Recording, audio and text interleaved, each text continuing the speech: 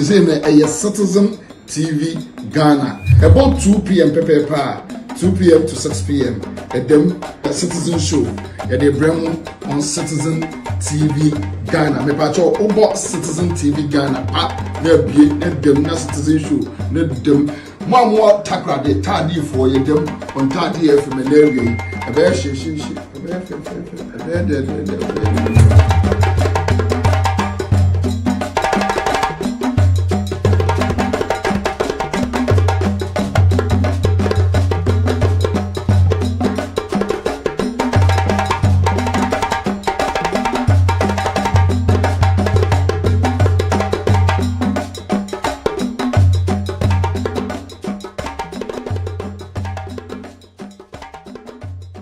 Welcome to Redbridge Solicitors, your local legal experts in Ilford.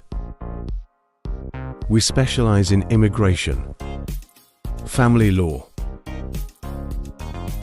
and civil litigation. Free consultation for 20 minutes. Book your consultation today.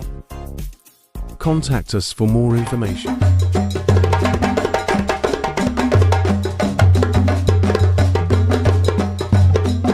Poor girl. Kwabena Bobie. Yeah. Kwabena easy. Kwabena. Ti Bema so I know Bema to us. Oh, Kwabena. And easy because Charlie Kwabena. Who go find na demand na open on easy. Kwabena. Kwabena nyago nti Kwabena weda Mr. Na minti say uchema.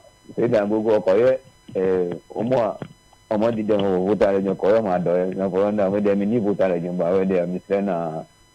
On Kamiwana, and they will be a corner. All right, okay, thank you, my brother. Mamma go find another call up quick one. Hello. Hello, good afternoon. Good afternoon. But on Nini Nungwa. Nungwa for Mommy and Quay. Yeah. Commander, a Juma, we know who ye Juma, Namishra, why? I mean, if you say, a real bastard, now, yeah, a man may need to meet Jake. If you say, to me any power, Namediama or the year, Jumano. Namishra, no cause show panel, Lesophonia. Alhamdulillah. Yeah, Santana Nungwa, any Joe, Chamajoa, Shaman. Commander, Nyami Bessa can say, a memo, and Yanuna did a memo. A memo, saying, I mean, far too many Maui and now for sure. And you go here, the anyway. So to my dear, send your mamma can say 24/7. It don't be any to my yano. And then I get the good policy. I say Ghana for you. Nanu never Ghana for. So to my dear, and Ghana for. And you told me, I say, mobile money for no more poor people, yet taxi one. Now, never Bobby present. What Ghana, now you show. Hey, Baumia. And now, I did the president too. Said Baumia was case there from Wekufuado. Now, memory, now, memory. Yeah. It's Anuna, yes, she just said about me, am I young? And yes, you be someone now say, may commander make your visual. Say, Yami to sue as a leader. No man should do to went to anyway, you know, but say, Yami to sue ye. Na amani to suwa etuma obeye ni nyina ebeye zero enugwa se na oni beko se nyame to suye so to mase e se 2016 e ku fa do ba so no hwe campaign oye ti amama usela kona me fa ni se platform na gugu nu egu wo no e se nyame yi na fi o patika na fo ye nyehu na ye to abama no to abama no we nwe enugwa se e preba enugwa se we di e comedies ni ebe bi eti abano oh Ghana for don't say yes yampa so ma ekufa don't say Ghana da na me ma ekufa don't say Ghana da. All right, let's have a conversation. Abrabom to say as a term to say we are say kwasai Ghana kwasai. Hello Kwabena. Eja You friend Gideon, me kase free Abeka for Mummy and Quay. My for videos and I mention the consistency of Kanku Central. Woman organizer and deputy. na adwuma pa omo ye kwabena ye nuanom bi ba ya omo enye ne ntem ade ye nyina adwenkyere kakra omo ba omo kasa tuuma omo che dodo kwabena bawumia na medi ne ho yawo kwabena wo da wa ba ma ka nsi aka afi ewo wanim wonti ye hu ne wo ye obi na akyere na adwen bawumia kuma ba ma aso nya twede kora bato me hwe no TV so na ade papa ye de na hanza ade obi ne kuntokwa ana na japa ni papa japa de bi na obi ne pre ho ana sa ebi a ekufu adon kwasi asem odi ye no ntini won so bedi kwasi asem sa bi kwabra mi hu sa sana mi hu no because bawumia so ba go da na di wo TV so se dia so no John Mahama wo eno na papa ohene no ka kire no se John Mahama nye na tamfo na ase di wonu obi ko japade bi hu kwabra na chidifo no muntunofo na sa suban we yemfa ni president wa Ghana fa ye mistake akoto ba makufu adone ono na sa mistake we die Ghana yenye bio bida afi nyame nhira woni wajuma. All right, so let's pick another caller, quick one. Hello. Yes, madam. Mr. Bobie. Yes, madam. The friend Antia Kosia, me friend Ama sama for mommy and quay. Adiago sama ofidie ne man from Kakrama me. Mpacho, se dia enya kura o. Mpacho, omo ofidie ne man from Kakrama me. Mpacho maye. Okay. Mpacho kasa. Oh, Mr. Bobie. Mr. Matoma dia ton na this year dia. Enti bon kan che sa ba o mi anu so on pe ba bi ntina why? Adia na auto. Me ton provisions. Me see my year juma no over me ka for 20 something years ni. Say even this week me ko krom kura emu bibia anwa last 2 weeks penny me ko turn the 450 and 500. Oh. Mr. Bobie say na betina me store mu fi anopa ebe say abia 50 Ghana kura me nton. Wow. Me nana no mienu kita me. In fact, every day bia me su as a 60 years say so nyame andom me nanka me single room nanka me timu a enka me nim ne meye. Wow. Mr. Bobie enti ya pa mo chaw. NDC fu mo kasa nkyere o mo no mo sorry why? O mo sorry na say de mu ye den maye. De bia me su. Yes fremo. Ni adwuma wo ye adwuma papa nyame nhyira o ma wa hoden. Never ye adwuma no maye. Why? Amen. All right, thank you. My man, pick another caller. Hello.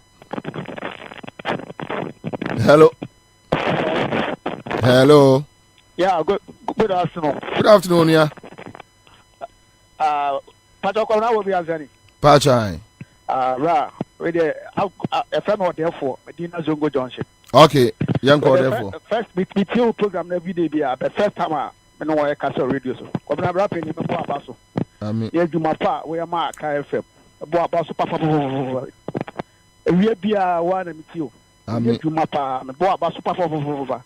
I'm a son count on Jumapa. We be a Namin do it. Amen. Basso Pa. Now, Mr. Big now, sorry, so, and then. Me senior brother because I black one but me say na any birthday. Yeah. Oh, Charlie. What kind me? And ya birthday. Abate. Mini apa o. Bobie we dey mini pa. Mini apa. Me last year the last time I hear so I when I think you know labadi no. Yeah. Born no. In fact, Kwabena me need you too much. Anyway, young. I read me check kuta sa black one but na me wish no happy birthday so. Okay, all right. So that me that's it. That's it. My father last two callers then I'm done. Hello, good afternoon. Good afternoon, madam. Yes, sir, Mame ya. Bobie money adwuma wate. Me das mame ya. Ya chia na me ja akoma me pa. Obete. Bobie. Mame ya. Da wi ya no ho. Sani ya waye ne ho denden dia wo kasa ne refi so kasa Mahama 2016 say. Vice President no odi no wawie na adwuma no nkotena. Sasa we ana ndi before ohuya sho. Ya wo ya ma 96 mo wie political science e wo legon. This time around, number one kwa na beto about. Bobie wo da. Adwuma no ma ye wie data. Unu anu list o well no. Me na meja kwa adwuma no ma ye wie o. E mo fana wo social media no wo mo beto aba. 24-hour project na Mahama ka na o mo press an. Omo kwa broche omo hu say no na amasa o man le koso wo. Mahama so be provide security. Omo ha onesen. Bobie. Oni nyame nya adwuma. Nyame a oboy ho ban fi 2016 be sinem. O de ye be ko 2024 what? Inshallah. Ye be san frame biom. Inshallah. Ye be ye nyina ye dia. Inshallah. Enkwa ne here. Inshallah. Nyame nka ho. Inshallah. Baba. Amen. My family last caller na media we. Hello. Hello, good afternoon. Good afternoon, madam. But your friend Beauty. You say Ashama Market. Beauty. Yes. Beauty mpacho wa fidie no nko from kakrama mwai. But only say Ashama Market here way. Ye ni pipe or market. Oh, how? Ye ni pipe or market so e just here. Ye nya nsio e fan duwe janu. Ye nya nsio fan duwe janu. Emeka ho market na shi 2 times. This is it. Ye pipe and market the better just talk up you need be bobie. The better control is crap you need common borehole water. You need be that bus here. Ye the bedroom. Ye drive 5 services for almost 5 bobie. It's a summer market for ye boa. No matter why na ye brewa. Mate Beauty. No, Wow. Ashama market. Kwame, I deal with cross-checking. Your cross-checks, mommy. Say Ashama market, they don't have a urinal and they don't have water. Check it, mommy. Why? Yeah, check, mommy. But because I Kwame, Ashama market da. And also, yeah, very big market. TM gonna say all this one or any BBSA. Okay. All right, so issues about 24-hour economy. I'm on for some months here. We have a certain vice president. Obi eka adia ebua oman empuntuo. Obi eka adia bema yetumpon akoye anim. Amemwo governance eye adwenkyere yetoato adwene. We have this blockhead vice president like Baumia. Also no. Or engaging in a civilized conversation. But he will go out there and insult.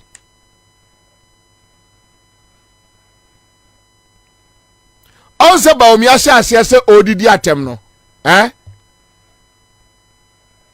Sir, you see, the reason why I always point to them, because I have worked with them before, and I'm talking about a Peace FM morning show for no, or Hina Jekumo say why no. That old man na buy Juma or Man FM no. Later, the nebano call a friend say Jubilee House, and I think something bad has happened. I don't know, but I don't want to talk about it. I've worked with them before. From you see Hello FM 2004. Those days now for that Dexon despite Eddie Womoba, Kwesi Pratt, Obami, your friend say, I'm a Benua do. Baby Ansah, the late Baby Ansah, open ya jokum no amu. Na saa time no ebe this ni kwa ya dia ebe and they do it. They do it. Se Baumia na se Jomama na kan bibi tia Baumia. Ka bete. Kwame.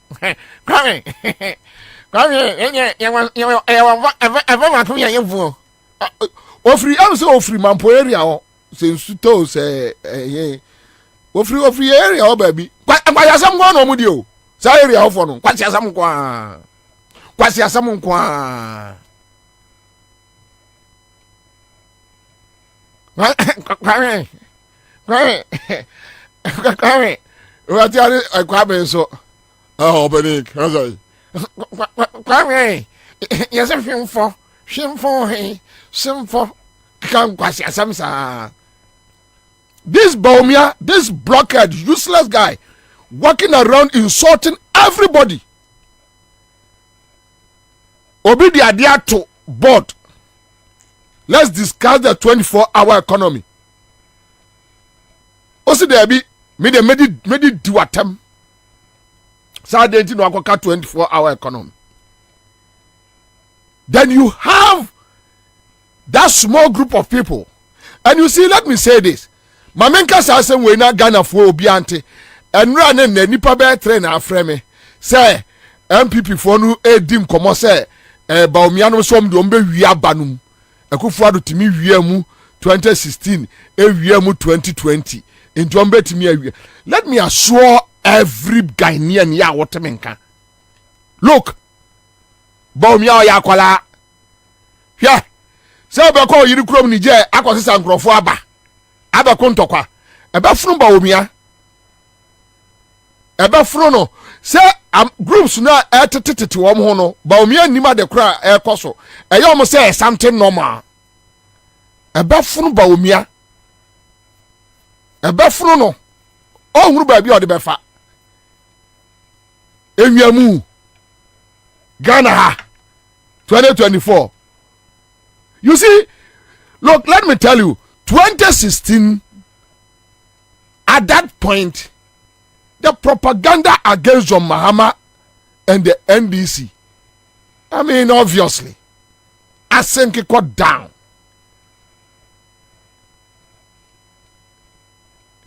(2020) Akufo-Addo also onimi election mu onu onimu wiado for the first time in Ghana history. Opposition and this opposition 2016 true or false, within 4 years they were able to fight back and watch a parliament mumienu. You think say NDC any serious political party? Ufin so mu diagro. MPP was a record DB. So much opposition. First election after opposition, they were able to come back stronger. And what about the chair parliament? Obiang kana kuma Antony and run in the nipa better than after me. Elmuko baby, MPP phobi, no more for MPP phobi. You see, a fear tactics.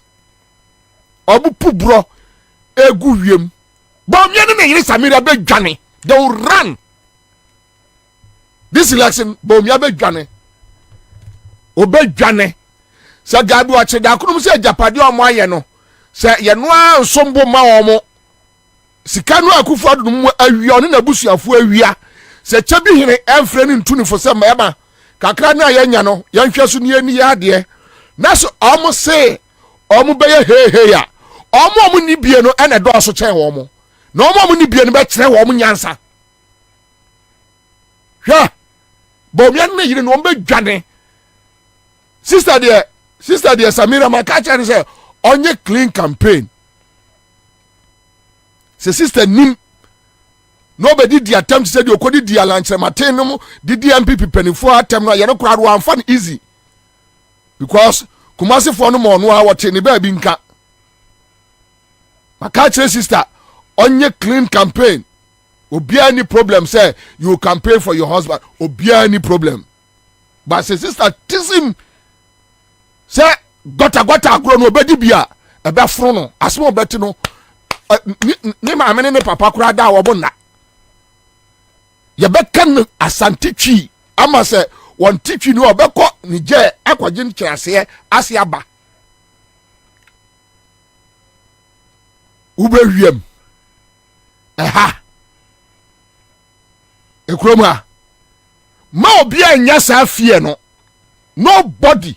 And you see omo ya de bi enti oto ba abama NDC make me protect NDC will protect and NDC Ghanaians are going to protect this election. Ghanaians Ghana for be boss abato we hu ban hwe o ka se ma no ofre wa asama amasama say wa tran store fira no pa be pema wia ekobo no nan ono yɛntɔ n'adeɛ one woka sɛ saa maame no ɔbɛtena wo sɛ bawomia wei ɛnsa mɛtena akonnwa so. And they talk about military and no military and none of probi friend you say omo de opompe pra and eba omo ba be CDS no omo de opompe pra ba opompe pra Rollins cry you two no opompe pra Rollins cry you two no opompe pra Rollins cry you two no Taba na Rollins eye bema no odi mani nsem e okrom ha no na opompe pra no hyehyɛ dem opompe pra no ni military mu na 2008 NDC 2 MPP no ni military mu satan ko obombo anko nto anabo bi frame me from a military base wo omo de opompe pra na eba bobi omo de opompe pra na eba na yese na masa u soldier tan na so usura ahorogu ho am no pompe braba so am de neba upon the prabusia 40 kroma. You see this election ya mo nya de omya na otachi man ene kentampo enfom you kill one person ubusia ni beko o agro no Hamas for Israel for odi no aha ana je so omu relocate omu abusuafo nyina edo omu kotra ebi akuro bi so ye to aba ni wi ana makofo maba obon be pra oni abusua onfiri ekuro bi so okuro mu a oni abusuafo efie okuro mu a hey masa Ghana for would devise a strategy. And that is why I'm saying nobody should fear. Ma obia entertaining any fear. Nobody. Mo obia entertaining any fear. 2016, it was for them. Because now, you see, propaganda na conform. Even when John Mama was building a friend say, a thermal plants, they were using Dumso. Then this a Cromford software no friend say Marty, that criminal guy, a criminal, yeah, a clerical bonicum criminal. Cromford, a Cromford Marty, or a Cromford, ne Piero, Presby, Presby, almost a former a French communication director, Abakaso a Cromford. Mate a Cromford. So you can imagine so your group no den ho abo wo no a on say Otabel a friend say is with Anabane a Danka Williams nyina atwetwe omo and akọ ne kusi boating criminal double identity man a Cromford no mo do mo abo Cromford. And Ghana need be any assurance. We don't need NDC to protect these elections. We Ghanaians are going to protect these elections with everything. With everything. With everything. Ghanaians will protect these elections. Emrekudu kanum kwaya no otakwa no. Yo, what dia soldier for police station no. Na nkrofo so wabusu afie ye adwuma ho. Ombaba no ma sidan na ma kama. Ghanaians will devise a strategy against the Akufo-Addo and Bawumia. It will shock them. So we go to the polls. Obiatu number one. Near kind of 1-1. Who we near what we need. Other 7 years. Akufo-Addo and Bawumia we need. Mimidi Bawumia fie. Mimidi Akufo-Addo fie. Omodi an tantan. Me de here. Baby anu a wa mo ho ayama kono. Ana omo boys ni nyina no. Obi a ho nyama kono because omo ye nkola from Asempa FM minimum nyina eni se minimum omo arenka ebe ha me minimum nyina nti bibia nu a wo mo ho aye me nwanwa ena ye me fe nothing because me no mo gina ho me metimi a kire majuma record my year adwuma this how many years now my sign contract with ubu so mo nya adwuma da but for politics they couldn't even buy a bicycle they can't buy it. But for MPP winning elections, bicycle kote say why no what ni dey say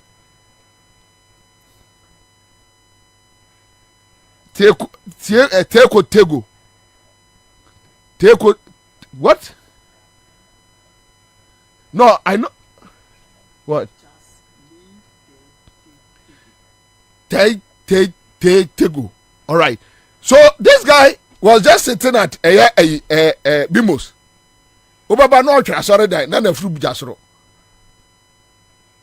so mo pese mo huni ya eya mo musa your friend is Mugabe be chere na se a chere mo so these guys but hey let's go there yantu aba 1-1 obia ne enkai ye kai no wini a wa wini obia no ni problem obia nsore ma mesra ohwe sa na so nsore mposre obia ahwe then we are good to go and mesra mo frɛ ne ade no obia nkada comment no yam and mind you 2008 NDC winning election in Ghana here before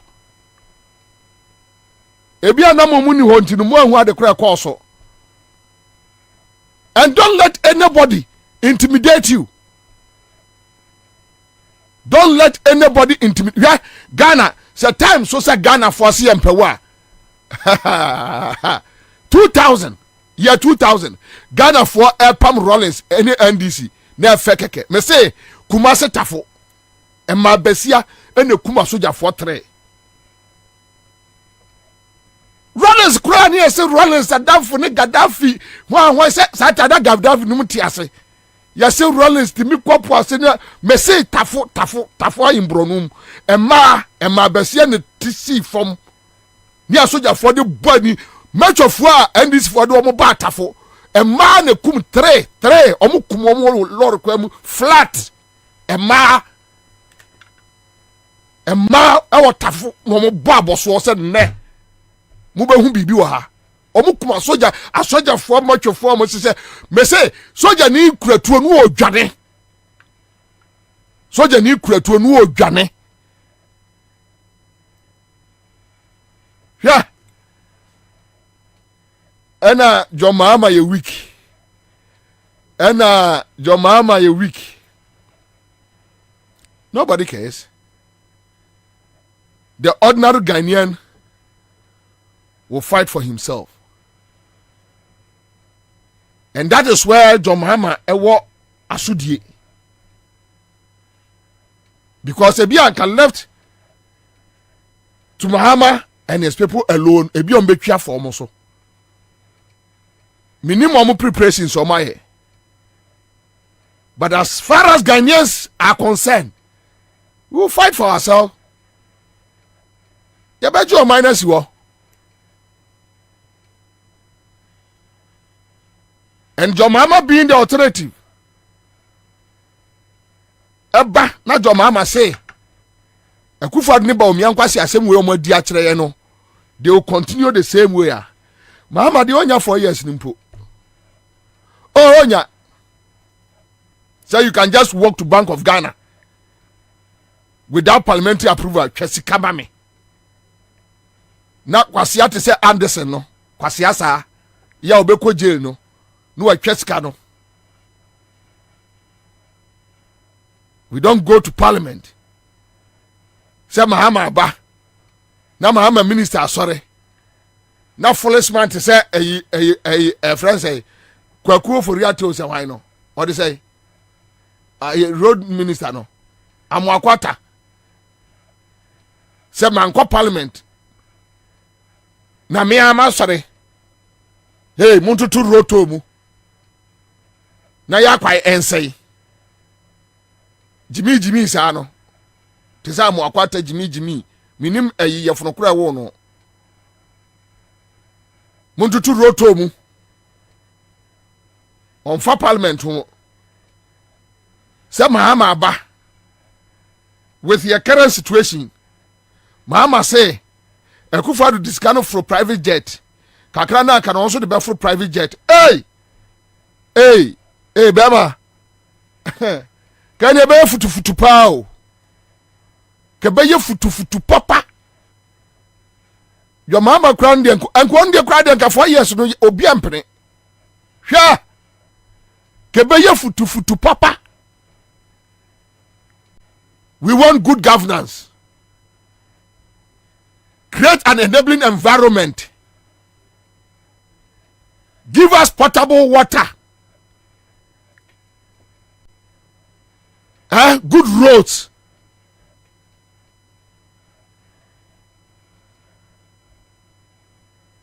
Terminal ay plants no fabi ka ho. Yenya another terminal 3. Baby to say sunyane takrade, baby to say takrade what terminal 3 ibia and can change takrade a whole gas any your oil any near day every bar takrade yem biem boganie Jomama my factory sir a betimi processing meat you go find namun free ni je ni ade ade mra ni process Kwame Nkrumah vision no yem process ni export Kwame Nkrumah time near a canned beef our Ghana. Let's go back to Sanyo. Kian University from Kuala New School. Omunya baby and fat. Young creative company say ya betinya ya tape nkitinkiti ibi. Sanyo na Kwame Nkrumah time ya Sanyo near ye fridge Ghana near ye fridge nyina Kwame Nkrumah time. Jomama me ye be my jay. If you create this environment, Nami Bobie Ansah, se mu didi we Jubilee House na sa also mame kura no I don't care. I know what to do. Me Asantini Akola, I know how to create money for myself. Just give me an environment. Me Asantini Akola, I know where money is. I know where I can find money. Just create an environment for me, a free environment. Take the taxes ne so. Sanya pesa Jomama beye. So Bano so besia follow a very useless man like a Kufuado and a blackhead like this Baumia guy to steal us, loot us, destroy our waters. So the Galamse bese yasi anra ayi akwawe ekwusi ati asempa FM say anadwene koda no bi di Sunday me say okodi MP yeah. Cromfo say destroyer when kedi kwa see a man kwa radio so kura man e say okwa position ekwusi na pipi mo na nkwasi afo say be wo party be na obenya wo mu bio wa too gold wa say yemfudia wa say yensuo owie ya akwatra radio so okopa mpiadi omobato ama no yeah. Se womu to be to Abama wouldn't to me any abronya. Omato kokusi or whatever. That is the mindset of the MPP delegate. They are very foolish. And I borrow the words of Kennedy Japan. That MPP followers, very foolish people. Omato amano. No akwa DMP. No adwane akwa parliament. Na boni a wadi ni nyina no. Okopa immunity. E dia akova no ho.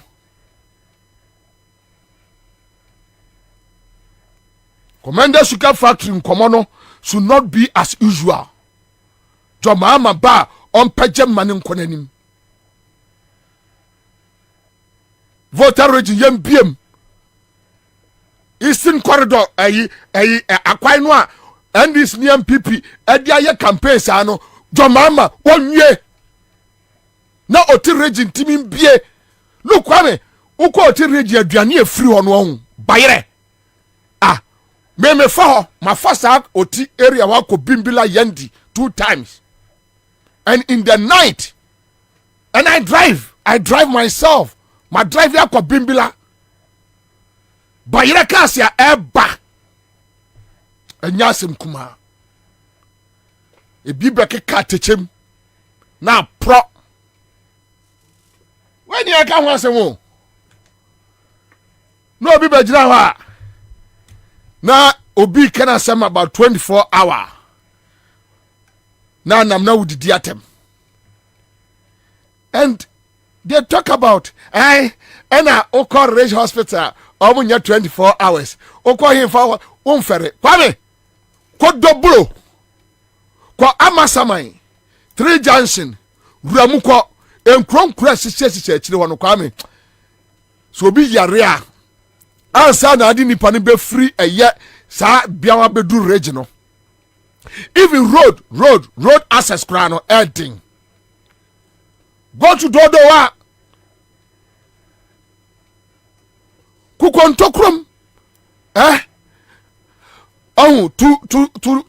to the lazy MPP person eyani say Ghana cantonment Laboni Reg maybe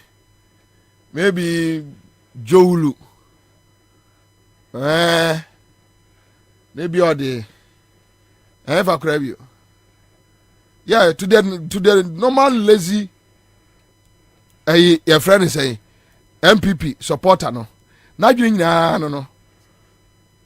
Omudru Ashanti region na you say adumi Ashanti region.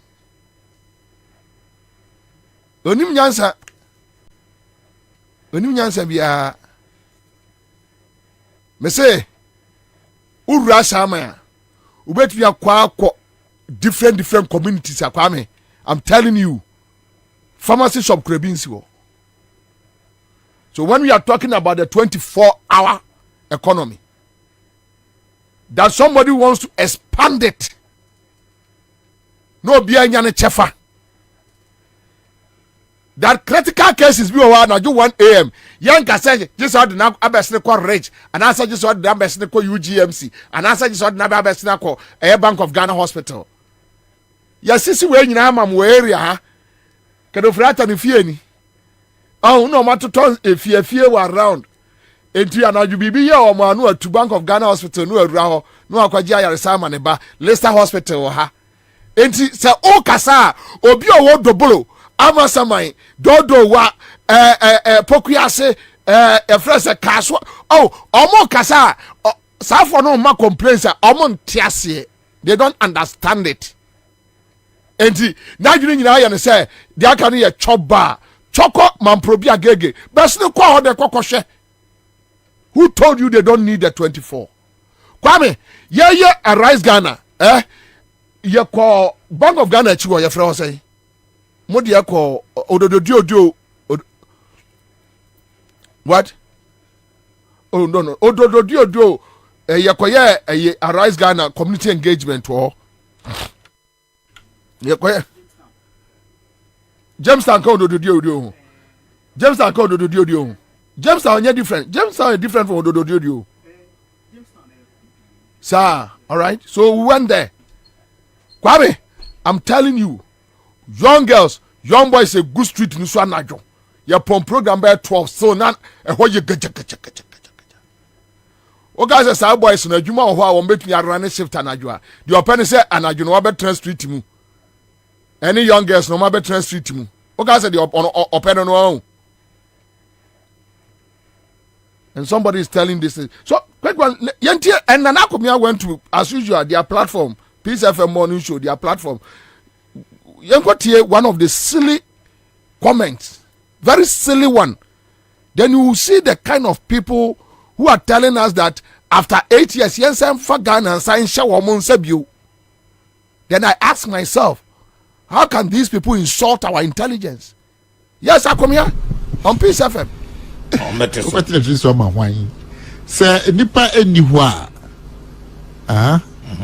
Man free electricity. Nipa na me to ade na. Be then where you so free electricity. O ka say pharmacy be pound 10 o'clock and just on my bread. Pharmacy be and as a drugstore so pound 10 o'clock and ajua.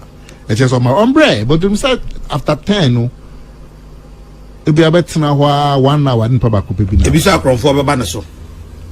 Da ko be ba so ene police station ye tinemu ana obema pharmacy be a police. O se nyuma na omo bi a o visa security e che da nya yi mo no.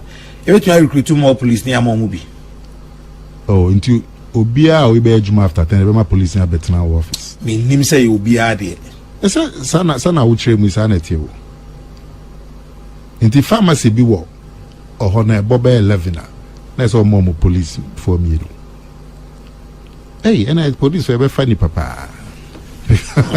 Because Spinters Road in Kwa shops war free tete kwashie ko sakumono. No be akase na me pe police me badge after 10 me pe police. And I said no kwa be police for be 2000 or Spinters Road in Kwa. And I'm the family name hono a event center.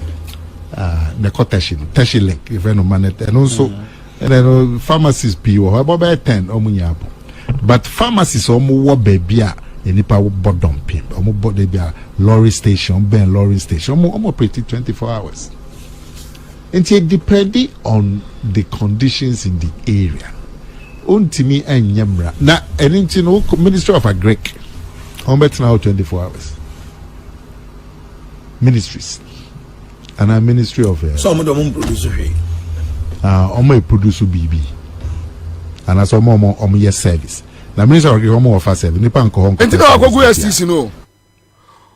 Ono abai na numu nsem about the way an NDC aye STC. Those tapes na ya shada de egu ho. Wa oni pagimi for kasa. Oza me catch us say when they are talking omo nwene eye areas no a aya no ho a little bit rural areas now. Oh, Spinters police phone ho anajo may I live on Spinters Road 24/7 yet me trust street no Spinters ma de chen we e be at 5 o'clock 6 o'clock after na me ko fie me ka ye night workers no night workers no ya boy my way ho aban no ya just street no musa bia be 5:30 am after na bia me ko fie ada ni brebe bapa no a chim sa no kwabe fe kwase ada ni brebe be chim sa no na ya no chese wi apie ya fe ni pe ko twitwire siasa edi na ni a kire krom. So we are not talking about only a security. John Mahama say, and now on Wajia to say 10 o'clock, Manite area, pharmacy shops upon. These pharmacy shops, and tear Akomia say, and you be BNTO. Now the entine say after 10, anypan to 1 hour, ne obi nipa ba ko pebiaba. Obi tiwa 1 hour, entisadia na watum. John Mahama say, those who wants to run 24, they are giving them electricity incentives, energy incentives. Omunim yansa, omajimi, and who kasa kwenyansa ni kasa omuntiase. Because enipa no atu no, say anajono enipa ba 11 no, always see a energy. Because more to nkania buomu too much. Modi yako IMF ana modi ya energy no akwa conditionalities no akomia ayemu na mo ya saade no. You have created the problem, and when the people are suffering from what you have created, na so obi so obeje wo mo a, then you are talking rubbish. When I want Ghana call IMF conditionalities ni bi ne say ye beto to yenkania boom pharmacy shop no to kania enchena asa. After 10, and a wow can nipa neba 11. Sa pharmacy shop no. So when your incentives to say from a bia najo 12 to bia anopa 6, a bia mechania buying ebe ya bibi say amame. Se bia me top 30 cities a me top 10 cities. A buying si me top 10 cities. And answer from that pick, a free pick emame. Met me a transia. Why not? Why not? Why not? Enti akomia utu kwa ekwo abrochire eya ohunu se other areas economy no ekoso no eya na police for 5,000 Nigerian street mu police ni ba ko bia one shop. Is that what you see? Na na ya kase to osro so obebusa na na ya kase ni mo osro obusa busa akomia questions obesa se abusa na de oye NDC ni ana the next thing so me kwa akobɔ despite ne Father Dex amane no ma ka chense ne emensi kokro ko show no so biu enti osuro ka so obusa no sa kwase no se kwasea utu kwai ekɔ abrochire no jimi ene ayi gefo ebobra ewo abrochire no okwa eya na ayi baabi a wokɔ no ya na night economy no koso no eya na shop akubia president Nigeria so police for 50,000 ewo street no. You are sick. You are absolutely sick. Go to Dubai. Omo de just your friend say street cameras and the monitor chrono. Go to Dubai. Mutu kwai mokoba unim nyansa. Utu kwai okoba unim nyansa. Wabodam. This are own massa argument we da ewo wiase. Say Manet for no. Opa omo street no ye clean, light no ejina so, street lights no air bosso, and abaya momo incentives, electricity, water, Kwame, with even just police patrol team 1 constantly for the area. Amount for be juma. Restaurants no ye juma. Omo pubs ye juma. Ofu sa manfo nya dwuma o mumiebie e wo Manet area o ka sa manfo nya dwuma o mumiebie ya they can run 24/7 pharmacy shop on na Manet for the esa omo onim nyansa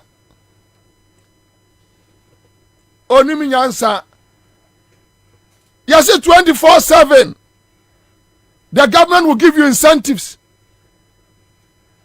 I see police musisi police adan bebre bema Fatri Johnson ama samai wuramuko na obenu de ekoso langas agikro na fa mo ma langas agikro na fa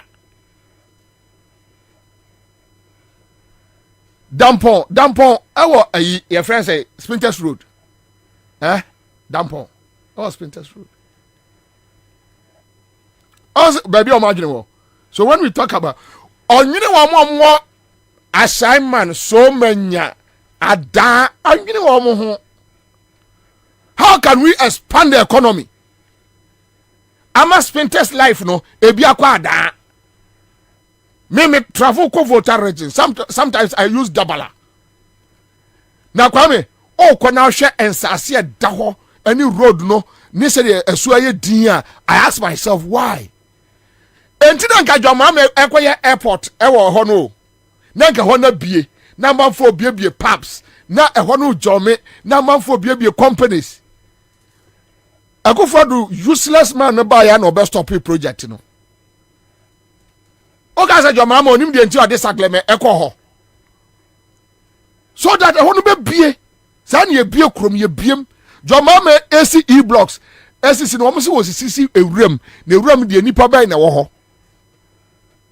They should go back and check time when we see a Chimota secondary school. Now say hono a city a omun kan kire ye.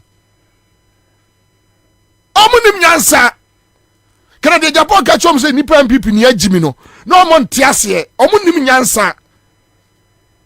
Me I me nwanwa so me busuafo ya MPP for. Ayam nwanwa. Omunim nyansa. Omajimi. For voter we will be out driving of voter region kwado so you ask yourself so many questions.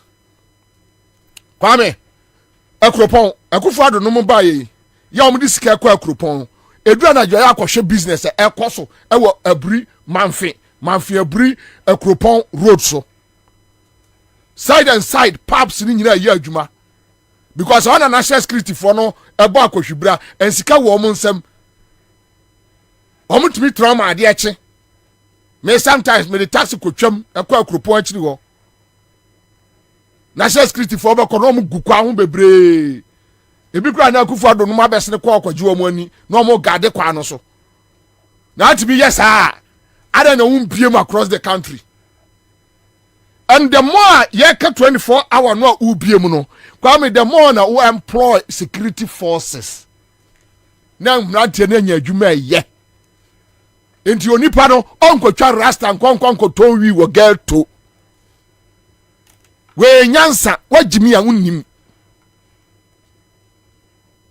wagimi a onka se 24 economy eye fufu wo enye fufu wo ye nwo fufu anadwo na kuro mu kura wale konkonte ye kana na YouTube wa bodam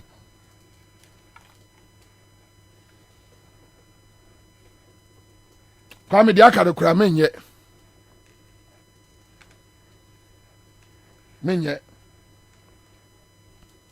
goso ma hene dia no menye goso ma hene no akan se omoto abama MPP meboa ne ho ayesa abato won sunsu aso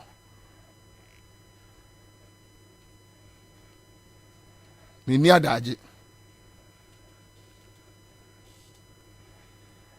mesrek civil societies Western Region MPP Regional Chairman omomona baso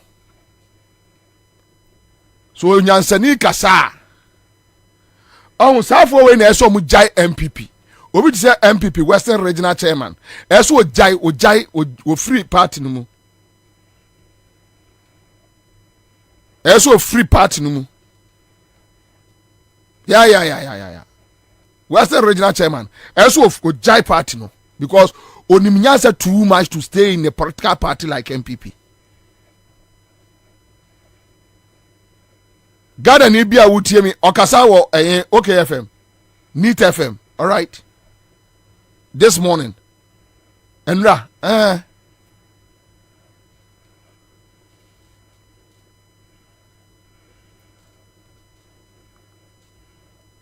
Western Regional Chairman MPP, and I know said they will sack him.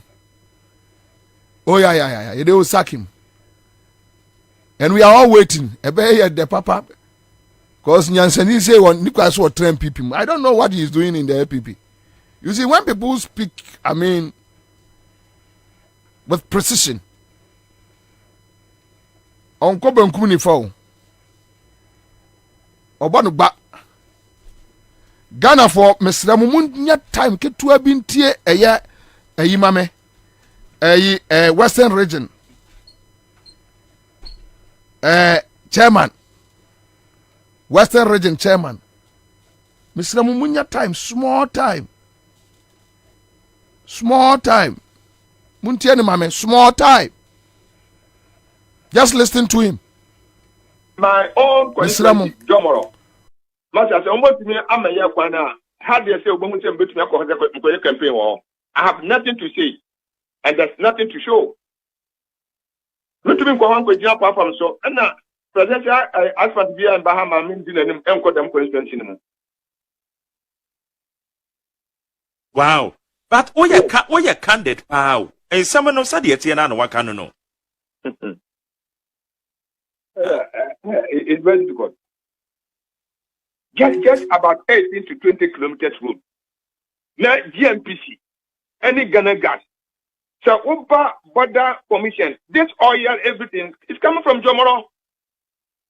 That's what your question. First war, over. The suppliers of the needed raw material, every Jomoro. Compare Jomoro and Elambre, the development are Akoso. Jomoro is not near to Elambre. I said it don't matter. No, you can't eat your cake and have it. Now, as the regional chairman, what you want among the years? We a big man.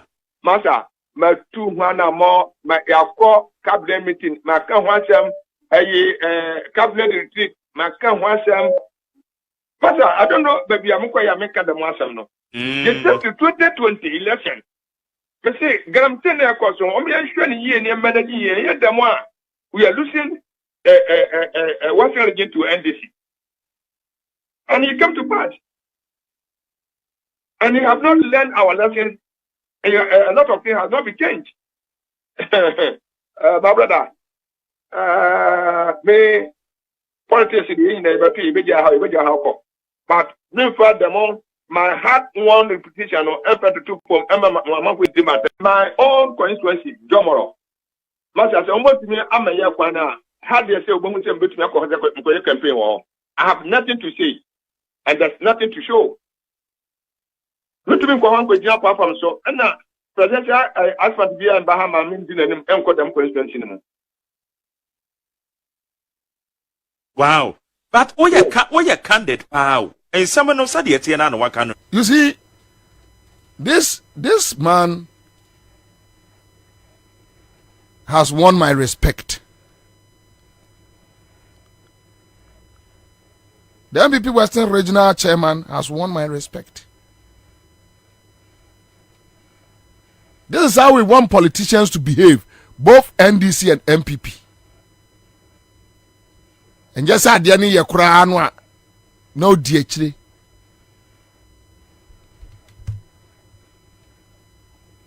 NDC bad power. Me person me NDC executives also behaving the same. Adakwasi and now mobile MPP chairman abasono. Some more NDC wa power na se munipa bi kote joma amato na mo bedi dinatamwa. You see, if we don't encourage people like this Western Regional Chairman, Ghana yanko bebia, we need such people. Wrong is wrong, right is right. Finito. Simplicita, yakoya nim. Dia forget about your political party. Or say, Western region atete agu say on to me sorry ni MPP animu nkoye campaign ewo Western region. Ko efie kuma kwanta kokohwe ekwai. And omu jina parliament. Say omo invest billion Ghana cedis into a year roads.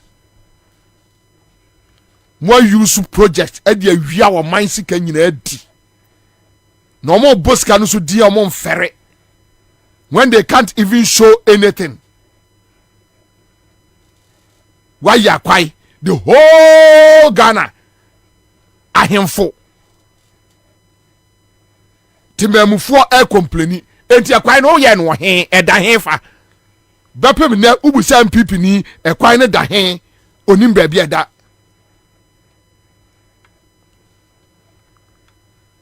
but they will give you budget sikana he unya o de let's move on kra don't worry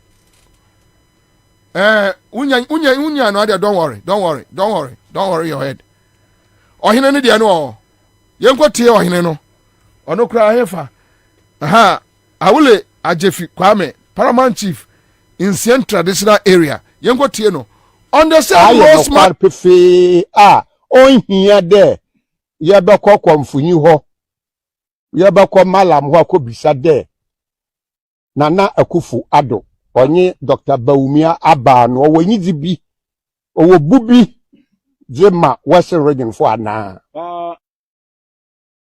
oto abewia na nananom yakwa aban nyimpa weji aban do ho a Western region hia sema ojikan onye akwan fitiade oye for nanan oye budgeter Western region akwan no ka ho ana we yefim yo chisiara obiara oji nokwar o sha ase wa aguna nkwanta de orokota korade a obohu de hyan kwandam na ote ansa na akufuado na Dr. Baumia obafa kwani do ay campaign na minyim da yan politicians or kasa kire hyan de yarokwa hyan enyim ana yaresan MPP birdo de yarekan nokwara yan kwan wa pro sin aban biara abeseneko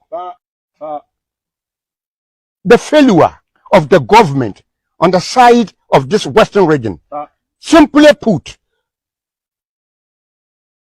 for Nana has been a disaster to the Western region ye jai minerals a good Western region ya the buaga na many ya assassin na wana waji independence yan kan jai osade fu Dr. Kwame Nkrumah there on Western region yan ho akatu anya. I am saying that the voice of the Western region is not heard in Nana Akufo-Addo and Dr. Bawumia's NPP government. Nana no msi ya nsora kwa obo pro obe say asin ma yehu. Wo me ya nsor. Mrekasa de me yo hin.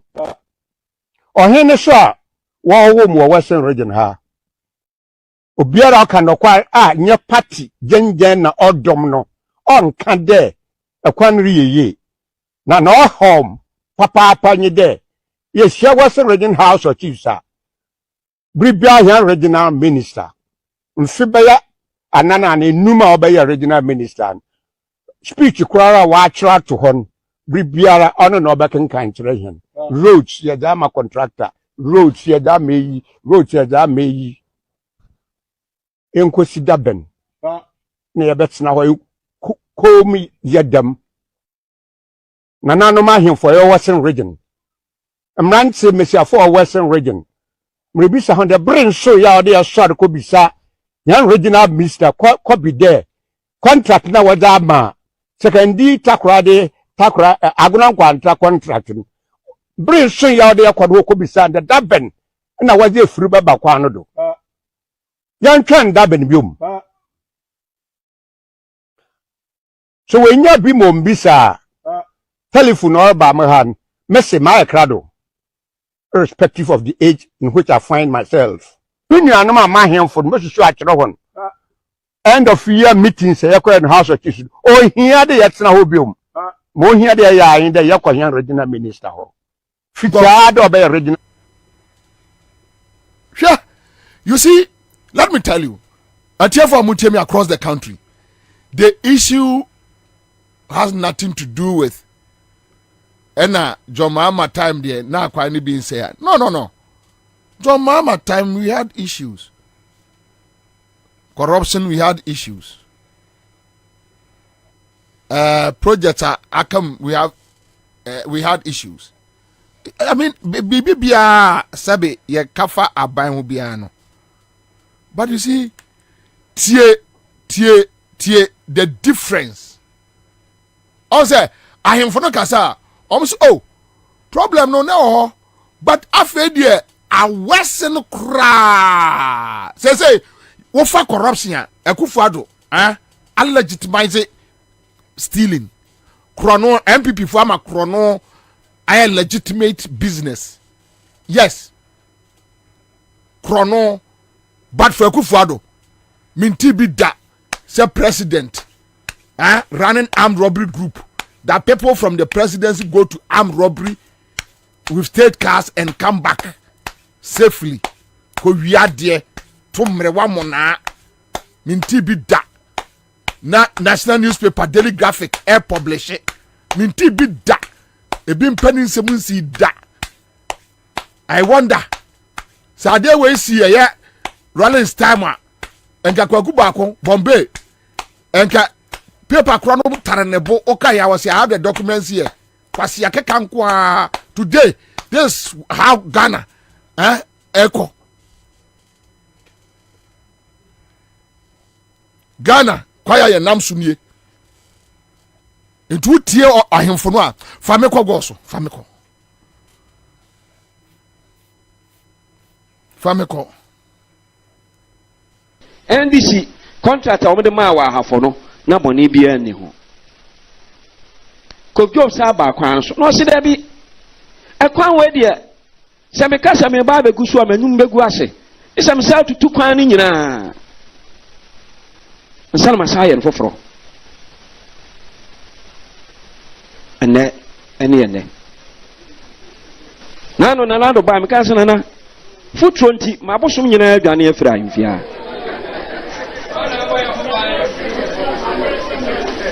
ene moti se me kasa metirim eya ni birisem futuro na ma meti me ya nya yade e wo tire ho adan yaye bone ban ahafo ma yaye bone ban kasa da mi rafo adan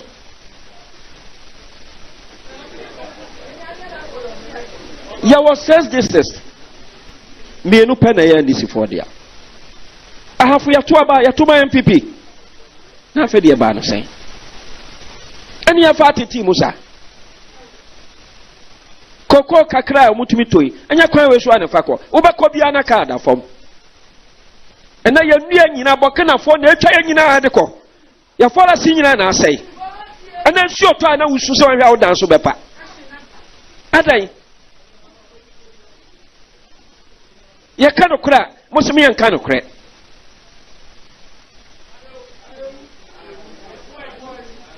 Aday, Yaya Bonnie Bay.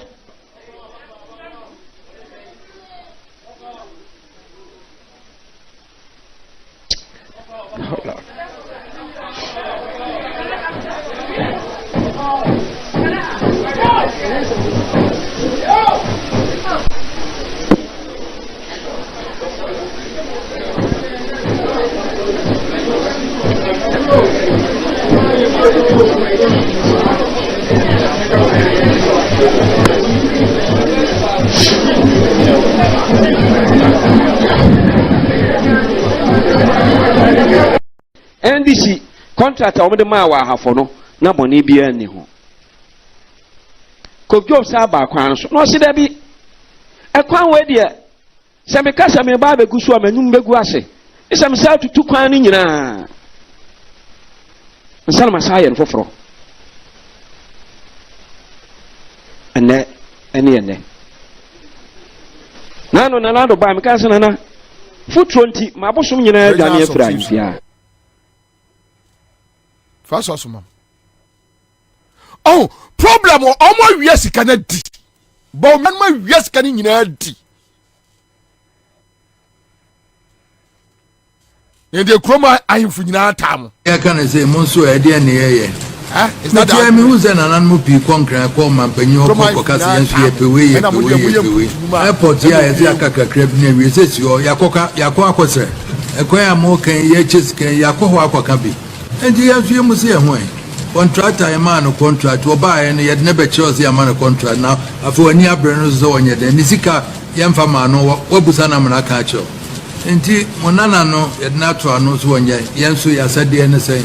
But the answer Cocotti being you catch as a Nanampa and Sikeni or compensation is Ken Onginania. Yes, we have Muno Grenaby. The ATA, Mumenso Yamfa Wadrin, the house is a Musumbetuana Mone, Yako, Naman Penino Safan. A diet here is a car Camusia de my inferior saying any infamaya.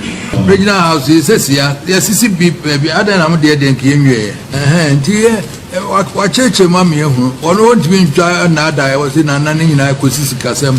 A 2 Kaya delegation airport, a correct baby, a drone, the same this year, Yaya Diane, standing committee. Who health committee and now hospital Wakako ready ATI and no Nebuama yes you who say I'm passing necos to say necos to say necos. Dano Componoch me Quemian and Miam Hoko one I do being print because ready essay and I'm yes and yin I and come on near again to one fancy. And tea an idea what I know a warrior Nienso between a bois near Huno a high say committee cry a corridor in a report number saying I had airport is ya kadia na ocheche mu yakoho akohwe yenko no answer airport no na ziwa na yakoba e better na etimia frɛ airport company na civil aviation na as minister for the transport na ho abusa nsese na tie adesua minister odano na se wo yebibi STEM science technology and English and mathematics wo yebi wo so obayi bebre a bɛkwa schools do say near no asant member ye hunu ye say ho won potem ho ebi ho wa hunu wa busa e de na ye be ye ho enkola say ne ko school wo ye potem ho ni nyina ye nema ye so ye asade say wasi hu ente sa de a ye betan say nananom na ban so aye ne de na fe de bia eno ase ye twifa so esan say district assembly kra wo ho no DC your Hokrami, Hunu Brown and she MP or a member of the district assembly. No, Breben or Bao for me.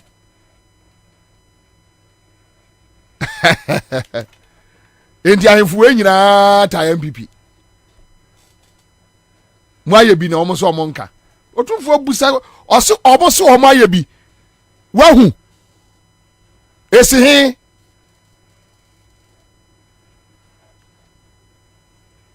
Yeah. I haven't seen. Ezefa. Ana awie no mu gina parliament. Ani e twesika say, ani e de ayakwan. Ekwan no way. Ofa goso mu complaini ofa Western Region to the extent that the Western Regional MPP chairman Eka say look the way amoya region no enya do mbetimi adimu anim edimu akọ ontimi nimu anim nkọ je campaign oba bia no ono no onfa integrity ento form. I have been driving on Agunan Kwanta road to Elembele. That's not kind of Agunan Kwanta. Kwame ofa kwa no so abefe omo to MPP about one won sunsa so I know say ye betu abayi omo do omo nsabe kwa keka dem ye hwe amanfo afo omo adwene dada also 2008 na fe de omo bu nkotodwe wo Kumase no na emfa no omo nsua nyansa break the 8 omo ka se Ghana ni bia jimi 2020 fino obi amfimu 2020 enim koma ekoso Ghana mpanimfo omuni andisi mpanimfo kasa well 8 years odi obi a entwana komanto ne yam 8 years hey na we dey 2024 mo bebre papa yeah mo bebre papa me say ma ne nkwada eye maburo o Ghana na be pam ba omia ne yire o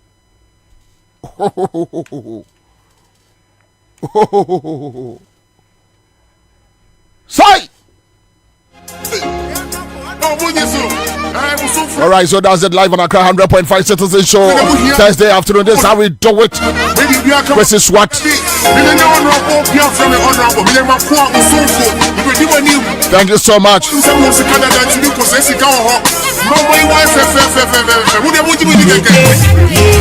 do I know for fire? What do you brother? It's a mouth to me. Oh my, move by your dead.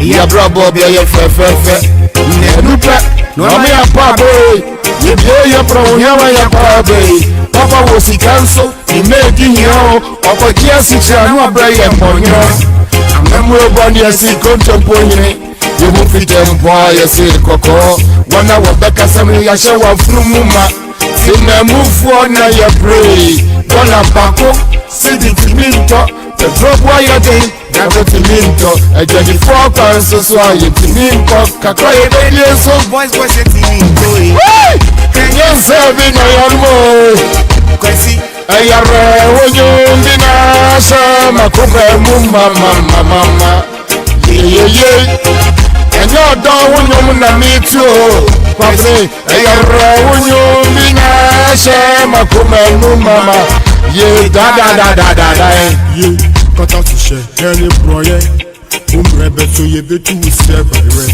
modi yedi koje besia na moni mabusia fo abeche ye kwan no nya wose ye ka na enye ma ye kan ya wose kwada no nsuya de enti wo refi se supu dan no abubu yeah you better fool when they kill you so corruption and dirty games and more in kaso yeah no say what you swap for every what you can need ya na money for but since the day you can hold rumble who so they will buy abe yesetafo and you don't who you na me too ara who you be na share mama yeah to this yo yeah that will come a drop that 90 minutes yeah yes you could so yeah you man yo baby say you cheat yo irazo tantini enti wo o man pepi bi anya. That's right. I'm right here. Thank you so much. Yeah. A big thank you to slow down. What's this what? Not a love song. That's how we do it. Roll up. Let's go. On the beat. Aya. Da. AY City. Oyo City. Kumasi Tadi. Ghana. It's a boy. Da. Thank you. Down to Akwaba. Accra. Bogo dear. The Akani. You could have You send me love song, and I'm 24/7 economy love song. A police with them say, you know, more bridge. They were many years yet, John. 24 no 24/7. So what would you practicing is they are living it. They are living it. More and they know it. Exactly. Na Eradi will come first year na dio nana. Na policy by NDC as a party enye bibi as a launch manifesto. Omunko hokra. Omunyanko hokra ye. Omunyan omunko hokra ye. Omumbe ho. Baumia commission bibi ewi. And I say MPP for other disciples. And it's omoko.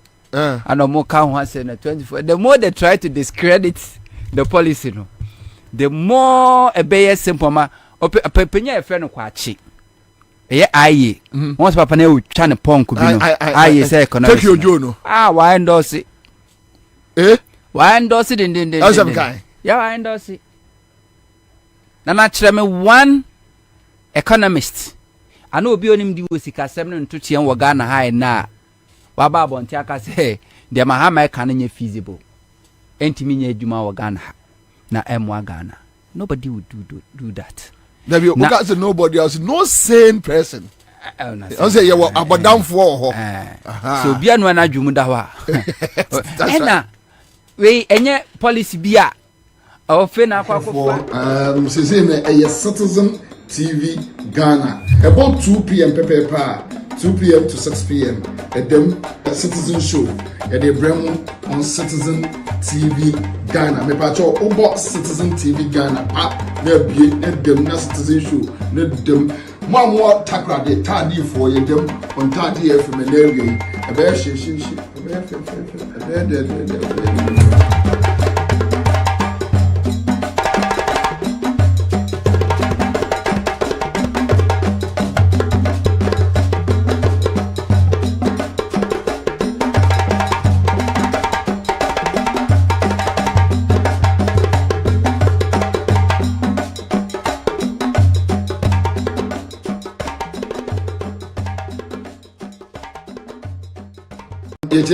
ahwefo say a Citizen TV Ghana about 2 p.m. Pepe 2 p.m. to 6 p.m.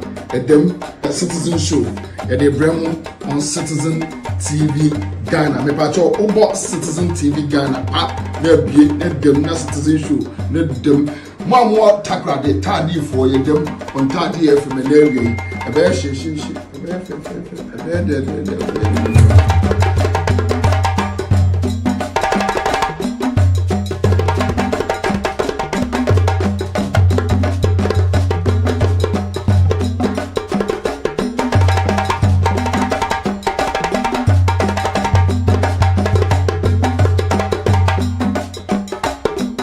Redbridge Solicitors, your local legal experts in Ilford. We specialize in immigration, family law, and civil litigation. Free consultation for 20 minutes. Book your consultation today. Contact us for more information. Welcome to Redbridge Solicitors, your local legal experts in Ilford. We specialize in immigration, family law, and civil litigation. Free consultation for 20 minutes. Book your consultation today. Contact us for more information. Welcome to Redbridge Solicitors, your local legal experts in Ilford. We specialize in immigration, family law, and civil litigation. Free consultation for 20 minutes. Book your consultation today. Contact us for more information.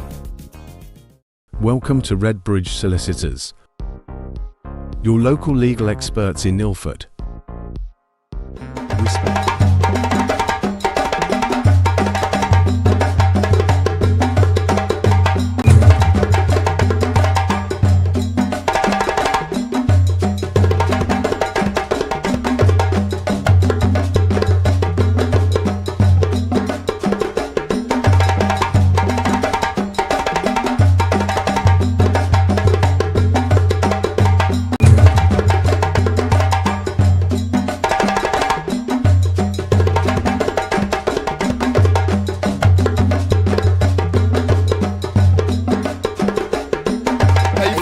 Yakoye ho lectures Debbie ni akọ Central University Debbie na ankrofo edi traffic map dodo wa mukokodura yesi baba lectures ni asete 170 questions ni de akoma the late emisata onko answer family meanwhile no lecturer no set question no ono ni answers to the questions bepem no busa na so ni answer oni bi where your policy ordinary Ghanaian etiasie straight up ena esaya ade kra Mahama lay foundation no eda ho a obi atumi hu na se say de MPP for a shift conversation one will say no ade no about tiamo so now let's go and attack Mahama could dinner tem yeni na tem enka se Mahama no kra woni credibility a obetimi dia ye yeah he say policy no do that so many policy I don't have any problem with it Mahama no the messenger or see a consider no as well as the message. The OC toilet could have a message. Now on my show now very interesting. Yeah. Very very obviously me and trust Mahama because Mahama by ebe catch the Ghana for say obebuama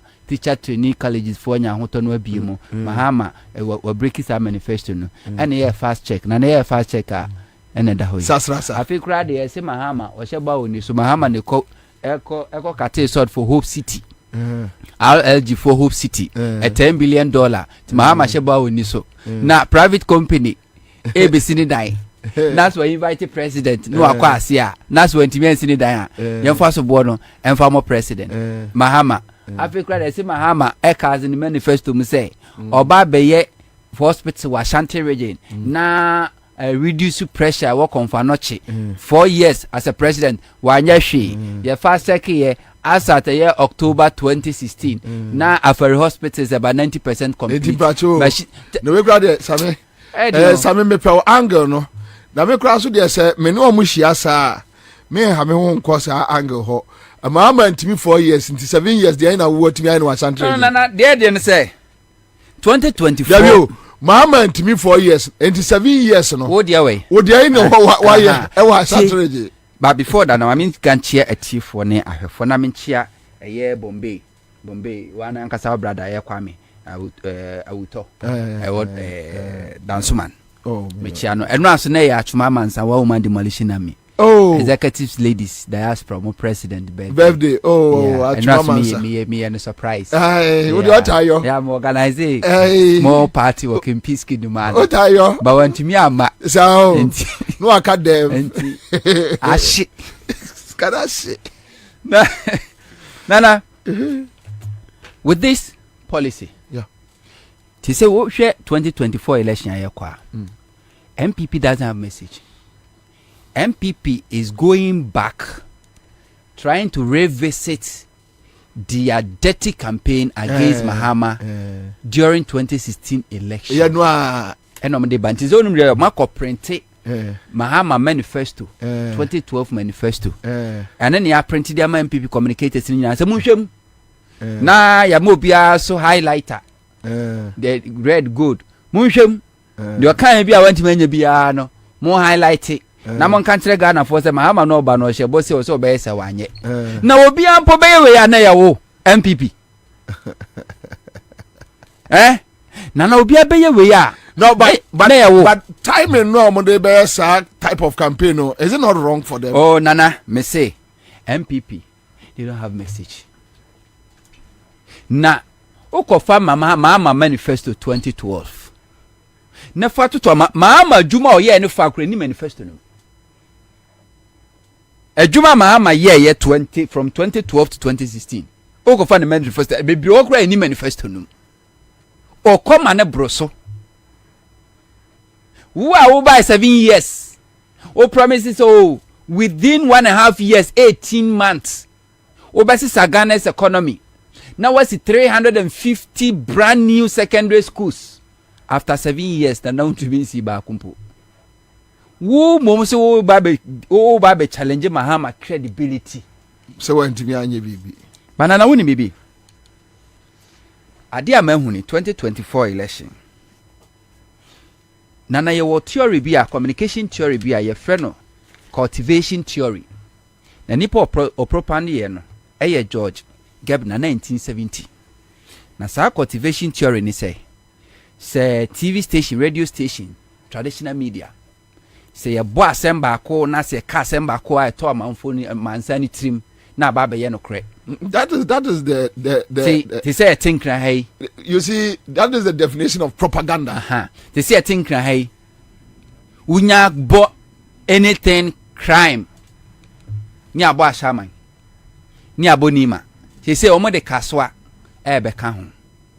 Meanwhile, that's not the situation. Banka Ghana papa be a criminals wa e trasako. Isle gone. Yes, trasako. Bia criminals wopa e trasako. Isle gone. I want number 1 cantonment. But Laboni, that is it. Criminals, the criminals. And I have a count Villaggio. Mo. And I guess you know. I want you cat criminals and kasa. A whole no more. Fayu I Trasako no ayano. I spent this one. Trasako de Buo. Quano so. And Jubilee House. The center. Obisi East Legon, Airport Hills. Only cats a criminals and kasa. A hono more. W. Nima Ashaman, Kaswa, a hot boys no a day. So be the bunny were Ashamana. Please for call to me, Cochino. Where do you go? Obidi Bonnie, Trasakwa. Nam one, or no, what do Kana or Quajusicano? Who could do a no more one short. Na what just a friend, no, no, can say yes, Mumana, Madamica. And Sana, what me a room. But Saniaka Naton Crowfoot team, and that is the MPP's communications theory. Naton Crowfoot team to an when Omampeni Kufo buy no Omampeni Kufo free no and it did be buy gentle giant Omampeni Kufo because ye kind na ye eto Ghana for team already near catch Ghana for say MPP the omunimde Omako school omu ye elite. Now so that is not the case. NDC is the political party. Ni running mate Professor Mills, Professor Jane Anupukwajiman. Running mate too. And na your professor, NDC your professor or regional chairman, Central Region. Professor Richard Kwesi Asiedu. Professors and him before Oko law, NDC for natural mo, Oko economy, NDC for natural mo, Oko a year political democracy. Kwame na why mo, omo natural mo. It is never true. But ya can't turn Crowfoot team. And when President Kufo by your bay coin na no Ghana for refi. Or how near manibia a co water shortages, doom saw any a Jumafua Sebio na debia demonstration ye refi. And a man Ghana for being a GDS oh Nana Danko Kufuado is coming to do something different. Because MPP for do minimum day. Oh Nana de ni free Nana de ni free.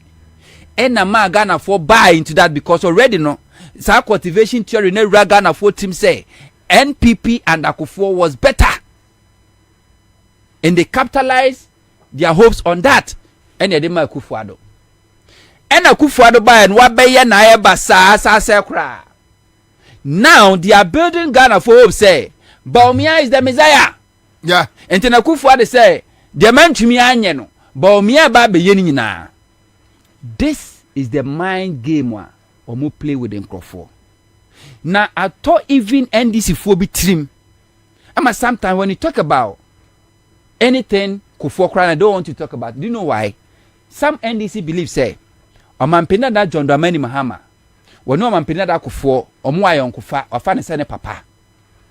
And intino omo ya Kufuor sympathizers no automatically they will like Mahama.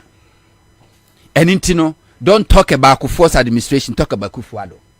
But the truth is that 2012, from 2008, 2012, 2016, 2020 election na omampeni Kufuor campaign for Kufuor. Enti se me Kufuor sympathizer, me pe Kufuor sembe bia Kufuor gya na me gina. Na enti se Kufuor na nyonko pa ne Mahama.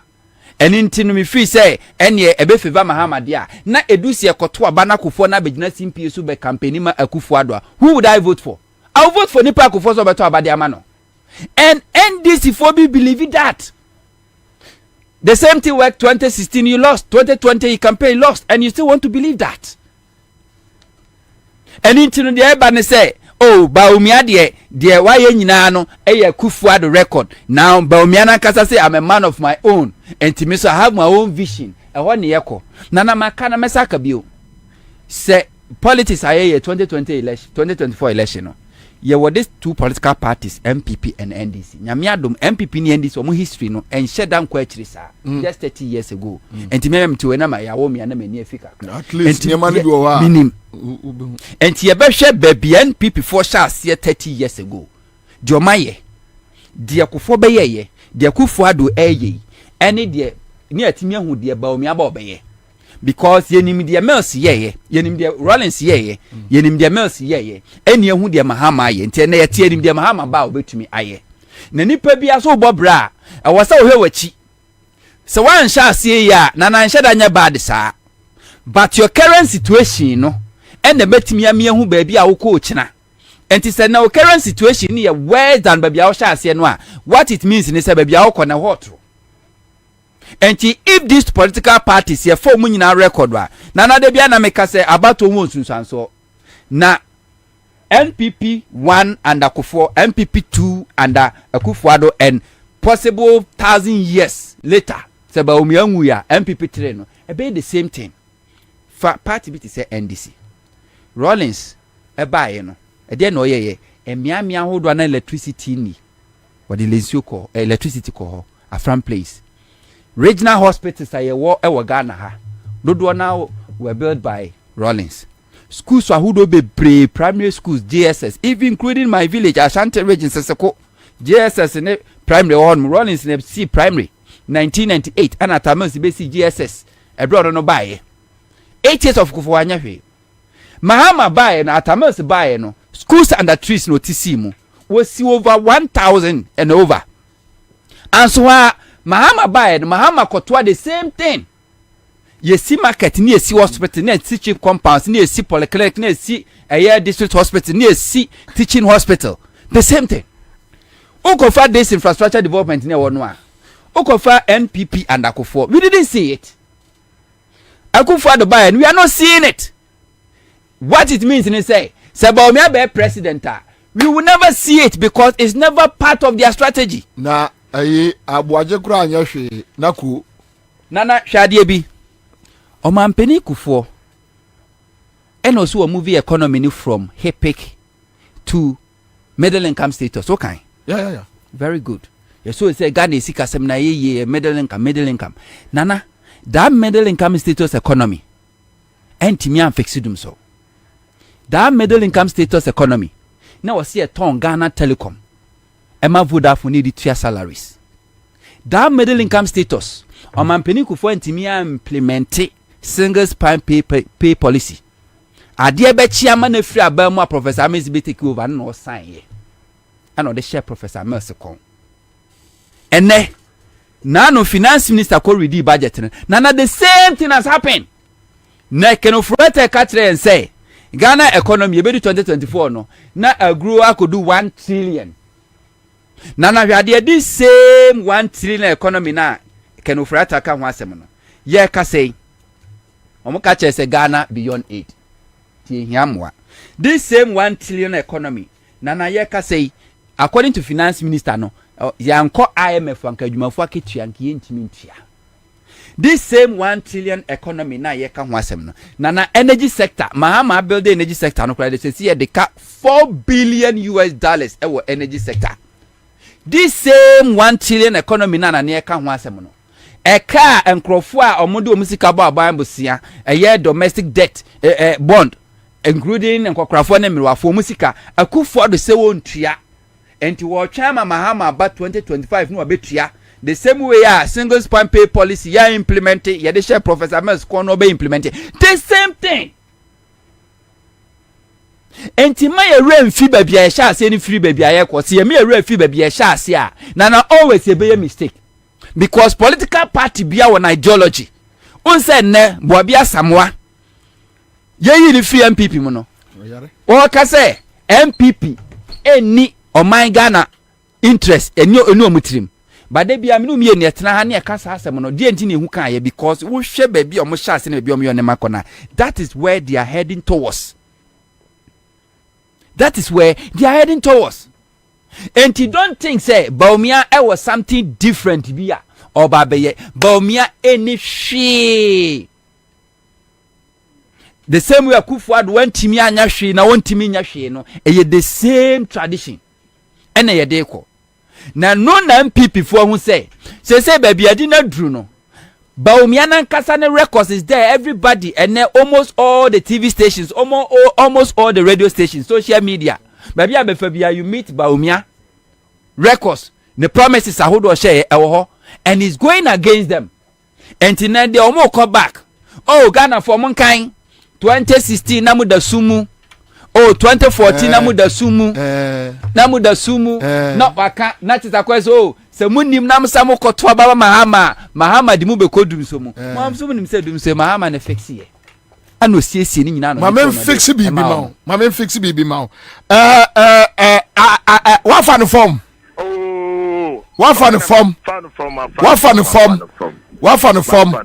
me ka se fi la page kai Bidi Suleiman Abubakar. Me follow up. Only Samina. Sabido ni be me talk to them all apart. Allah, and you a bomb jagged. I can't school fees balance. If you go short. What do you call sorte? A bomb say 500. 500. Who be Samia? Only me. A friend me Bidi Suleiman Abubakar. Allah. Maybe you follow up. Me that's it. Me that's it. I mean, Shakoswa na HCM Jessica Chedi and why? The 24-hour economy is a game changer. Casti Bongo, see 24 hours economy is possible. Watching you live from United Kingdom. How about I find one money at you?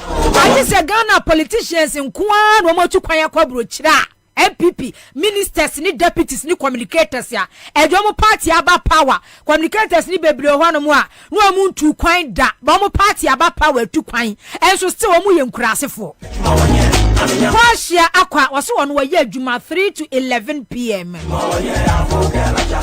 I just say Ghana ha MPP communicators any ministers bi chief executive officers bi a omo kaseti 24-hour economy no omo tu kwan akokwa abrochira ba enim se wokwa abrochira system no run 24-hour economy eye adwuma anajo anopo eyo winter year si snow no tokwa akwa wa pampam kura wo be sori akwa adwuma but aburo ni be ye ni nkurase keka e won nipa aburo ni be ye ni nkurase sem keka enkurase sem keka enipa da seni ni mu se ade ya former president John Mahama ekai emprempren ya Ghana wo mu yi enu no wo man ya je nkwa enu na betimi asiesie wo man no because wo man economy no eda form flat but aburo ni be ye ni nkurase sem ne nkwase ya kekenti no enu pa de se ni be kwa kotena radio so TV so already kaka se ensem na papa ne ka no eyensem hunu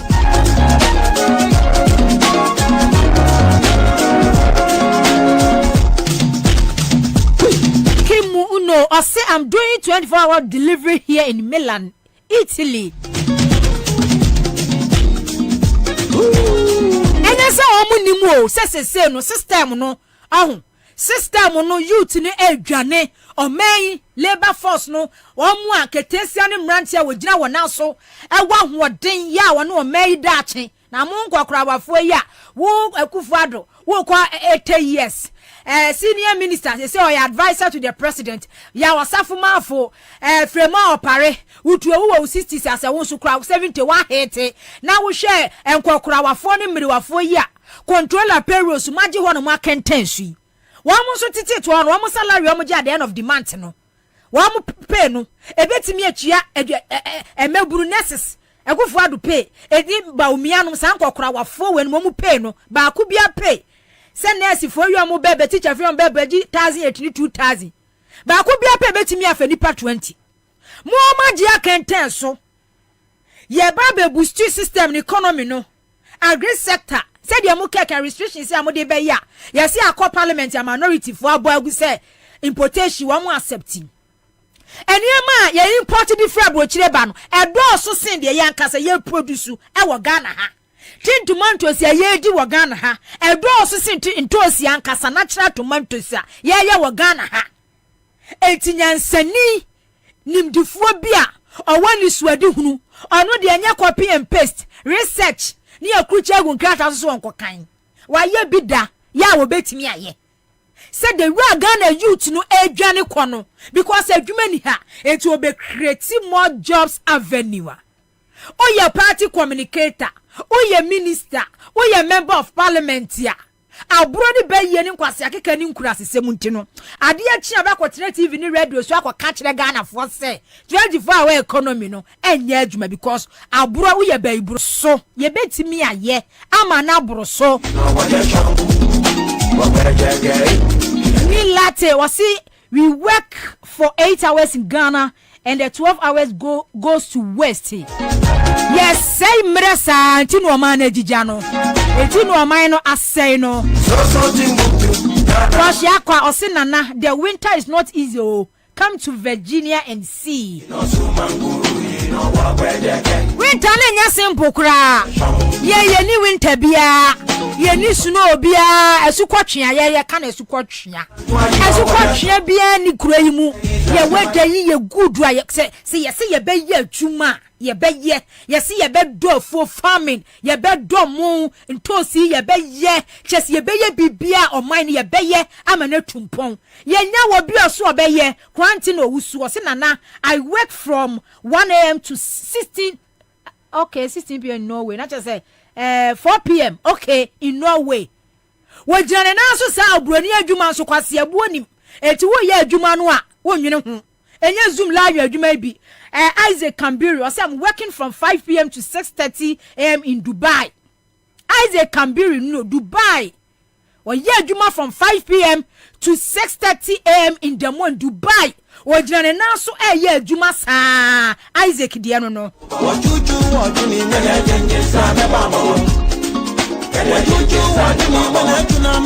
What messages name Raboga for no? I am also men crossing for now, Brony Bay, Eddie won't trim them no. Now, me nam kwaso awia me ba me hu se zoom lion for ma me fom panimfo bi last commission ni mu hono mo me hu se zoom lion for ma me fom panimfo bi gina hono mo sisa Roberts packy Roberts Daniel Adu I say I work 12 hours here in Doha, Qatar. Was it from 8 a.m. to 8 p.m. Aka Ghana the 8 a.m. abe 5 p.m. akopo baby adaw. Zoom live adwuma ye fo me ba me hia wo mo your friend is a lands commission ni mu hai pra esise nwura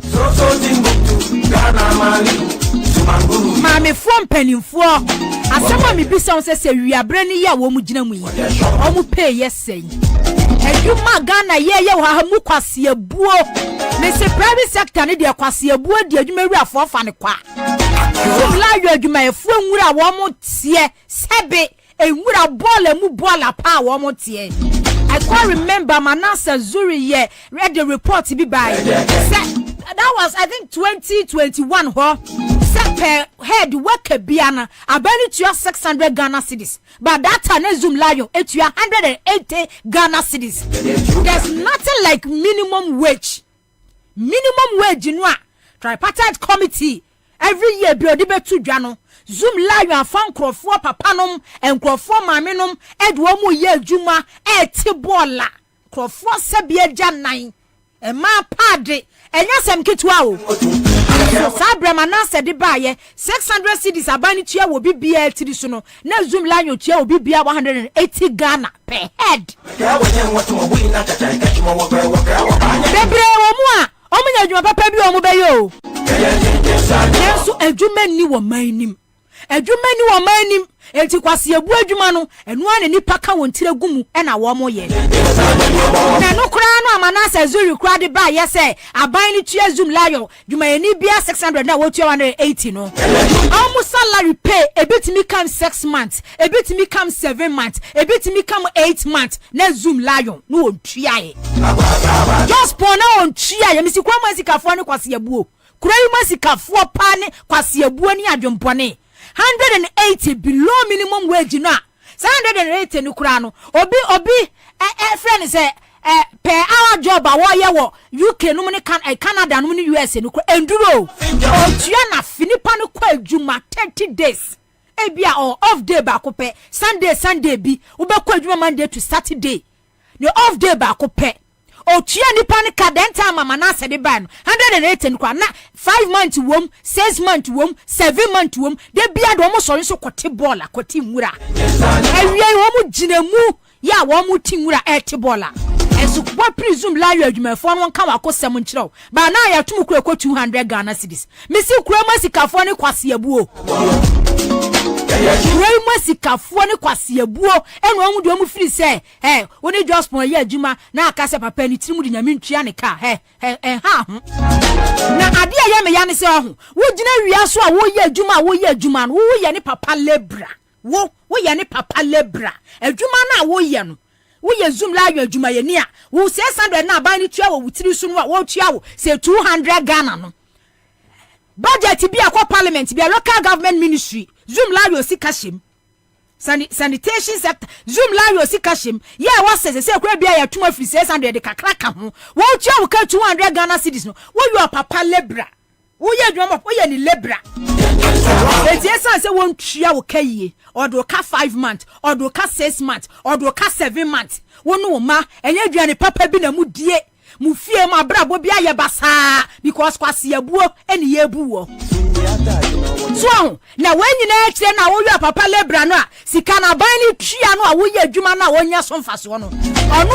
de hwe ne ma de hwe ne mpenafo ne ma de hwe wo mu o etu be hu se wo ba ene ne ba be kwa kodu level baabi na ne ba konkro kakra bi no dem ohwe sa na ka che se osia mobra ohwe sa na ka che se unia mobra sa omunkwasi askeka no so no ono oba wiase no a wo yu papa lebra na wa ye adwuma funu dia mo papa nya sika papa dia hwe no wo do be kwa hia baabi no ono ka kire wo se o papa mobra ama me mobra onim se na wo ye adwuma mo papa no papa ntua wo ka onim se na wo ye adwuma ma wo maami a o maami ntua nya kwase yabu a wotimi fa obi so enkote bola no watua ne ka 200 Ghana na 200 Ghana no kwa de ne ka 6 months wo de ne ka 7 months na wuntua misi kura masika for private sector ne kwase yabu pa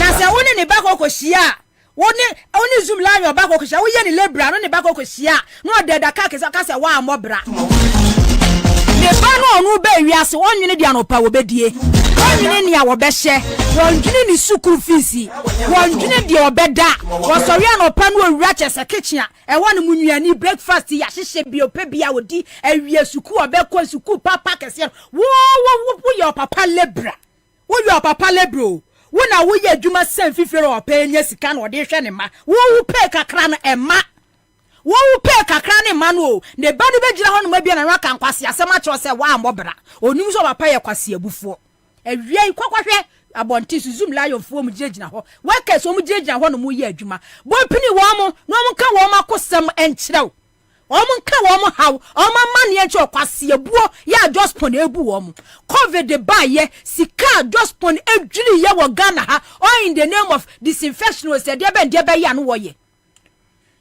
Korea said on this Cecilia Benada pa eji report o de baye sika ya allocate ye to sanitation ministry, local government ministry, millions of Ghana cedis e consume lion ho o ko spray market no kunkum ntafre eni nkura millions of Ghana cedis and a corner side or the crofoma na say jumano. Send one mu use no a sand crofo skin ba kwasi abuo. Me who woman you nam so Mr. Shall my way say that say Yankopa bua na say Yankopa bua no be so the 24-hour economy eba. They creating job avenues opportunities bebre. Our system because government sector ne dey wo dem a minimum wage be count.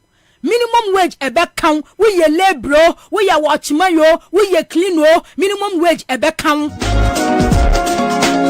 When ye be a D, when ye be a share, when ye be a da. What bet TV ni radio so no radical what rubbish 24-hour economy ye be me enuma ebun kama faso amankrofo enye biaye Godwin ahiale ni di odibo se nana I work for 12 hours here in Saudi onkwa da enya dia wo betu kwan na wan etu kwan se wo free hanomo akwabrochi akopepa di okoye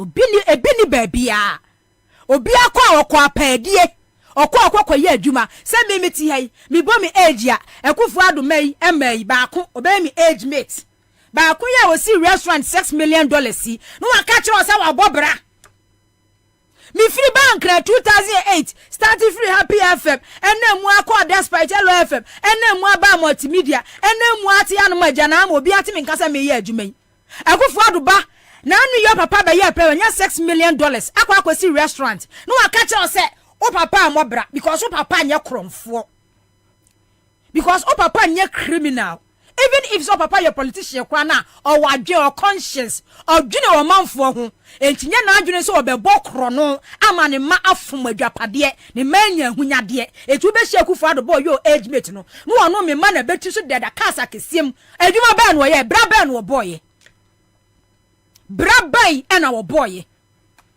but because of sani papa nim ekwan yo fa so deceive o manfo ekwan yo fa so tumfutu agu o manfo ani so eda dan krofo enyu su o manfo adwen ede bu o manfo kro no enyu su o manfo adwen woni na busuafo kenoforiata ene vice president Dr. Baumia eje o mamu ni kwaje mbosia boromosia emboromosia emo mu wi a chefenti no wonu anya chefa millions of dollars not in cedi so edi kakra bia kwakosi restaurant $6 million onya adwuma da woye adwuma kwa adwuma papa be ya na no woye sika na ni sika yesai but no wo restaurant $6 million woni be kwakohia baabi ohwe osoro no ahwe ofom no wabu ani chie because ono hwe ni designer bag ohwe ni wig ebutrinti so no ohwe wo ye bia o free such as say onu ni level but me catch na wo say wo level wo no enumonyam 100 times e wo musin wo no wo betimi apia ko ba bia wo pa bia nipa enfi ye ni to enhwew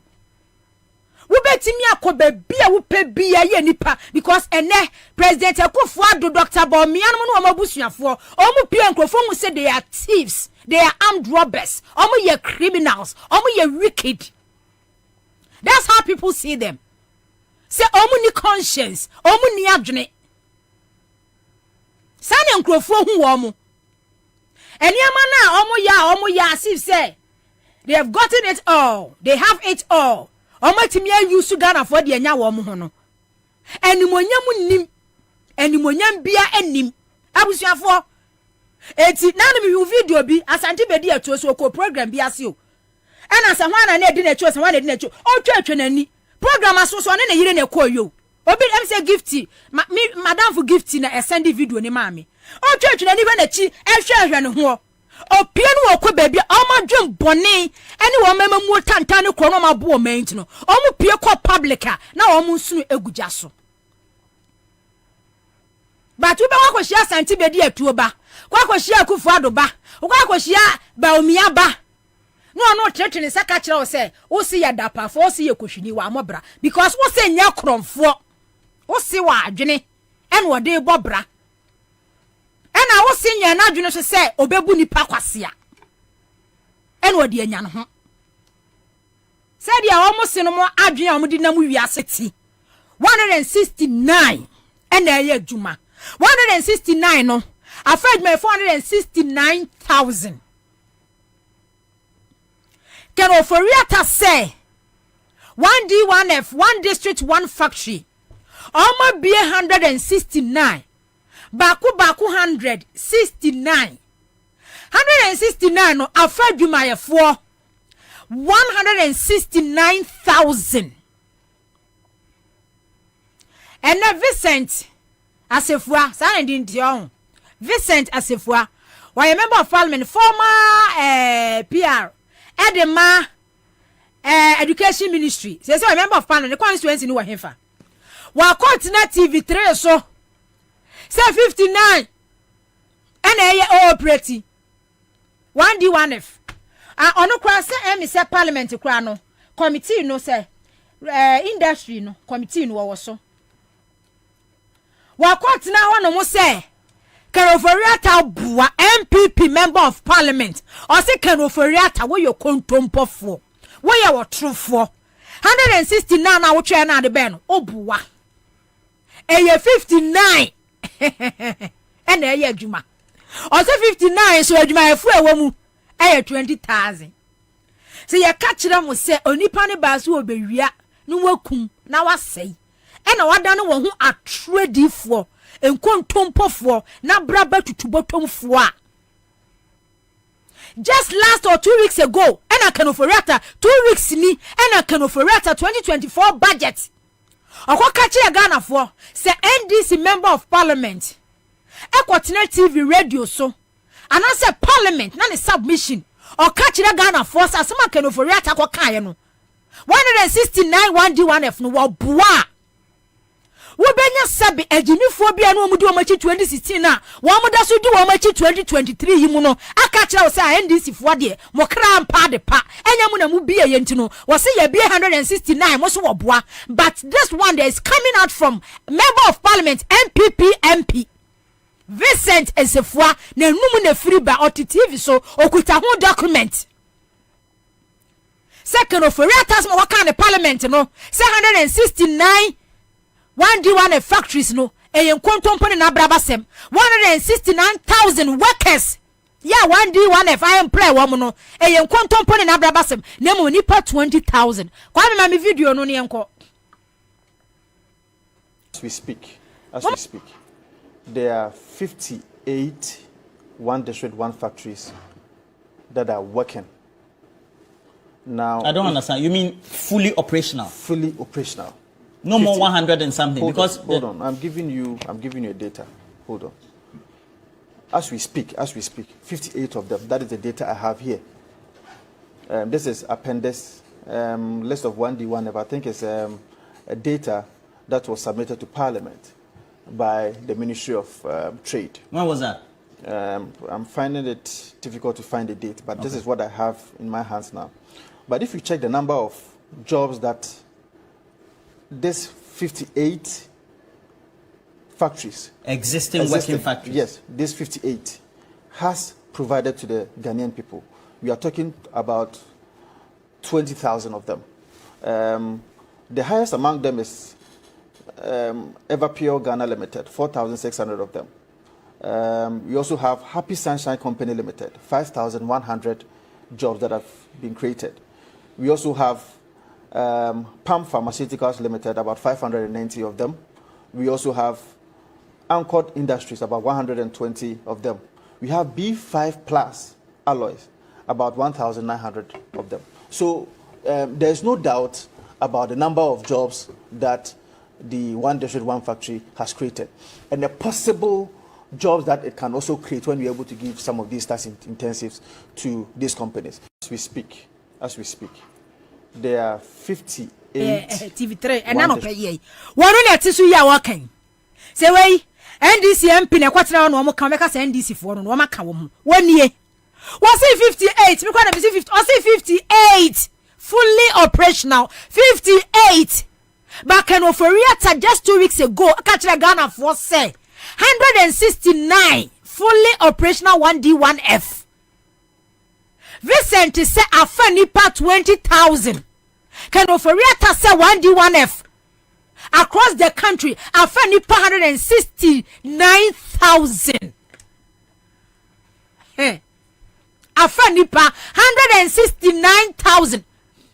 Vincent Trade and Industry Committee our parliament no was so also can trade industry oye member o so ene no pe na okaka yo eti on second oforiata de bia na no pe na mitie honorable Isaac Adongo say de bia kan oforiata budget o be present bia no okuki figures wonu ankasa tena se na wa twere o de ba betina nim bi onu ankasa ne niam fo ne policies ni programs fo tantano a wa introduce na collapse system no o sorry a na wonu ankasa ahihye wa kuki figures na wa hihye no de ba begina parliament na wo benya MPC fo no a aburo ni beye ni adwembone ni atirimodin wontirim wosu no wo mo boje ne so mo parliament wa makano for riata be ka kire Ghana fo se pedri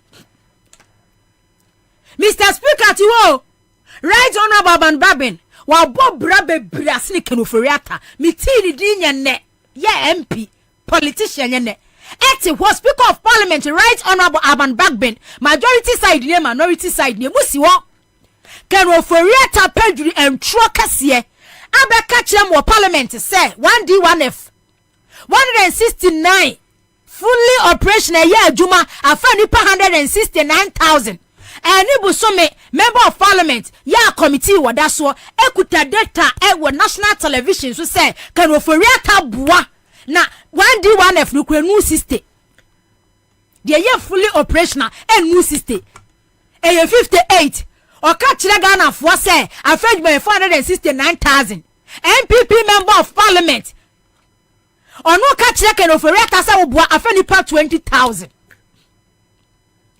kan oforiata ready budget ni wie ya honorable case at force doctor sorry ya wo kasa ka kire kan oforiata say wonu ankasa do begina hon mo kenkan ye no edananim na afenyo markets sorry the good people of this country will give us another chance to break the unini wose because mufi say Ghana fo agimi da bia mu twa ntro kire Ghana fo a na Ghana fo adi machi mufi say Ghana fo agimi fo na mu hu ye 2016 no akaka kra bi na di machi bebrani ate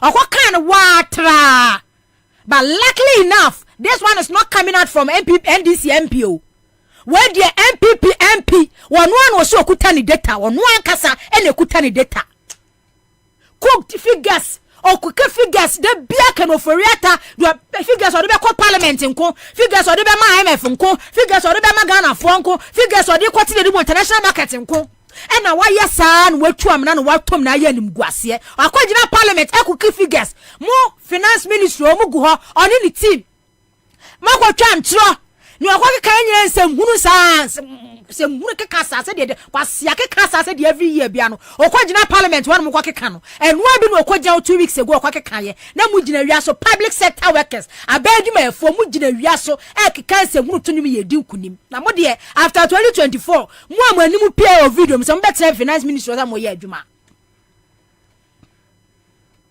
after 2024 no se de besinya siwia ujina wiaso minister akọ parliament pedri the report or the kwa yani budget full of deceit lies and throw and kwan wakuki figures and waka che Ghana for na mujina wiaso abodwa mudi nkunim kakre ya na mo member of parliament Vincent Asefua ababete moto no kakre yey 58 ni kwa na waka no go out there and see for when ni kwana for when ni na kwakwe say 58 ni bokura na eya adwuma papa bia ko na kwakwe say eya adwuma papa bia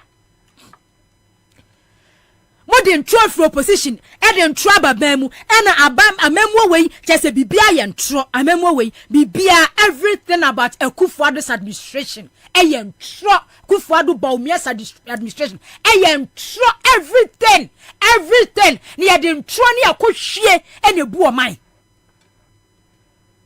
ntro ni adada ni akohwie e na edi bu oman ye build oman with lies. O sidai o foundation na watu pillars ne nye o se ye edan ni bebuagu because on my money purpose and what of a K, your Facebook is one of my journey. I'm church and Sanguru, and two of a K and Casa, we young people near your but one Casa, what's national with 2 year babano, went to 1 we young people, no one knew. So I got to Abama leaders, be say. Leaders, if above what be say, I'm on my job, my destroy no. Vincent as if one I can. Where the young this young people can nano pay. A young PP MP and a can crana them. And he can offer a budget. Now, okay, the last time he was to citizen show Saturday morning, a friend is saying, McCarthy quote figures. So, we're free senior high school. Well, just McCarthy said, don't waste your time. And yes, he can allocate annually. But he can't obody enquire. So, meaning say, yes, can of finance ministry and releases the cano to various sectors, but enquire. Ye create, among us, create no more loot, no more share.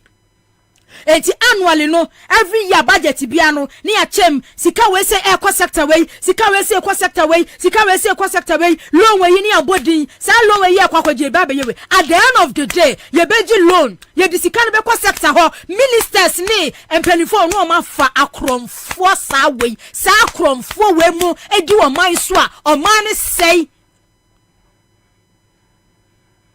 nipa kromfo adwen papa ni tirim ministers and now what baby ni aboko for the ministers di ni ya catch na we say minister we wo sika.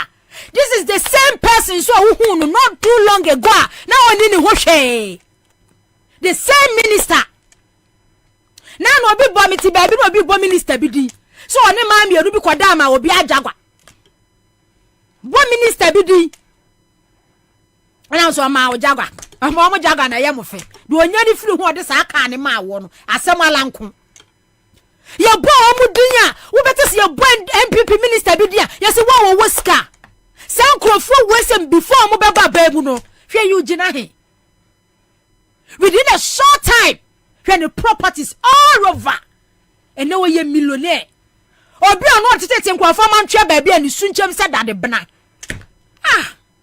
but still ejimifo na omudi wo machi 2016 no ebi aka na so di wo machi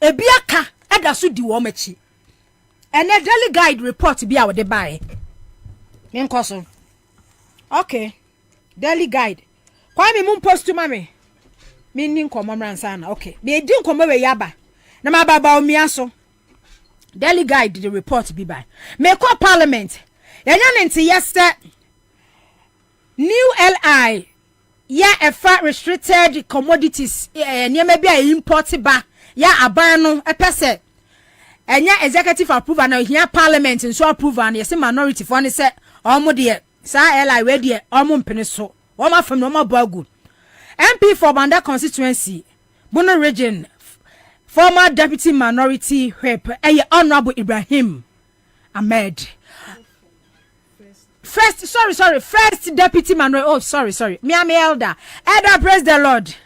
Hallelujah, Minaba. Elder na name muti say Ami adum teboko ye denya miase ye yana ntia mo ye adwuma power parliament LI foforo na aba efa importation of some items and as a goods bi ho no minority side mo se da mo mfo aso yo nana ma memfa otidi tu na mentia etifo omutie Accra FM na wie ne obi sana ye no kre se wo hwa some legislative instrument a Minister for Trade Honorable Ketiamon or per se or lay in Parliament and say or per se or restrict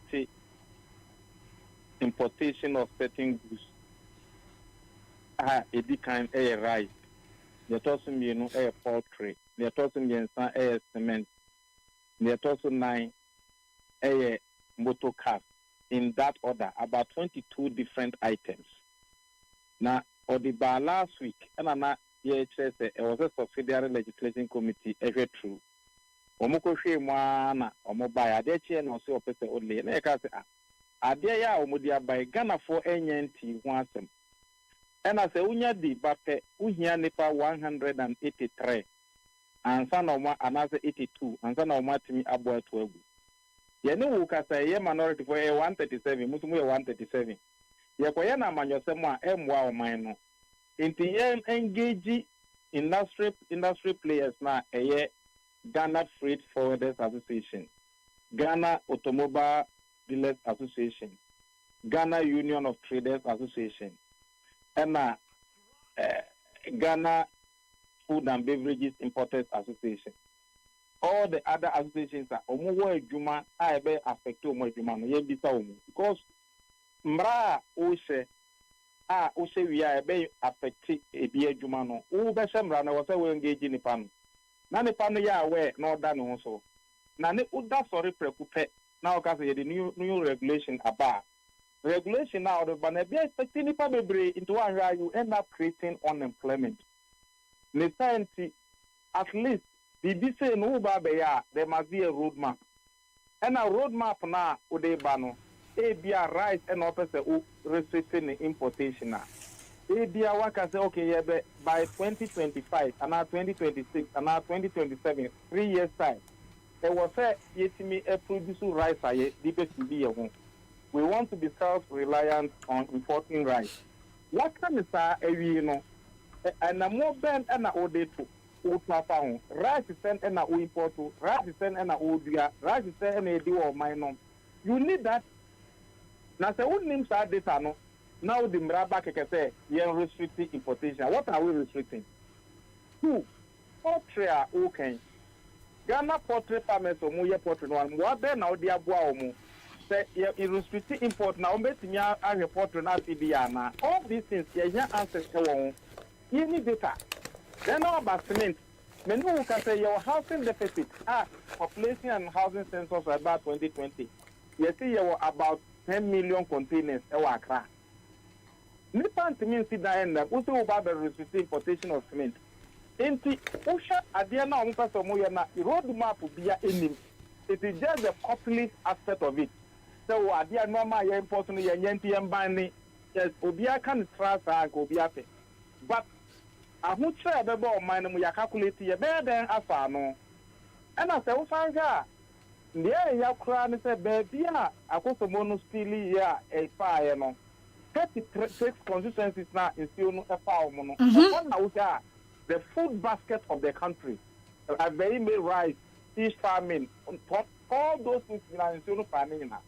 In the South Africa, there will be restricted importer, and minister ever import per meter. Or how ever or minor.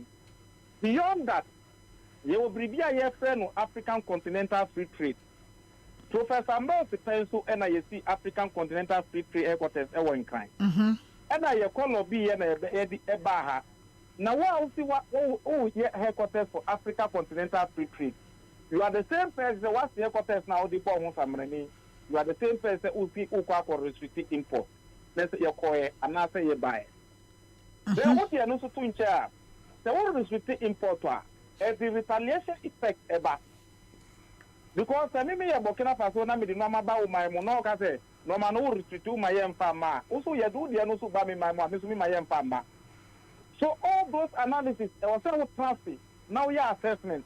Now, and I'm one now about it to know a woman transfer about my mom. And just bad track. And my engagement, the officer, and Nama. Practice makes man perfect. Nipana, mammy phone jadi phone who more makola moody guy. Experience your one, say bad business now consult you get the best. Into President Rollins pencil, Minister for Finance had drawn the budget, and the bread Rollins will be here. Walk off here no. Now Rollins are fat budget no Eddie Makola.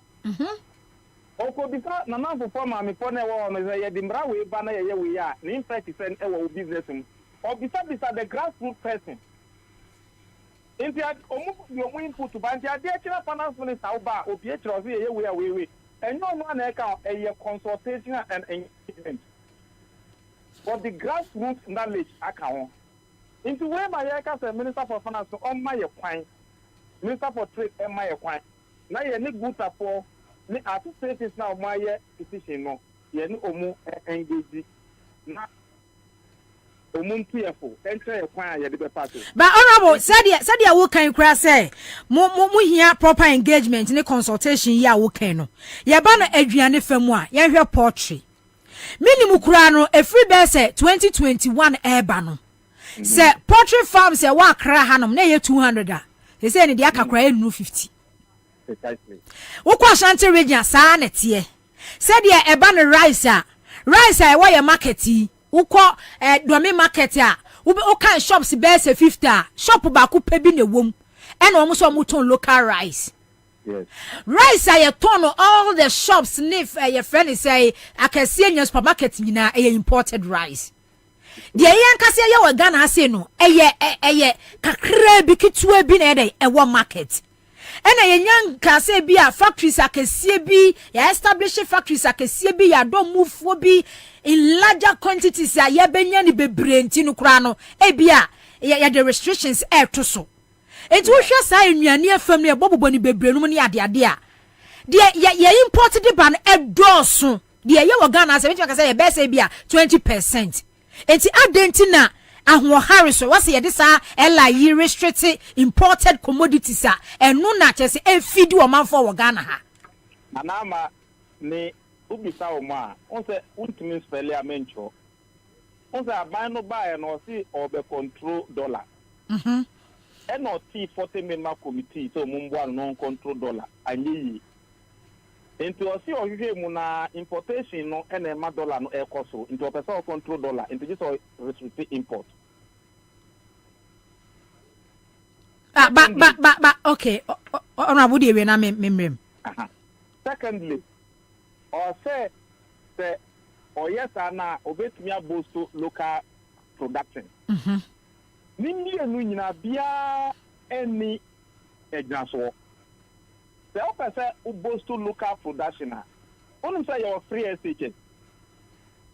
Boarding school for no say buy na PDO mu. Yemfa local production of food and PDO mu or boarding school. A better develop taste and preference for locally produced farm produce. It's local rice, you know, and no na aban local say aban una wo feed you una wo to rice, you know. So just make it an administrative decision say atimota local produce of rice, you know, and I am feed you mu Legon and I am feed you mu Legon present schools for what Ghana ni na boarding schools ni na no yemfa locally produced rice, you know, the locally produced food and feed you mu. No imported rice or no imported food will be used in our boarding schools. What's the problem? It's as simple as that. In Tiabema, locally produced rice, locally poultry now who can and by the time we know what develop local taste, you know, for the locally produced rice. Because taste and preference, you know, you develop.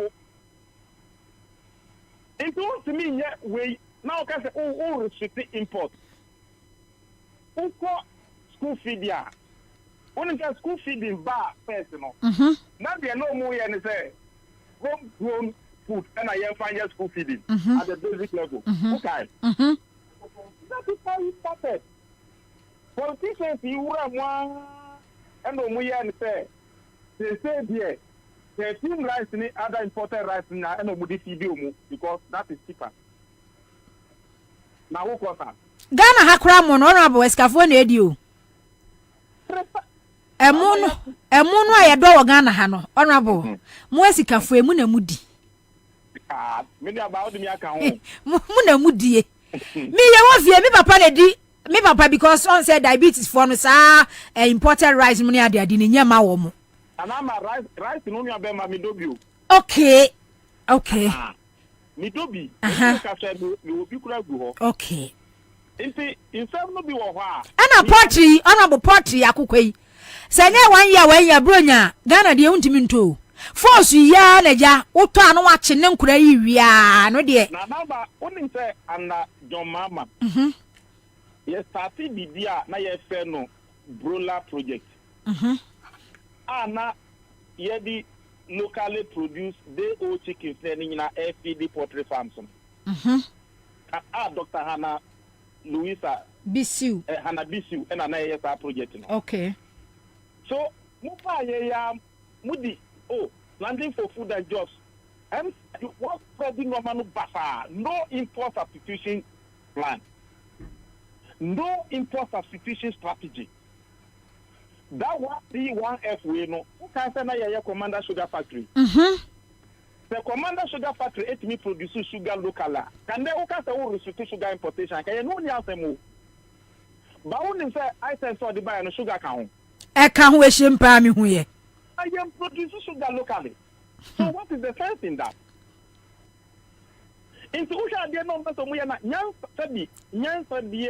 honorable Nyansa bia ni mu no say ye produce sugar ha Commander Sugar Factory start ye ya production kakra ba yanka as time goes on no and anka bia ebe operate fully not just in large quantity di sugar bebre ba omo ba ye agye agu poultry farms bebre e honorable nya monopoly say ya be word contract ne dia ma ye ho kakra bi ne mebi bedu a ye kakra na ye import rice aba sugar ye dia mo ba wi akoko a ye dia no ye party samra we ya e be develop bibia ye friend monopoly any oligopoly omo import no betimi aka bom no omo ni minister na ye kana na omo kwa na omo nya permit no it will still let prices go.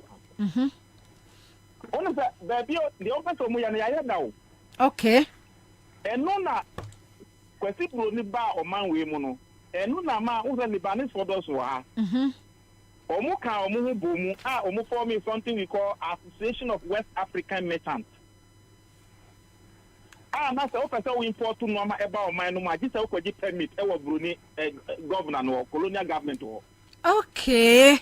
Enu na nya sauti awam we dey awama Association of West Africa Merchants, in short abbreviation is awam, and the sauka bibi no bi catch us we dey awam sa kalabule na e free. So we've been there before. So kind the political development of Ghana, it is there. And no nam so omutimi control the importation of essential commodities in the country. And no Nigeria so now there was shortage of essential commodities. And no man ni Kwabena Bobie the second. So Alata chief. Or banning the man nationwide strike or banning the purchase of European goods. What is assembly that? Ni fari ba ADC that e kwa na yesan kui. So they are sending us back to the pre-colonial time. And I said, Ukaya, and no, ni Kwabena Bobie say, as a one for no, the phone more can boom, more feminine, son of Wakapa normal bano. O my can be a normal boy, the most young normal view, boycott of European goods by ni Kwabena Bobie, or my name of also a lot manche. So why are we going back there? Then when you come back during the PNDC era, Nanadu, me man papaya president, ewa man we mono. And no, okay, for two beji golf. Okay, price control. Make pa. Shortage of essential goods na ESA no my year there. So is it like father like son? Why do you want to create that atmosphere? Yem pesa yebe kwa history mo aka ka mo normal bebre. Bible say your normal nyina ho kwan ba nye nyina na fata ye. Okay, and the honorable say no a minority caucus side no nko ano e na momfo aso anase mwanya support bi so free majority side almost who said this airline no enya de ebeboa ehia border consultation. Omo crop no ankasa kasa they are not convinced because omuni road map bia. Ba also omo ankasa omo suro mo aban. They are not able to speak out. Eti ohia minister na nkasa akora no wo hunu se enya de papa bia ho na nama MPP nyomu no muso mo property owing democracy na property owing democracy. Why are you restricting the forces of demand and supply? Why don't you increase the production? Minister for Food and Agriculture Bra Champon Kwaka said you can't restrict imports. One of these questions said, only Bernard Adler in a year interview. And of these Bernard, why don't we restrict or why don't we import yam? Because when you produce yam in abundance, there's nobody will import yam to the country. So if you produce rice in abundance, nobody will import rice. If you produce poultry in abundance, nobody will import poultry. Into Minister for Agriculture and a Minister for Aquaculture, Deputy Minister Moses Enin, on also can say, I come from more dance village, after fish farms will be free. In Tiama, there's problem with aquaculture fish in 2023-2024. But if you know that is the case, why do you restrict import? But acquire say a democracy no or restrict it, not say what person we import to the just minister no. It can lead to corruption. If you need for bolga, no person import to no ma just or buy crab permit or KTM. Increasing the cost of production and the cost of sales. Now, faka ba crab 3 days, 4 days, EBG importer. Oh yeah. Do you think say on fanka prices no? So prices will go up. So we need to go thinking of this. Eti mo kan say no na che say anholdu kwa back ana say ja MP before the debut omutimi fande omuwe o. Na manye biniwi.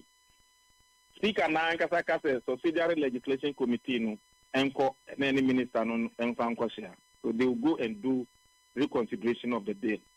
Now they get back to us on Thursday. Yara see we elder ngamen kan ho. On council so on that say what na me two voice at. That see we. Ya kakra o ye na ye ba power no we no mu ko. Enti ya me hwehwe mo kakra ho. Me hwehwe mu honorable me say me hwehwe mu ntua. Kwa ya pasi mra we oba beji permit wo. Ha beji sao. Honorable. Aka ba beji permit wo ho. Permit to import. Thursday remember how parliament. Okay, all right.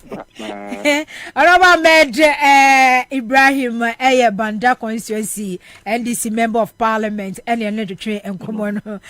Hey, honorable such as the ministry the whole train no. Or say ya pass it sa law we ya ela ya. And next 2 years me ban hono ma baba beji permit ya import niema. Onto so also be call Thursday. So petrol boy I didn't go kwa I friend me fa unko. Yeah, I want to drive you. Me ne kwa me be ko. Petrol boy. Uni me chi. So car no Camry. The consumption was through. Maybe the new kura from enti with the main driving. Na nkudu na engine siso. Oba. Ade acho ne. Obeso esi no. Yes, pepe. Send go see honorable office na. Kameko MPP MP I say minister ho de a. Na nka wo kan se we yanka ede. Ba se me ko NDC MP wonu mu a ha ho sa. Na honorable Ahmed oyini part a. One ye minority so a deputy, first deputy minority chief whip. Well, okay. We're holding that position for several years. Okay. You can leadership or parliamentar. We didn't intend okay. Enti muye. Ena se bibian ye becho parliament who leadership ninya. Okay. They say kasi ya ba no. Leadership no mbejo omo de. First. Ansana bibia ba. Ena akọ omo office no. Omo office ni ye special from other members no. Okay. And no, it doesn't matter say position. Okay. And osakra sa domo. Yeah, quite the pants of Rabeko. Osa me the December because boa no do na mo na se. Na ebi am domo na se manua. Ebi utwa na je ma. Na senka we de nka ye man komo. E man na di nkomo sei. Na be man so de nkomo we de say ye man komo. Min ka bone. David kosi u keke. Ya bia se we de ye man. Mi kosi. E man unsem a wo keken. E man ye e man nka. Ensem bi se fre na so be man so de aduru. Ghana has ye man do sen na omo cars. Omo drivers here man na drive omo. Nye me man na drive ma. True of us. Eti dia na mimi ni aba in appointment or parliament committee first deputy chief whip minority na ne car consumption me pesa obebo ka December ni ewura expenses enti mimi di mikola ne ba abe fa na ma kwa drop you ya na ma sa de wa we boni be na ma I was for citizen shows ni na ye kwa nim and a daily guide at the story be by Ghana web about Vice President Dr. Kwabena Bobie Ansah. Ghanaians can soon buy cars on credit with Ghana card. Kwame mame story no na mene huntonto aso mfemfiri hase. Eti already Ghana weba. Also Vice President Dr. Kwabena Bobie Ansah has announced plans for Ghanaians to access credit and purchase cars using the Ghana card and the ongoing digitalization of the economy. Speaking at the 57th congregation of the Kwame Nkrumah University of Science and Technology on November 24th, he revealed ongoing discussions with local automobile companies, including Solar Taxi, to facilitate this initiative. Okay, the Ghana card will also become the anchor for credit system in Ghana, and it will take a couple of car manufacturers in Ghana. Chale, enti Dr. Kwabena Bobie Ansah eno no ose se wo Ghana card a obetimi dia kwa free car. Eno no ye ongoing digitalization of the economy na inflation. Okay, so story ni nie we banner headline ye ne daily guide da wo manimu no Ghana card for car purchase soon baumia. Etu kuta Ghana card a o ye driver ni a ana se wo ye adwuma wo Ghana card utimi di ko free car.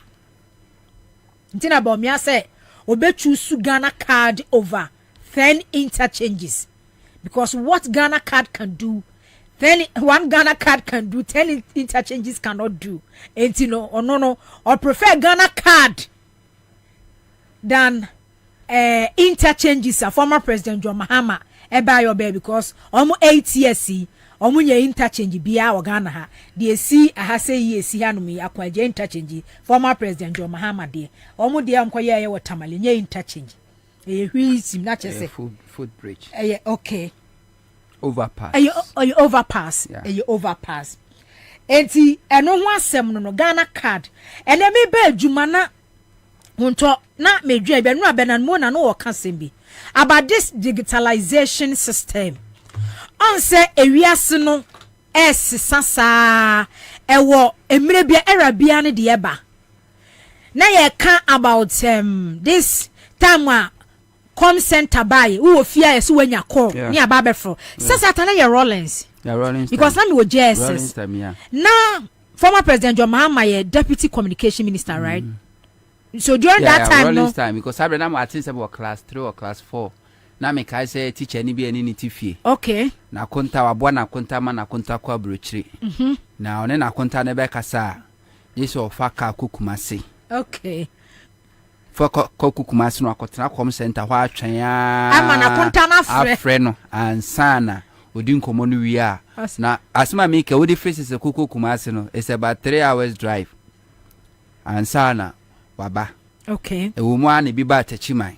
And now if we say call no tears in king so I know just to receive a call. No was about me campa na misa. Okay. In terms of Rollins wa samra na John Mahama mu sa communication ministry sector no wo ho no na chese wo introduce ne bae e na ba na nimu aba na nimu ama internet cafe bae no ne ade e ba ya former President John Mahama Eduardo Mane Boama enso be ye communication minister during his tenure so omo sa formula fiber cable sa Accra Digital Accra Digital center omu esi ya no ne ade so era bia ne de eba nanama o de din kama menchia etiefo ne ahwefo na wie me gide so bibia apome ya menchia maame aba ekwo mi social media abate obi a wo se wo kwa adwuma se enra wo pon anopai na wo so obi so edi be no do fe mami abana dabi odidi fufuro bi na wa ono pensem fun but me obi a wa kwa adwuma USA emfa ho ono pensem fun na obi anu no enti so o kodi obedi di kwa no hu se udi nsem o so settle matter no wi an no because when you nipa no time e wa kwa ye adwuma a wo ye no every hour be any sky etu awo ono ti ha no mo ye baba se ne obi any shopping any pa 5 ne be we on mo akoyi tira any pa 5 obi atua 10 cedis 50 cedis se o spend 10 hours on barbering shop one the whole day when you 50 cedis Also one crown, and so need the whole day and 15 income when you. So why should you even waste your time? No, Nana, and your time wasting, and then got here then. Say you waste your time. Yeah, yeah, rescue mission. Rescue one hour rescue. Yeah, Jigana. Very good, so Jigana. And the only way you beat Magic Ghana is say we let the people know the truth. And him say adding communicating to a idiot will be a way Jimmy and Nyansa for more communicate what the imparting wisdom into those persons now. Not adding, but we don't have to give up. Okay. To be here, so that our car, 2016. Omo ekodi MPP for echi no modo so pa. Ejimi for no. Ya omudi 2020 no na emu ache. Yeah. Te bedu 2024 no obi ani o mechi. Because it takes time. Ade ba kwa ehun say obi a wo nyansani bia no odwen konkan. Enti nyansani bia hwe nipa su ne ne ban. No aka cho say de obeye wo china ne hu de wo ye ne nra. No hu de wo ye ona obeka chro de obeye wo china. Enye ni swadi hunu enye vision bia na nyu odifo.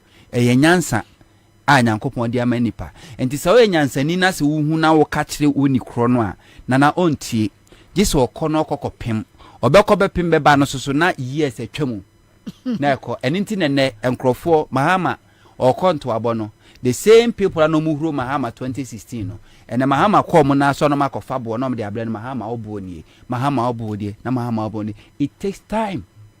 She Christosum anasa Bible. Yesu Christo be wuko over 2000 years. Some ko wiasa for na nyina ko cancer panchra da sado be je demona sunsunya. Ye da so cancer pa still as microphone nyini. So we are not giving up. Edding. Nana is not easy to impart wisdom into empty head, you know. Very and ye case will be only nyansa. It doesn't matter nipan level of education. And found in school do our call and found in status in life. And found in sika or and found a car with them if you are team. Wajimi ana wajimi jinyame we are say ya de ba kwa ehu we are say yen pay attention eyejimi unim say honto eyejimi a wo kan because this 24-hour economy and then me share Dr. Baumia 2015-2016 like economic risk aid obia wo share ne lectures and someone walk and someone walk and then where intellectuals I say omemu and in the form who is technical and who is like professors, doctors, economists for ni say like respected and opinion leaders almost system wa Dr. Baumia kan no mutu di omachi no mutu di and then yakwa ba bedu baby so be say on the 24-hour economy ba the economy na crash ya collapse obi say we say introduce policy fufuro bia ye betimi dia boost system no ye betimi ede a transform crisis a omanfo wo mu no a Dr. Baumia na 6-7 years 8 years ago no ka kire Ghana for say he knows it all about how it me build the economy no ono say 24-hour economy but ye nyanim the phone so no mu di say ni power ye ade ma ka kire say sebi ojimie emfa wonne emfie dudu a wadi asua de ni bukulong koko school a ukosua de ye nkyere nyansa ewo school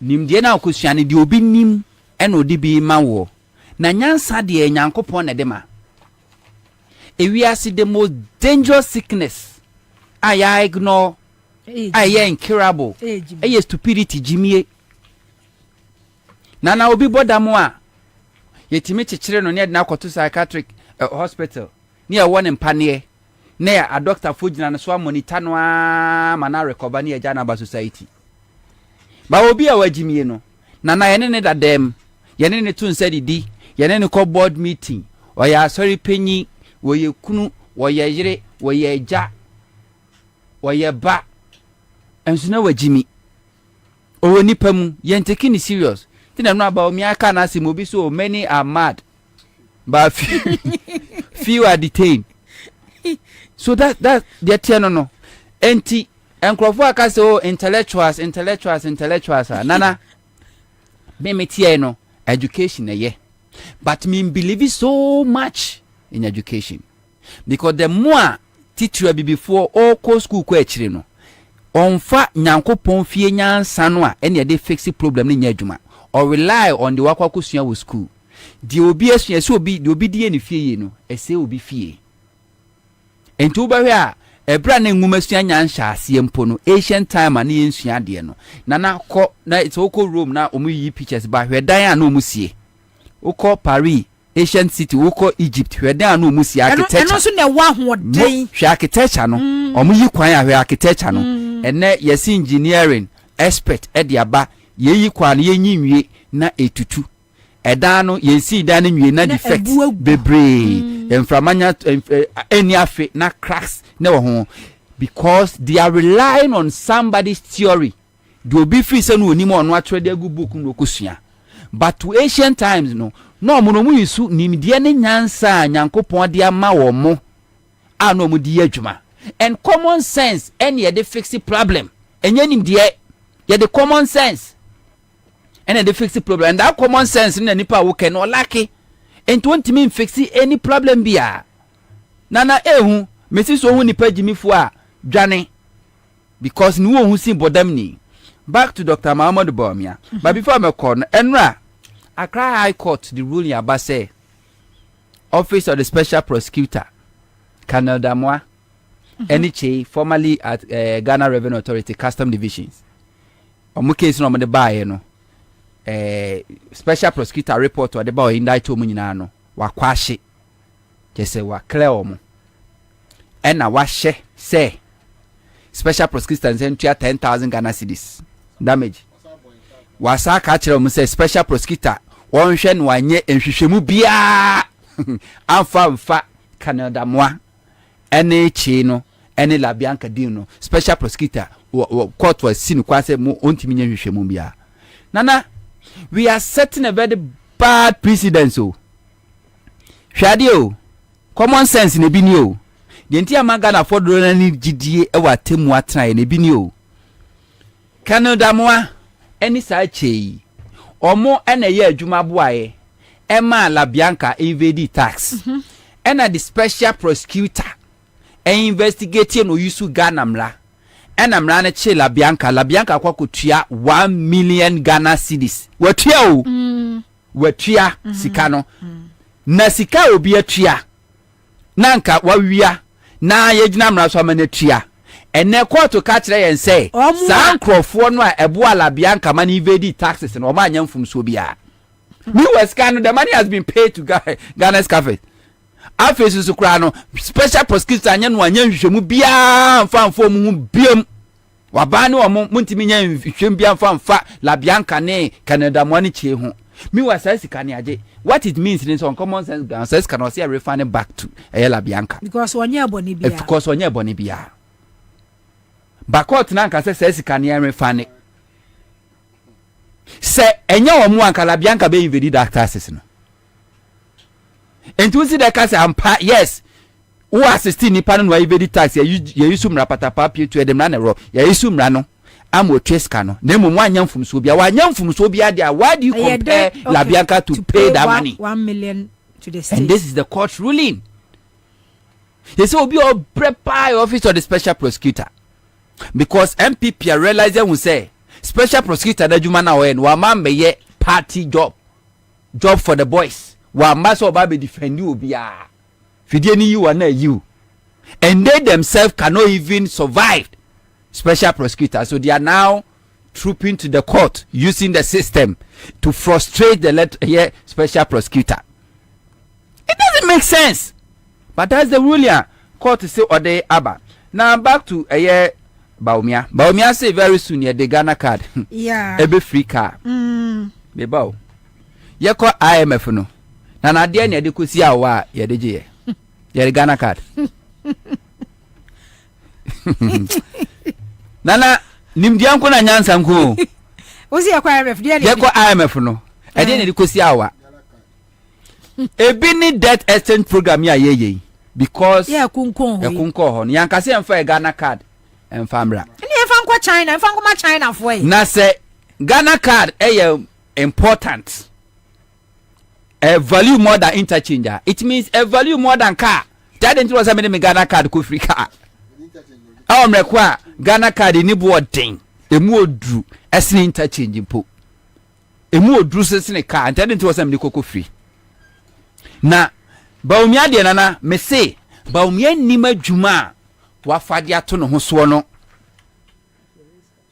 na the WMPP fo be see di Bawumia term after 2024 election na madwene ho no ne nsem kekana no se same people fo nim say de na say but omuntimi nka ehihye omobo as osofo abrobe 2020 election the same Bawumia be kate so wow kada no for kada beje ka urevi yes 2020 buza say okada rider saying any de ka ma omo and they are telling us say ukuta Ghana card atimi de koko free car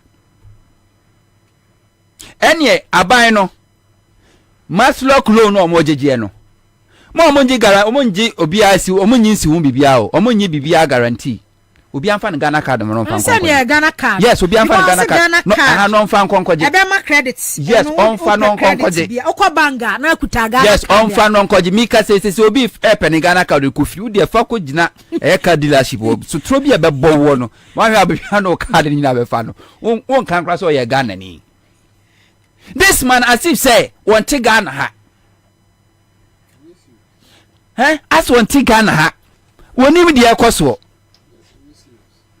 say Ghana card say ye di beye bibia okopebusia Ghana card Ghana card na ye tie ni Nigeria phone use Ghana card ya wa China phone use umkuta Ghana card aisha nwa mu nyina ye che omno umkuta card ene ye mfa no nkonko free we omuni anim ye bedi akire omuni anim ba obetimi di Ghana card e rua bank say me Ghana card fa kokoji loan na fa kokoji loan ti se mo bia okokoji loan or court a bank na catch yourself for car papers and now for all dan papers and fanko de wo hia your Ghana card according to Bawumia men for ufie nkonko enko ye ensechi bai da bi men for car men for japade bia Ghana card no a enu kwa na fa kokoye na we bank kro mbenya sabosia no even awudome rural savings and loans nyo mpo ne be ma obi ensama mpo ne ma obi one thing now when they talk and digitalization and one thing NDC for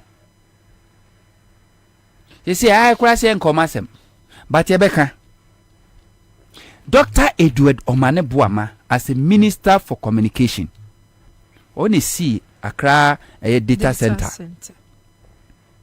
Ministry of communication building no baby NCO no omuni see omuni lay sa fiber optic cables no from Ghana from higher duko stream mahama pencil and omu make sure Rollins pencil and a telephone cray by ye na afedie kaneno to get almost to get a SIM card impono and no nyo bia keke na na sesa amra de ahwie yes mahama mo pencil Rollins time and omu ye Bawumia is touting himself as if someone as of 2016 ya launch e-passport at say wutimi apply passport oye government businesses ya launch but this honorable Edward Omane Buama na ni two deputies mutala honorable Felix Okachofosu when are they going to hold even a press conference to set a record straight to tell Ghana for that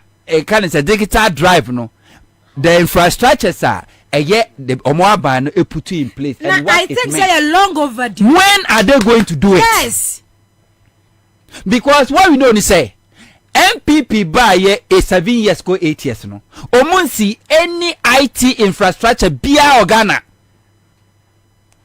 omunya she the only thing they did was that some of the IT centers omusi ye no ena MPP kwa no mo akwa rename no nom do mudi no mo de atoso almost infrastructure bia but omo na nam e ka che say na digitalization and na kra the mobile money kra de omo person just mobile money po kra de omo na de buy you have it.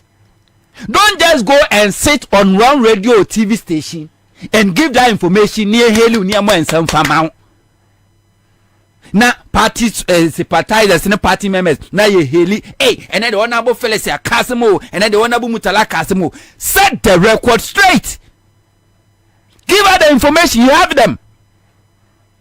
And no see uncle Pacho. nana eno si yenko pa chewa na because adwuma momo ye no na baumia eno si yenko pa chewa na MPP for na mu tu futuro gu Ghana for ni se mahama ton eye terminal 3 MPS and internet crowd importing Yamaba Ghana na ne boy day. And we had a minister sabe wo person to the industry you have the records, you have everything, and you are sitting down. You won't talk. You are expecting say wo for ti dom because una yen centroni but now by on e kwa appointment on na sa kwa mo na sa kwa jimi say ministerial information ko say be kire no ho asagu so. What is wrong with people? Ye try MMPP for set agenda no tumfuturo no eba na energy sector ubehu na John Jinapo no aba be yi nsem ano owia no akwa akoda eba ni sikasem ano na ba to force no aba yi no ano kakra no akwa akoda so we dey always no wo wase we opposition or wase wo set agenda now the government never respond no you sit down for the government to set agenda now we aba respond owia no akwa akoda. What is happening? Obi said Judy Mensah or say I bought my first SIM card in 1997 after using analog Motorola phone for 2 years. But as if say NPP Dr. Baumia Dr. Baumia na teacher say bibia MPP ba almost MPP Ghana post GPS before Ghana post GPS beba no na Google for ba be survey Ghana just say cars Uber na nya dwuma before MPP for baba mu. E kwame na Uber for identify a driver ko pick you or more client. How were they able to do that? Because Uber started operating in Ghana before the emergence of MPP government under Akufo-Addo. But it's the same thing. Okay. We sat down. Ebanya ye hunde day. You're leaving everything to Sami Jamfi because Sami Jamfi is the national communications officer. That lazy job omo ye but Sami Jamfi wa sa omo wa ban mu no anom do on say former president John Mahama co opposition any who ministry by ministry sector by sector adwuma o maye NDC co opposition o ansa na ye hunu say even health sector share hospitals anu wasisi me NDC co opposition ansa na Sata Kra this Maritime Hospital nomne NDC co opposition yema bebre ansa na ye hu.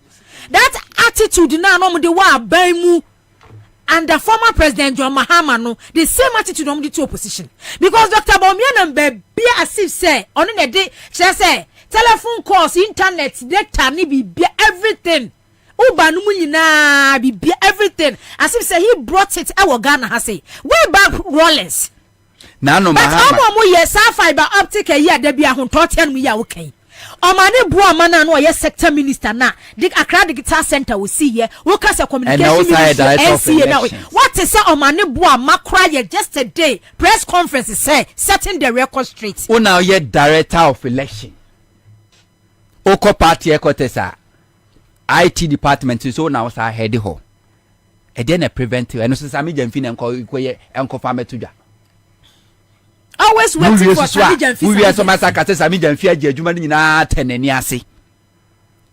Waje aboso. Me why you won't do it? And we need that information. If somebody like you are what console yechi. I don't think I will lack this information. I don't know this information here. I don't know this information here because nana it doesn't matter how well I be transfer by research. New information na obenya da. Yes. But obi a sector minister now under your watch, under your leadership and all those infrastructures you put it together, you have them. Minister Bia every document, every contract, every agreement. Do they come out ban Bia ko fi or print it e be the if they keep it. Say ko ba se bi allegation be ba na nefa no ho a no abegina so abeyiniti. But you are sitting down. Now no Mahama Koka said as at 2016 Boss was making money, was making profit. If you MP for some fast check Mahama boy. Meanwhile the data is there. 2015 2016 now Boss was making money. And no is that to take Sami Jamfi. Now ono koko searching what they buy. Meanwhile somebody was working as a CEO or boss under Mahama. Sabra we ye mu minister senior Sami Jamfi kwa no what ni kuma say dwenu mu Mu ye wanje position shakesia wo dada ya mu ye na Sami Jamfi small boy no otini kuma say dwen no. Sami Jamfi have to set the record now okofa no de aba no da ba beto already ye did training the awie. But somebody was working. Yeah, employee be na etu obi ka under NDC yewra Kwame Ewa Daako. Where is he? Where is he? And one is what better just press conference. You set the record straight. With the figures in it to wa and then you go panda oma. When you the data in it to one more data no lie. You are keeping quiet. Obi hiding. Obi shentokrom. Obi shentokrom. Obi din. Don't do it. And the few on my so they go after them. Oh, Sami Jamfi, small boy, and a car with them, what TV at mu, Shefia was here, Shani Wadi, oh, small boy, a deba Juman, oh, now they'll be calculating how I will live your life. But a Juman, they won't do it. Near Ditro, near your debut out your bar, opposition now never responded, position now they be all responding to allegation, now responding to allegation. Baby, I say what could do, so I can say. What are they waiting for? Because said Baumia Kasa about digitalization, as if say everything about digitalization in this country there.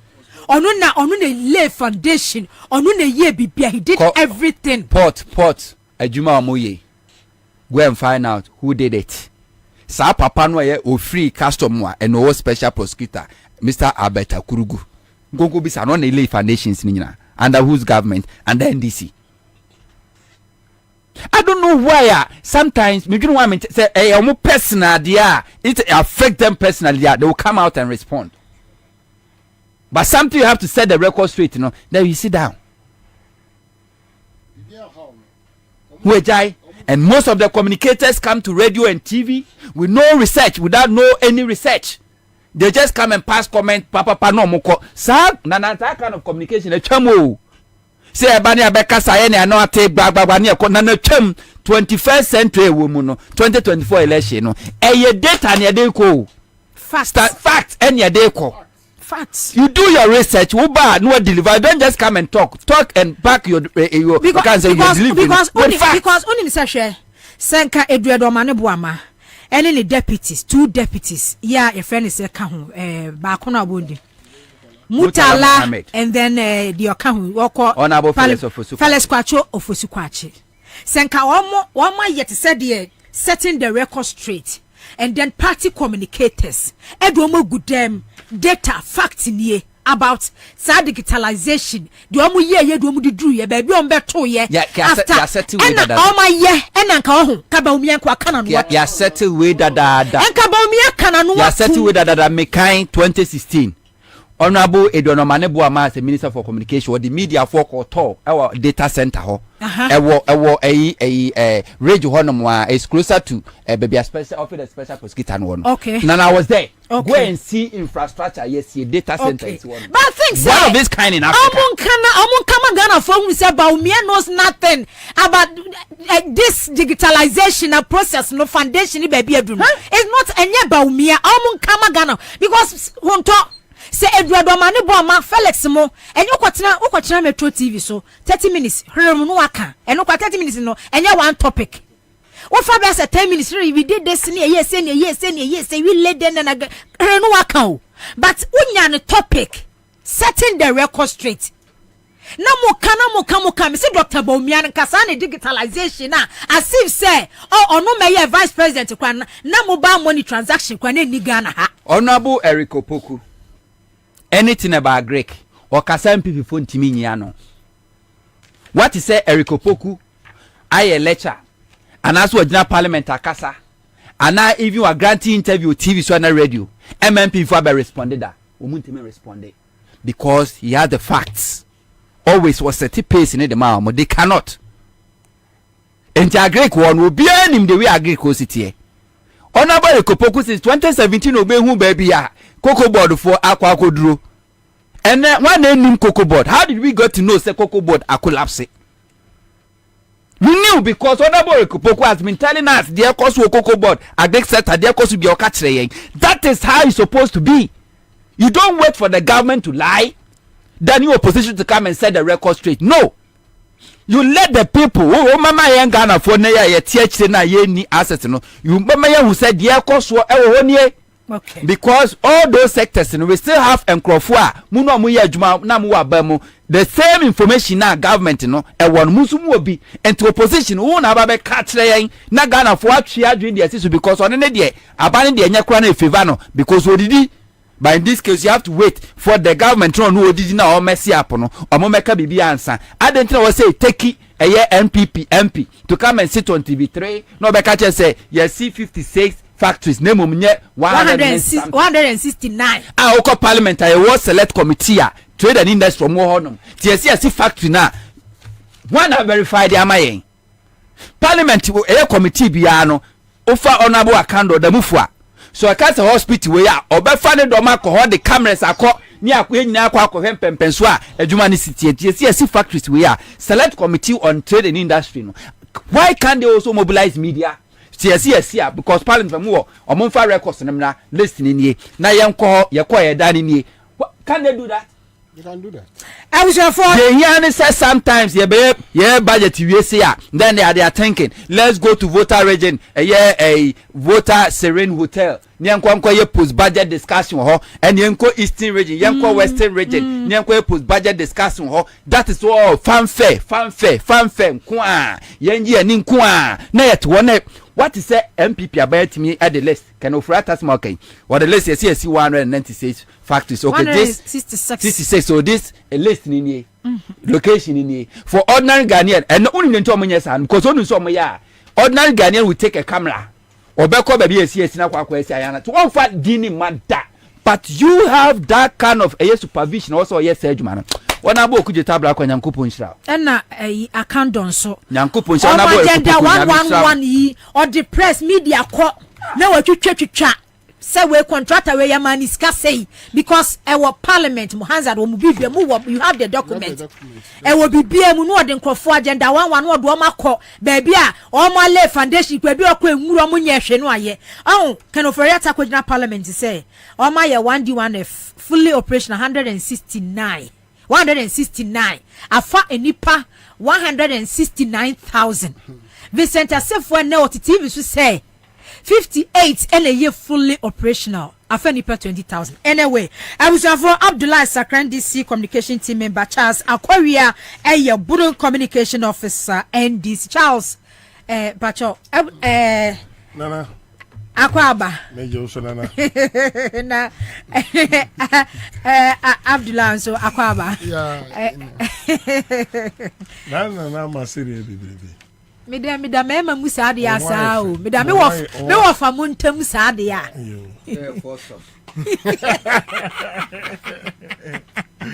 mida se na so we nyame ado na nso e debate am ba betomu ana ye to so de fu about Dr. Bomia say me betu mi nua na like some musu nyina me to dia mamu nyina Abdullah me to mamu nyina debate no me to mamu nyina on say hunto abamu anti do brem about say wo Ghana card utimi ra bank ekoje credit fast loan okwa garage di kokwa sa automobile companies na wo mo ehhehye cars no ukuta Ghana card according to Dr. Bomia's digitalization utimi kokko free car enye easy na we dey ebeda otiefo yi na yebeche obia na omomo abuche na omo send information ne mai no omo boy pa okay na anka me pese me ka ba omi asem biom hwie because the thing me pese me ka me fa serious biom asem bi obeka bia no fa kese okọ street no so a serious nko an yesere no the moment you put the picture of Baumia there the only thing that comes in the mind of Ghana is or Ghanaian ade e ba Ghanaian for adwemu and he say onye serious he has never been serious in the economy kese adwe den petima ye pese input to eba omamu no ebi bakumpo enyina adwemu he is not serious because sorry na waka bibia o pese waka bia kagu from musa na aso onu no ho no no ese wa kan so anu wo sere exactly because onu anim se onu ho de na pempem fo sabi nyansa nim de o kan nyansa nim akwese yakasa bi sama se wa hwe kwa ye kan ye nkasa bibio because your brain is or draining your energy. How on earth will you tell us that when you have a Ghana card, now unye jumampo obenyaka adam? He has to be serious. Is it what we want? We did everything possible. You say only the Messiah, our Baba, economy niding, afan into mapa efra. And nunti ne yeto abama no a yojide onu say as the vice president and economic wizard. Now see we have the team no. Anka obeye adwuma ni na ye ho ahenhan abrabo ye wom na osori a choba eye adwuma 24 hours Ghana ha so he basically from day one till now no consistently no he has been a joker. Consistently no he is not serious. There is nothing that he has ever told us that we do fact check that has been truth. Inti akwese de bia no enidaso ni nimu just say oh sorry na yaka say ba umia na the vice president kura na wabomobu because you know say the unya na no eno na obenya na nebi and say so kura bet there is no future for the youth out there. So how on earth will you come and tell us that no equilateral nothing and just with your Ghana card? But unim Abdullah adia kra me dey say ya Dr. Bobie Ansah keke bia just say me hunu say dey nkofo keka so a concert man na me say it's the truth. Unim say hwe ye wo crisis mu you are the head of the economic management team. Yakwa International Monetary Fund process ni ya meet halfway emu hu ya say wo ma intervene system no de aye no ebe ha o man ni mu nipa and a fast na first trench $600 million buy. 1st November I was second trench eba emaye because your creditors your proposal dey come a wo no wo mu accept ye. Sure. When I head this economic management team no e dey be policies e dey be plans e dey be programs and I would but say because you train you and can adwendwen ho you train and no, you are talking about and can adwendwen ho you are talking about 20-30 years to come electronic vehicle and can adwendwen ho 30 years 50 years even so even US vice president France vice president UK vice prime minister krano e be kwa gina ho no mo kwa e be kwa kan about 30 years electronic vehicles. I just shocked. I say there is no priority. It doesn't feel and when me bra pinika say until o man we mu because any some kai Wall Street so until second gentleman thing now until I'm being real with you until and I will even be sure say even the local media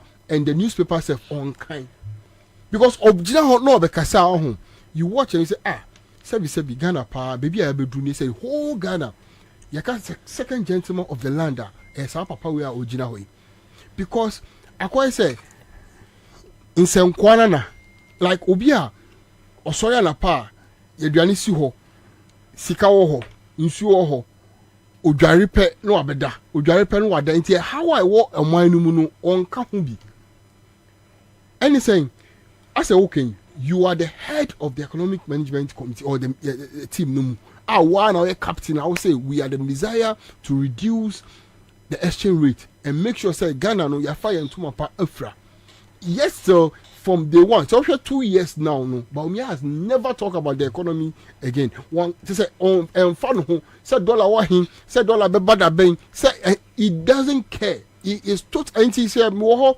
na me hu say ye wo John Dramani Mahama any that's one team and I say the development of the transformational leadership I want to move our person who say Ghana has been transformed then you pass say eba no say Ghana foi move for 2 million mame na mean transform Ghana no emamwa there is no way I would doubt such a gentleman because when you are comparing him to Baubia then you say no the difference is far huge and he's saying Obia we see terminal 3 a champion to the sense one who transformation aba your transport an aviation system no more. What you say? Yes, this is the manner. You bet me the ejumana action in sa amana ye. Obia ultimate general namu a system now 3 which is at MPS port and make sure say we do transitional which is a 2 shift in at the port only 2 shifts. MPS air 2 shifts day and night with the customs, and it is the only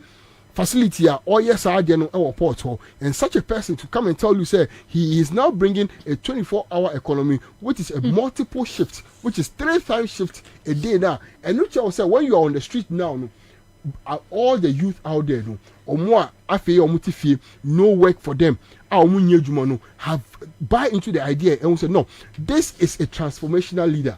And Ghana, you need leader BR. We need a leader who can transform our country. A country which is so lazy to the extent that we only work 8 hours. And I'm paying for now. I'm paying for now. No. I pay for omako twinkukomu anapa. Ewia omako twitwika ho na anajo. Omu yeden omako twika. Omaba Ghana mo omabe ginyanya positions wo Ghana ha. I tell me be catch say enye juma obi kura catch say abe font me into anajo apa. Why you can't before you say Kwame Nkrumah why dear papa so ni nkofo wait meeting now within that short period of time of 10 years now otimi ye juma oye no because when he told us about them that they are evils and devils and yes idea aka why nyen pese adwoa be sori anapa aye juma from 6 to 12.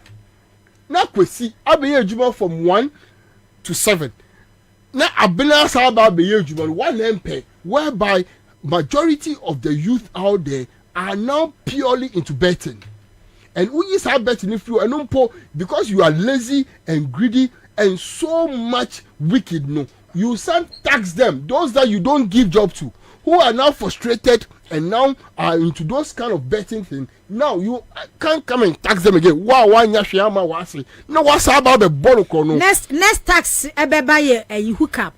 Oh, and then come in because they say I ain't because Ujit bet we are now hooky up and I to me. Next tax the back or 2 hookup. You see, I'm being well with you, say the issue on the streets whereby there is no job no. Now you're obia adwempa woni team a odwen kokan a odwen yie aba be ka che say we want to bring 24-hour economy which is a transformational message, transformational idea. Na unya nipa bi ti say me mpese me body such people will come and tell us that we don't need those things. Look, ankenye bia for wadwen bra. Bring what you then now the baba. That's what the biaba. A Ghana card. It was in existence already. Man, there be also Ghana card. It was there. It is not him. Or the policy they say Ghana card or they kwakoji credit facility. About unye juma now Ghana card no company ben mau car. You have to get work before you even think about those things. Now Ghana card in a womb. Ghana card and one say oh papa anyway, oh mama anyway. On your council anyway, those things, all those information, not a war, even your voter's ID no Canada. When you hold your voter's ID card, you can trace where you are coming from, who is your mother, who is your father, where you are living. And no, those are the informations that you need to guarantee you of something. And then name the Ghana card. See, and I'm say the man himself is not living in Ghana. Onola Jimono, only say Ghana card no, you're the third one. Ebia, only say Ghana card no. And only a for trotro. When you say Ghana card no, and no, any idea so not be more when you say okay, says me the Ghana card at your name. Yes, me the Ghana card. I thought Bibia or Ghana, and they best in the Ghana card or Kotoka, a brown yojuma. You see, when we have shallow minded people, you're paying for a year or monosa or mumbedia soon, they are not worth what we do to them or what we give them, because I get that in we have given you all the platform for 7 good years. I've been Papa Tima. By now you are talking about how reduced the dollar has become, how effective the local currency is working, or the industries now, small industries, small scale industries now, we're gonna handle how you have improved their daily lives, how you have made sure that you have made one man in Ghana who is working or doing everything Ghanaian possible or making himself or a rich. This is the kind of people we want to see. Where 7 years won't even be can't tell up to a single hospital or in the whole region at Wasiamaye. You can't tell us a single school what you there is nothing that you have developed. STEM baby. There he. STEM. Is that what we want? Toilet now a president, a vice president talking about what you have commissioned. You are talking about toilet. The mindset is not up to standard. Onye nipa ye betimi ye and all our country, all our effort are here free from 56, 57 up to date. No, he is not capable to rule us, and that is why we have a president in person of John Dramani Mahama Awaba, or the transformational idea, a 24-hour economy, a Juma times 3 ever. I only say anapa. So from 8 o'clock to 12 o'clock, Ube ye Juma wo Accra FM. We are from 12 to 6 Okoda. About 8 per unim say Charlie Ken original ho. Oh, call original sa ko ye Juma. Inti unim say resources no, it will become double, where you make sure that yes, you can take care of your family and every vision that you have can be possible. This is the kind of person ye person oba na ombe transform Ghana. Na enye obi a oto ho a asema onu aka kura ye bought tape no trend the next day obisa say enti mimini because onu nim say onu asema oka no when he is in his right mind he will not even believe himself. This is not the person that we will give the whole Ghana or our future, the youth out there. No, we are not ready to give this kind of person our future to take care of. Okay. Charles, my mama also. Nanawa. Yeah, Charles. Mamincha motifu nyina ne mwahwefo na obi kan ba omi agisi e fan sa. Gisi e fan sa na na nye izu. Se wo hye nkom na mamu a. Enti wo a ye ka se ye debate about nkom sha. Obekwa akogina wo so ko debate bi. Da bi. Wo Nana, next year, communications, ewo Ghana besisa. Okay. Na in politics. Yes, sabre no. Na nipa ni mienu, omufo na betare da ho. Na franton so na mu. Za franton de headquarters ni Kumasi. Yeah. Na me ka sembi a kire wo. Obia wote Ghana ha no mo a, we businessman. We contractor.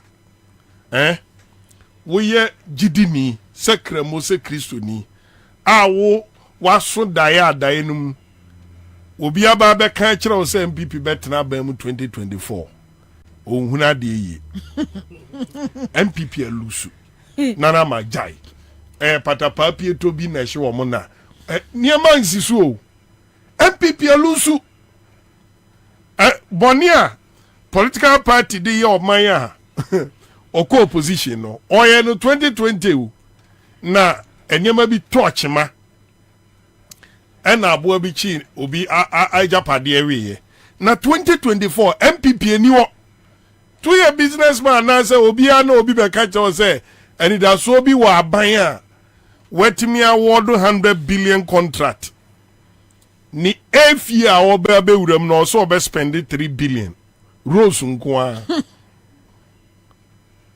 enti nkomo bi bekoso nana ma nkomo pa bekoso ba omi a abaya wetimi a redraw cocoa rose from Ministry of Agric edia koma your friend is saying high roads and highways Greek minister kurampo nim branchampon enim se ni ministry no kurampo no yaji cocoa rose and free ministry na se abai nana mancheche mu bekoso enti no MPs they say no wonder said na o hwe on side of parliament ye debate budget so obi atina kura agire no ye say operation board dey ho by what about me e den ba mi agu no fi won constituency zongo na wo sunyan no ba mi aso obesi senior high school asi hodom asase kura wonyi bi after 7 years what do the ba mi e ba zongo abaye den. These are the issues. Discussions are be koni. But me the otada when one say, hey, papa no shem boss wo be senior high school amamu no oni o jo mama nhebo nana ma ukotechi ma baby a nordness ni zongo for door so pa no techi ma jako ohini bidin na da so jo mama si befitting e-blog ankola omuni bie no omo nantiko senior high school befitting lab wo mu a enkura no kosuka no oma kosua de enti mimi region the MPP cannot debate the NDC minim ni others ne ye and we are right to say to that mu draw your attention to near ma jomama ye ni bi fair say ade ajomama ye beka na ask those questions there are someone na obeka amana tonkrofo trimu asene say broni ahafo jomama si polyclinic maku enum memfa say 9 ye ne dia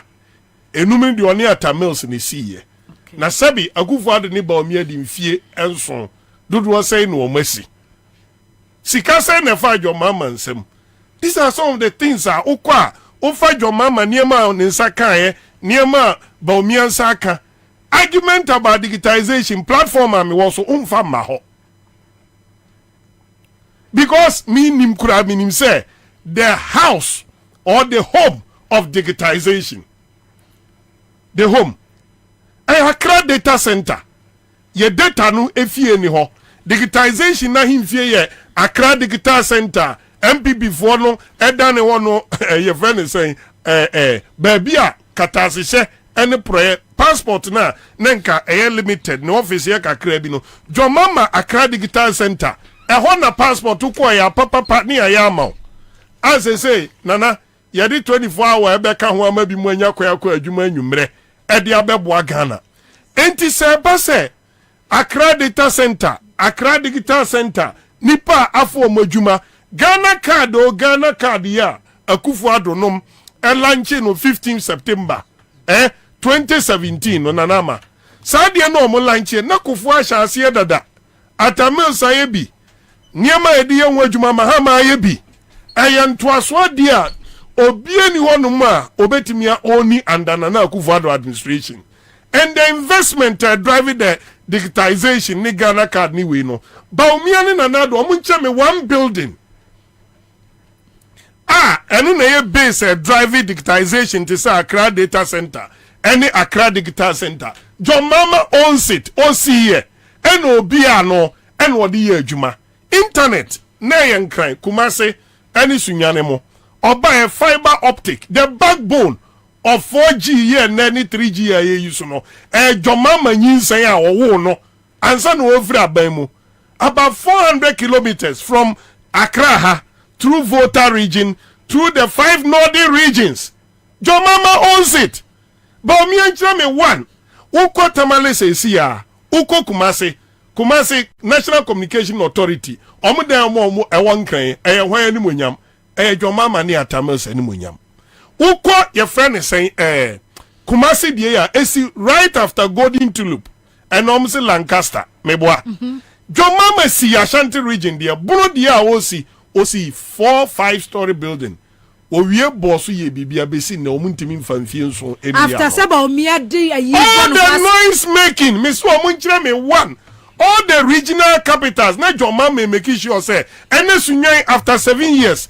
E dey Joma ma si eye mu yie e dey ama National Communication Authority 7 years under Baumia National Communication Authority gusu han dan wo sunyane. Omo han dan. O si endi Joma ma si ya boss. Wa si ya boss bi kura no omo penti mu anesa. Tas nyina e koso. 7 years. Mrs. 7 years in National Communication Authority Kumasi de edi omu wie. Ene ami kase sunyane omo da so han dan. Most of the regions han dan. Enti no sabi obi yes system we eto ho. Ghana card oba ni a printi bi or ni printi bi. Oh bebre. Enti Baumia has nothing to do with Ghana card. Nanama Saba Ministries. Say you use ICT. I exchange document. I communicate here. Your mama shall before Beziti 2016 no. Now your mama timi tran office. Through television way discussion, video call on the regional ministers. Eriko Poku all the 10 regions giant screener or person ni bro for regional minister din koma enye brankan bio e cut down cost of moving up and down. Upper West otimi tran the office of Flagstaff Jubilee House no only Upper West regional minister or update as to what is happening.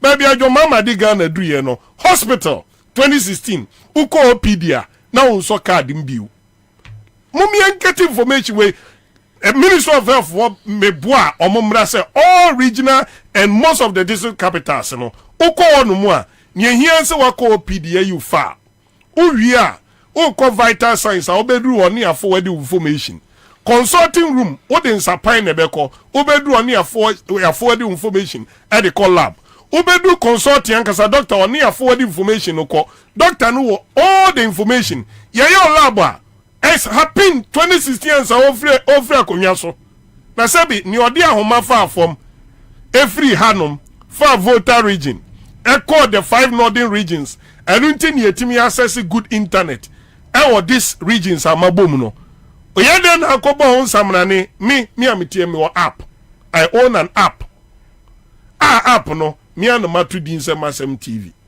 me nam developer with them na sabi me ye den kwaka sem wani munyam chan gogo na me use on the platform the year no John Mahama na wa create the platform the room near me yan say John Mahama ya ma ukra Accra Digital Center even standby batteries any generators are in case of BB kani asem ni all provide ni nyina na ndis mudika Akufu adu besi toilet amawa osi signboard mfie miensa eno kwa ye be ye hu dede me ba signboard no so no se toilet ni si lashibia ebi si chebi nkwanta enti mu amfri bunu bankran nyina mba osi akufu adu kosi toilet yes. Na nya mpipi na buidam na ne signboard esi kwawu esi kwawu enso buidam no bebe bia wa bunu eno kura bunu ni kodivu aboda so na buidam any Boli Bamboy district enti no me no nana ma me request something very important me request adie bi pa video on sa fiber optic cable na so producers benya kwam kwache momwaye me request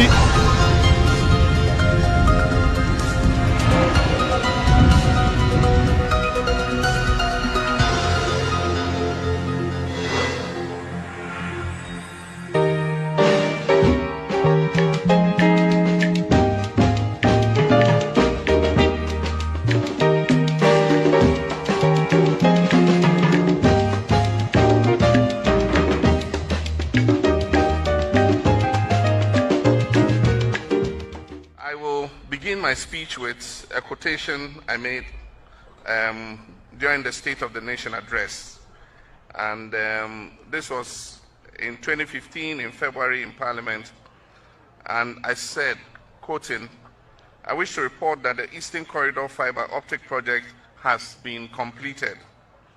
The overall optic fiber installation is over 800 kilometers. The fiber has also been extended to the University of Health and Allied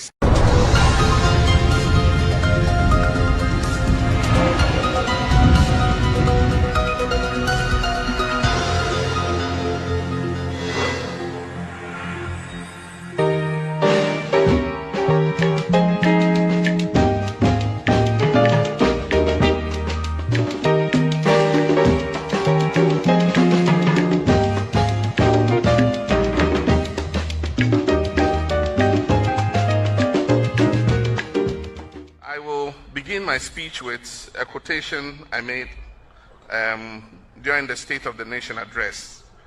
And this was in 2015 in February in Parliament.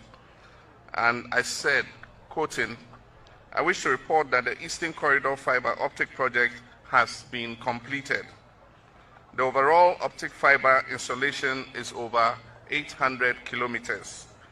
The fiber has also been extended to the University of Health and Allied Sciences.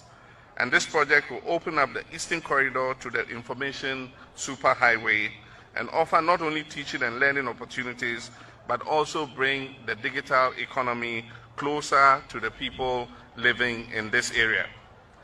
And so today, the Eastern Corridor fiber optic is a reality, as I reported to Parliament. We have developments that are tangible, and there are developments that are intangible. Developments that are tangible are those that we see brick and mortar, and we see iron rods and everything, and we can touch it and say, yes, development has come to our hometown or to our region. But there are developments that we cannot touch because that cable is buried 1.2 meters in the ground, and so we can't see it. And yet the effect and revolution that it would have on our lives is far more than any brick and mortar you can have. Because communications is driving the economy of the world today. And so if a government invests 38 million euro to open up an information and communication superhighway in an area, it is far more rewarding than any concrete, iron rods, or brick and mortar you can have. And so that is the value of the asset you are having today. This is a fiber optic network that, as you've been told, travels for 800 kilometers starting from here, Ho, all the way to Boku in the Upper East region, and then connected to Accra to the data center and through there to the rest of the country. When I came here this morning, we went into the switching room to take a look at the servers that are driving this optic fiber network. And we significantly had a teleconference with two of my ministers. The first video conference was with Ms. Hannah Tete. She was sitting in her office at the Ministry of Foreign Affairs, and we called her and had a video conference.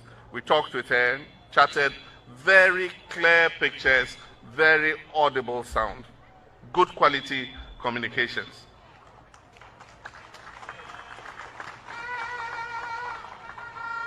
And then from there, we called the Upper West Regional Capital, Wa, and we spoke to the Deputy Minister of the Upper West region. And there again, very good quality communications, good sound, good video, and it was a very inspiring thing. This fiber optic is going to allow us to do a lot of things. As I said, it's 800 kilometers long. It is going through 120 communities, all the way to our northern border. And it is going through 20 districts. Now, in every district, every public facility is going to be connected to the fiber optic. And so for every district, schools, hospitals, district assembly offices, police stations, you know, just name it, every public facility in the district is going to be connected to the fiber optic. 8 years ago. 2016. 8 years ago, no yes, I did we. And I thought that me di who ya say. I didn't know say yen repeat. I did when the internet obi ti Boku. When put na communicate ya chiro say Boku. The reason why also internet ejina so no. Your mama dia oye wie you. Oh yeah. Oko the switch room, echo switchy. Video no me video no wo test it. Way back to 2071 about me akeka say digitization. Sabio ma control mano any makuma e the exact word mean find defining the head of economic management team Baumia. In fact, nanama oye waste. Chese mi wune so mfaso enam say omadi boni bi ena boni no omupo obi akata so whatever. Sa nyesa obi a ontimi ma one digital infrastructure. One digital infrastructure say me and me establishing way when a driving your digital system na wo Ghana no and some me can evidence or share e-passport. Yes, I think na feben John Mama pencil. Ubenya hana tete video na mami. Ubenya. Mpacho mo mami hana tete video no nso na because weekend in one Kumasi MPP Foreign Affairs and Immigration has launched the online passport application service in line with Ghana's e-government strategy that The service is seen as a solution to the existing difficulties bedeviling passport acquisition in the country. It is also expected to ensure efficiency and reliability in passport acquisition. The online passport application project was introduced in 2014 through the National Information Technology Agency's pilot. The introduction of the Ghana biometric passport replaces all non-biometric passports by the end of 2017. The launch is a culmination of the process adopted by the government to reform the delivery of travel documents for Ghanaians across the country. According to the technical advisor of the Ministry of Foreign Affairs and Regional Integration, Ambassador Leslie Cushion, who doubles as the chairman of the Online Passport Application Project Committee, applicants can make payment for the process through EcoBank, Zenith Bank, GCB Bank, mobile money transfer via Vodafone, MTN, and Airtel, as well as their payment cards. Foreign Minister Ms. Hannah Tete said the system will help the ministry deliver the highest levels of customer integrity and international standing of the Ghana passport while improving on the security and issuance system. Depending on a range of factors, we are aiming for the following delivery deadline: a maximum of 15 working days for a standard application, and then a maximum of 5 working days for express applications. In due course, it is anticipated that the ministry would introduce a premium 24-hour passport delivery service to cater for the Ghanaian business community and frequent flyers. Ms. Tete said the service will be expanded across the country by establishing passport application centers in 6 regions. And I'm optimistic that given the amount of progress that has been made in that regard already, very soon we should see that every region of the country has a passport application center.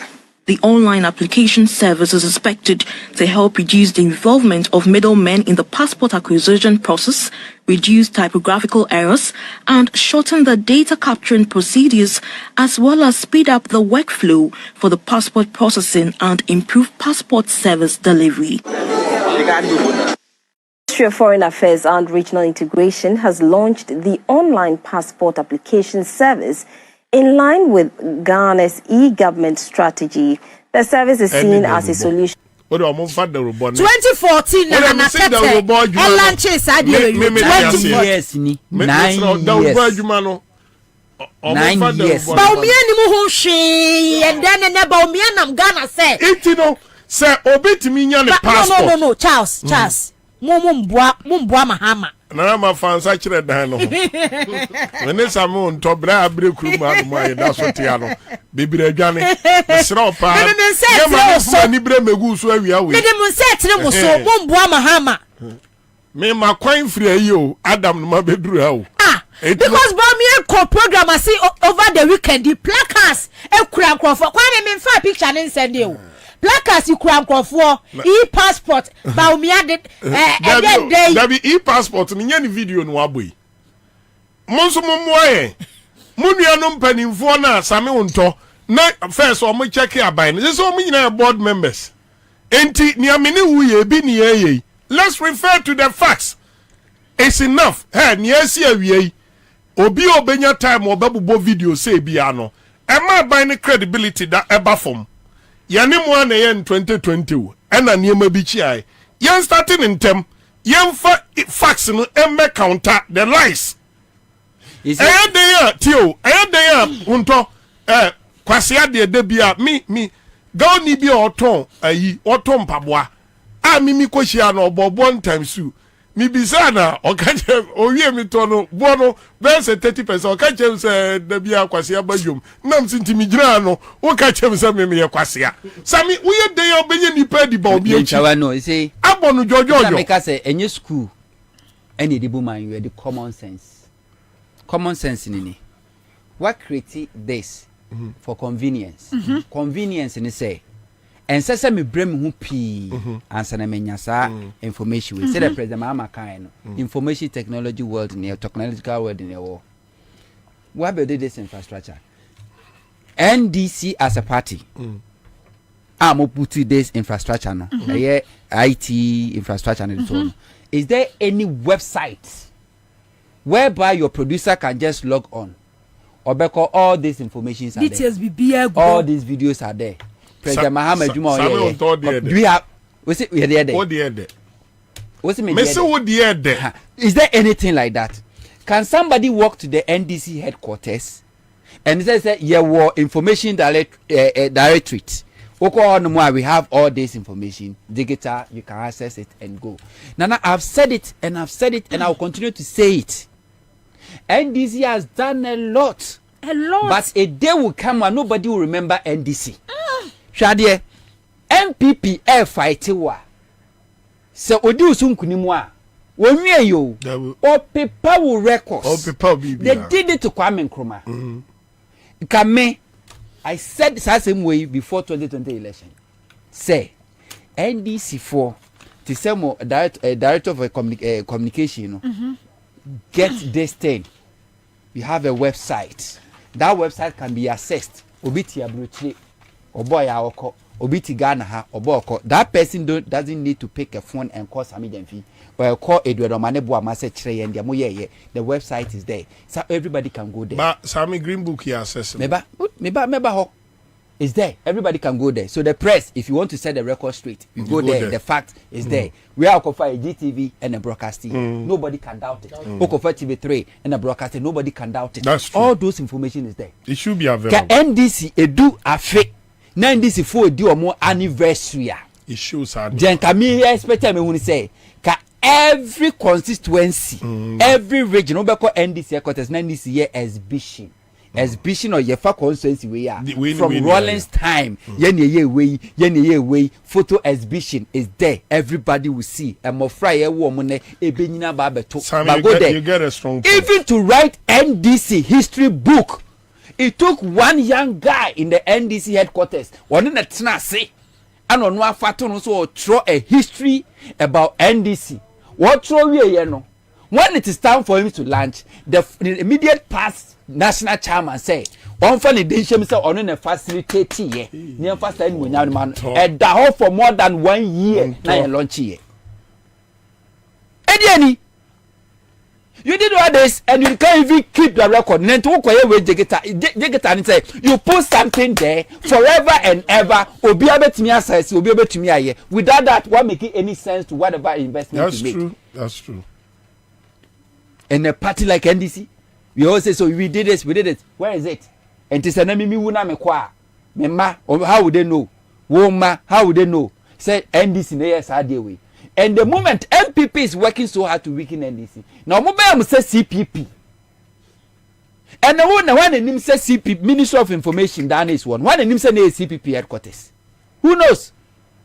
One the name say baby a fire service for headquarters in this. One the name say you be dying. What they or donate here as a gift Edema Kwame Nkrumah. One name say even Pediase, Lord, a gift of Bidima Kwame Nkrumah. MPP will manage to make sure so make clear sign at the free history. And you are dancing according to their tune. Yeah, you're right. Meanwhile, when him before would the sign you don't do it. Who free power how many years in it? 6 years in it. Just 6 years. 6 years in it. You yankai. And but of course some other countries are even 50 years ago they will be able to tell you this is it, this is the history. You were named the 4 professors, your lawyers, your women, over governance, over economy, over finance, over everything. And this one in the phone. People sit at the party headquarters as if people they don't think about the future. The only thing they leave behind is their own portrait. Obeko headquarters no, and I win a year secretary from this year to this year, win a chairman from this year to this year. That's the only portrait they leave behind. They don't leave anything. Go to NDC a year headquarters. Never a library. Never says some books no ma packing go. How many of them talks about NDC history, NDC records? You don't have any book like that. Apart from the boy in the tray, no. Foreign Crawford books now my church or my courses Sabidia go we see library. And to send me write a party called NDC headquarters library. First thing I should know, I should see is the history, the party records, the policies, the programs, the infrastructure, the achievements. They are failing. You go sit on radio and TV, now I walk up banter with MPP, I get few people to share near president, Wabieja, you are sure neko. Who remember? Debate Amuya prior to 2020 election. Fine debate. Who remember? Nobody remembers because that's not what we want. What achievement should be there? Yes. It should communicate for you. Yes. Just 2014, 9 years ago, something that Mahama because the NDC went to sleep. One Timian trumpet on one casa, one Timia mortalize on one casa policy in Tino. Mahama Casagana for refugees who are diatem, you refuse and to read diatem, and Tibomiana fat, and while publishing, and the iron say Abefu. Say about me, Abefu, something that was done 9 years ago. And ne Baumia himself economy into a shifted to one because who's will be and who challenging I was idea. It's a shame. And this need to think. Na makame see the dear Nancy. But unim say Charles Meba. Tembia ya kan. Si media ni NDC fafa. Media ni NDC afa. Media na message. Yes, because I quite remember say Fifi Kwete. The late President Mills Beba power setting the record straight. I'm saying hata no any say monthly say 2 weeks a weekly no ye. Across the country, media house, radio station, TV obiafa. And then us setting record ni the 200 more. You be forced to say topic agenda was set no and when I obey on tonchene. But the NDC mu ya say e kina na bani di we ya ba bebum na mo be respond now follow mo ba be react now follow na enua because it's a why you sad dey way pays for you now do ma ne boama under wo ministry and atete dey say on em so UN but say no deputies e wo hono maye sa adwuma we nyina e-passport ba me na mo na placards ya twa so say ba me na introduce electronic passport e wo Ghana ha say as one na lay sa fiber optic bibia 800 as one na ye NDC mu na mu ye because say you people are not talking enti ba me take bibia say e the project nanama na to obi atrim say Dr. ba me akwa na data internet ba na mafutu ni afa one honto mudika utie me mudika nene unfortunately minimum ya na ho akire ye wo ha no na mi wo say ye central phone no on say me no kasa ne me kofa hospital numa adwoma ma si no obono afo bai e part of me dofu bi pa o ka chem say mi nsu nkipu ne ma o mitrim e part of my communication mami 5 minutes me polyclinic 5 no me hospitals no any permanent jobs I join my creative or me region no my master or me chest. Me de da. Me hear paper. Me hear he no maka. Me say MPP for my major many mayor argument about rules or me regime. Health, omoma, ensuo, omoma. Enti nanama. Asemo amudi agui aso amuke. Mudika o tom. Say yempe dawro nshi ebotom. Yempe ade nshi ebotom. Na ban no yensu say debi aye counter omuntra omoye den omutwa no. Now we have a lot to celebrate. From Jerry Rollins, we have a lot. How many of our communicators and say Rollins na di quota and a first asphalt e call them bono near half. Obi enim. So todanness or to work so yet. But you know the impact of this? The first asphalt e call bono e call half. E call bono east. E call the northern region. Jerry Rollins. And so told any building foundation you could any review Rollins a review at Amos. Say NDC on any day. Unse told I know to me can no maka say NDC kurano. Matras watch a dear na moye. Me broni afu enye NDC anka television kabinye binhe. I can't drama kurani record nu kumase. Any abi in cinema center or broni afu. Eddie achre. It took Jerry Rollins. Electricity babuno. Wa oniema kese biensa mi bossui. Electricity babuno yesi bi mu kan se bunu de ode kan yakọ wa ode koye den what language no sunyane ya bunu regional capital no na agba anwumre 10:30 ani adum generator ogwa na kan ya wa generator itu kan DC Jerry Rollins and the kan ya ba bunu all these things history assuming say nkra you started democracy no about 1992 1993 besi na yedi mfie duasa no if they don't know some of these things se niema we bi o man tia forgetting say about aye koto 2016 ebesi 2024 yi na mfie nwotwe na na ma mfie nwotwe no utifri nkra na omadi 18 years no mu na nkra no wo mfie du no omunim niema bebiresi wo jomama time and to hear this information which mun soja nwu yachi mun koso anso na current affairs no yen data your economic performance under your mama as head of economic management team no odi oni baumia to forma wa hwe ne flat baumia plus nanado a your mama nkwa be mampani no odi your mama achievement to nche any sika opia wetimi aka kire say si ya di 40 billion e fa your mama nsem no emmanuel eniema your mama ye no bebe prince yasenso sanipa no or struggle say obebi hospital back after 7 years no ababa kan kire wo say after 8 year no somewhere middle of the year obebi hospital 50 polyclinics so misremo say argument no too early to discuss me the Mahama polyclinics are oye nyina nanado are converting into these hospitals without infrastructure with him the polyclinics no were converting into your friend is saying different hospitals but the shameful thing is sami unto when him say adia na ye polyclinics no ne standard no krampo no different hospitals are good for so obe commission nanama when him say ye polyclinics no infrastructure chain no 6 unit classroom me kira omo different hospital no yes ni say so no and entrance no ya Injensia ayi lane na nso to a nanti fam ya connect ya na ya connect ya any district hospital no wudi unim kura aya deputy minister of finance ni owo injiresi o kokwa ba ku nesi sa omo clinic dada no ho no abna o se asare aya 6 unit classroom ayesi no 3 square any edin chance in there twa mfimfi ni atu din district hospital enti Mahama kura district hospital no okoni e kase Mahama district hospital ni a the list I am for nipa 60 bed 60 enti you are right how many people say chairman general nya press conference kura na no say Rollins in the sea Sunyani regional hospital sima ade bia kufa de abesi ni tinti nyina ti say wa beto your hospital ni din Sunyani teaching hospital wa bra ye ni MRI e wo hodom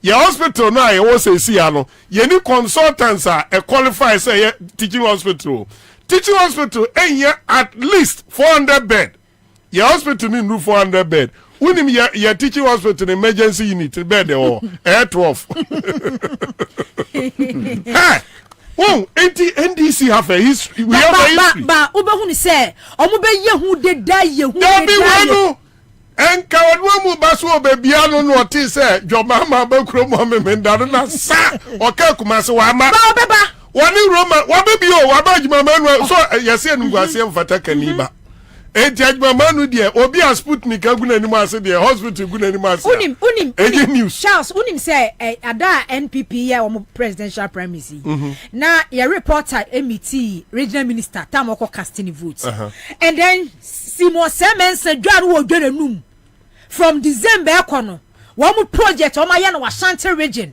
o mu ba be frase eya magana fo ahu media ni nyina no tie ye be from de ba and then any 1 month kwara ujira wotufu ani David so be ba bia de atwatro say senga wotufu antwe no ankwa gina ho no am ono anka kan anum asem se na contract in the award besika ni wa enko be start we say 3 unit classroom block it is say wo mu 6 ayi rooms from there yes ayi na oyi ni bebre na aye he na ye yes pressure e free na nanom e wo nkonwansa ase so de bad so no say adwuma no mimi krom Kenya ase de ka ho ana say John krom MPP former general secretary say jo wuye ukose jo kura dan say jo dem e feche obi bedroom asiye wono mo mesi senso to antimi mfiri anto anko sa John Krum MPP won me say nana mama lusu. They should take it or leave it.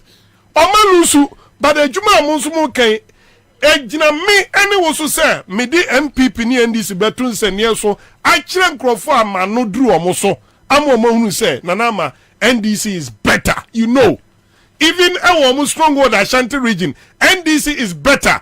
Voter region crowd do say nanim say 800 FN saying kilometer fiber optic here Jomama or the call every Accra voter region called 5 northern region. How many of the young men who voter region nanim say yet the echo boost to UHAS WO University UHAS yet the cocoa boost to internet and ama research or my this schools in him. How many of the people in the voter region in him? Eti your mama dear. I just say ja bade for ya. Yeah, asem that does en higher numi. Yeah, ni ebeka mo bia atibia mano. Anya sa yen style ne dear. Mumfa jantu ye chi. I was for 100.5 FM. Mama mintwa me ho sima na memra na yento aso mfamfiri. Onto Ghana for media some dabremo. Sisi ade wo si dan ya. Any coin so over kra.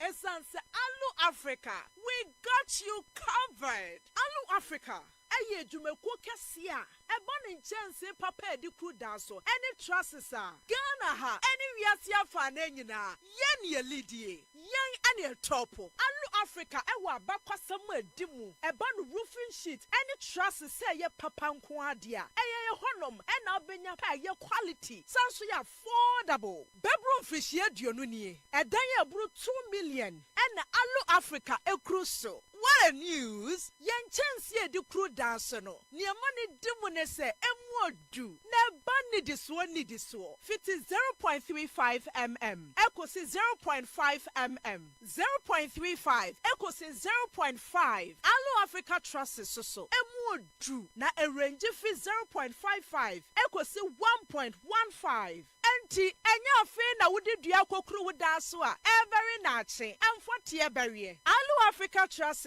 no. Amfotie ntimere. Enre nache. Eye good for all weather conditions. Ne boaso da for mwankasa. So beto dua pa de enkato Alu Africa Trust. Na bokwa ye bretu no ho ban. Alu Africa products ni nyina so ye ma 40 years warranty. Emfrishie duanai warranty. Hwehwe Alu Africa. E was Spinters kwan so. Ye ne MTN office no. Ana di nhwani mu. Ana say frɛ 0574 Se wudu takra deswa. Ye brand review call. Frɛ was 0545 446852. Na me ya. What is walking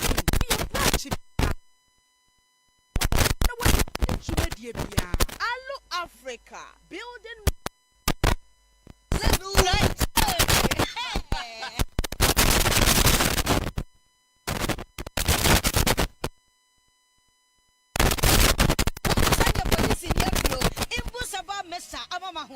Refuse to grow. Any offense will be count. And what day immune system or Yankopon, and you're ready for Yamusa Moya Hubano, and Nasa wonum imbusaba messed up a peja immune system nabribia.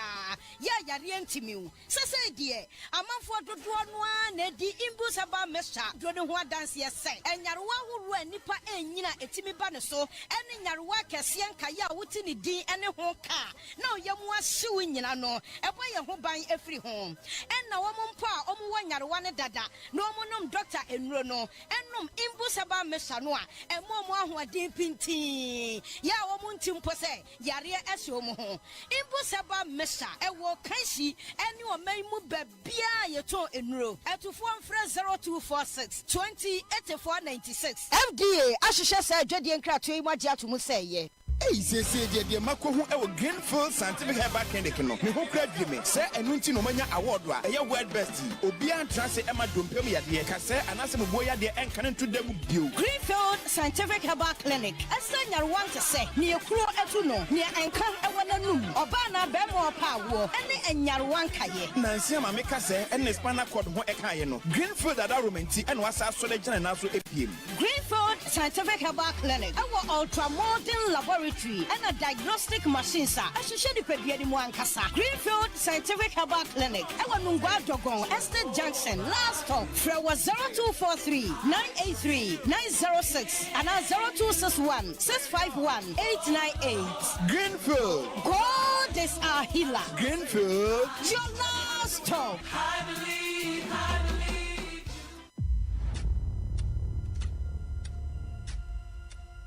Get ready to immerse yourself in a tale of bravery and resilience. Journey into the heart of the Kwaman Kingdom, where Nana Akoto, a young prince, is captured and sent to the formidable Dintra Empire as a slave. Nana Akoto faces a fate that threatens to erase his identity, but his spirit remains unbroken.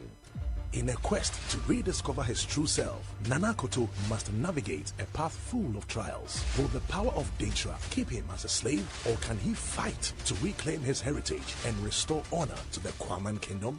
Don't miss Nana Akoto, showing Mondays to Fridays at 8 p.m. exclusively on Akwaba Magic, DSTV channel 150 and GoTV channel 102. Dial *759# to reconnect or stay connected to DSTV and GoTV. CMGC Kachadio! Yeah! Near here, say, Ubebo *413# our MTN peso. No one saw what said ye. A CMGC Kachadio promotion. Yeah, I feel yes, you better do. So, person when you CMGC Kachadio beer, and you're quite well now, Befaso. Step 1, but *413# our MTN so. Step 2, choose Accra FM. Now, what dear, the prompt in it. A sua was coming in now. Ever con a year yamau. Sika Chadia promotion, cash in and win big promotion. When you dear what's our year? Win your share of 24,000 bonanza. Shannon Swo, do via what taxi, and your cost *413# and never more when you say, Dinkunim, our CMG Sika Chadia promotion or so. A cash bag from Class Media Group. Kai Huna say, Sa Jumedia Way, and she shared the home, the National Lottery Authority, our Caritas Lottery Platform. And a boy chidom. One young fisher don't watch it air qua. One card to media home. CMGC Kachadio! Yeah!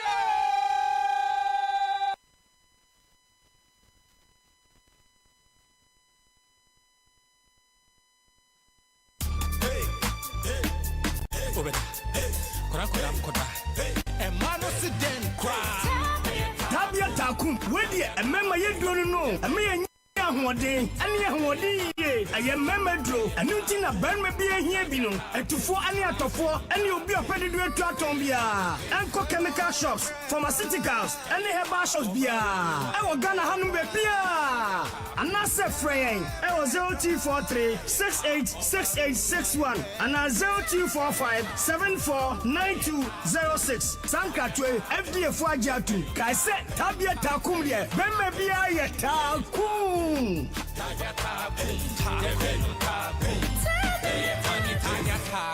Not recommended for lactating mothers, pregnant women, and children under 15. Usika seme nkoyiana quick credit siasia se sika pe ennafom intina yabasa ye becheche wo yambosia bonchehye ye ho wutumi babosia edifi asua ye fee 1500 Ghana cedis edeko na nia wo hia ne wo national ID card wo hia se wo betu susu wo hia awowa ye ngiseke bia nto ho wo nsanso hia se wo ne ye bebue futuo bia quick credit ewo homao say ye dwana wo pese wudi ana wo pese wo hye ejuma fofrase ana say ye school fees ana bo eyeye wo sumi ejuma ye fo nso ye wo bi mamo na mom kai say ye mobosua ewo internet so afenso on mantika krobia batan Bank of Ghana nsa wo dwumedie yi mu enti tuturi kana freyen wo 0302 200390 ana 0596 920 833 quick credits London made simple kai say dwumedie yi nhyehyɛ kakra wo ho na asmafo ni man say Mafia. Hey, nothing. What be namely baby so now ha say dey ase dey sen. Ah, na hwan ni obi no awo kan kwakofo. Ah, kwakofo ben. Yentema kwakofo no wachi ase bicycle a wo so ne ma wontimi no. No se ne na ye no. Hwe, ebe na kakra ni na mihia oni abu ana wo te so. Se won sisi ye won ya. Ana bumpo de no se koko so ha no ka ho. Enti ontumi nya adwuma bia na nsan. Ana me ka se onko ba me odobo herbal center. Eni se abu hu ato no a onanam ne ba bi no. Hey, ma me odobo herbal center de. Oya ade o. Hey, me say ye koko sisi ya de. Low sperm count. Oba na so be ma won wo afichiri kromu ha wo ne ade. Jise wanko. Diabetes ne mpamu mreye eni koko na me nim se oteso. Na me nim se sisi ya de eni afichikon ha nso otumisa. Etinyigifo mpo age ma me odobo herbal center tum. Kana shi ma me abena odobo herbal center ebe Pro Credit Bank no. Eda ya ni na salon ewo mu no. Ena shama nso wo TMA office pomu ha official town road. Fre 0244 284 728 ana 055 ana 0509 043 539. Mami odobo herbal center na. Ajisi wanko. CMGC Kachadio. Yeah! Say, Ubebo star 413 hash. Ewo MTN peso. Amunumu honomwa. Na wansa kawata die. Aye CMGC Kachadio promotion. Yeah! Afi yesu ye bedidio. So peso wenya CMGC Kachadio bia. En ye kwai we na befaso. Step 1. Bo star 413 hash. Ewo MTN so. Step 2. Choose Accra FM. Na wedie the prompt nechi. Esu a wonsu wasikamu nyina. Ebe kwa na wie yama. Sika Chadia promotion, eye cash in and win big promotion. When you idea what's our year, win your share of 24,000 bonanza. Shannon Swo, Dudu Bia won't taxi, and your cost star 413 hasado, and never more when you say, Uvedinkunim, our CNG Sika Chadia promotion or so. Eye cash bag from Class Media Group. Kai Huna say, Sa Jumedia Way, and she shared the home, the National Lottery Authority, our Caritas Lottery Platform, and a boy chidom. Unyam Fisher don't watch airqua, one card Jumedia home. CNGC Kachadio! Yeah! 100.5 Accra FM.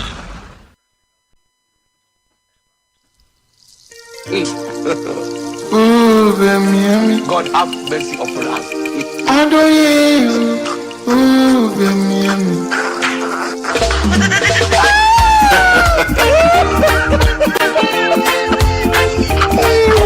If you give me thousands of Ghana cards and $1,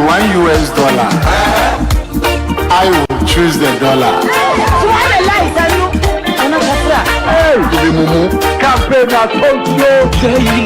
It is small people. Oh, Miami. Only Kwakutia, Miami. Adore you. Miami. Only Kwakutiano, Miami. Oda, wedding try, dear. Oda, wedding try. Accra 100.5 FM so any citizen show na enwumre yesum wo ene producer Semecheska Sika Chade na Mecheska star 413 hash star for ene meche 1000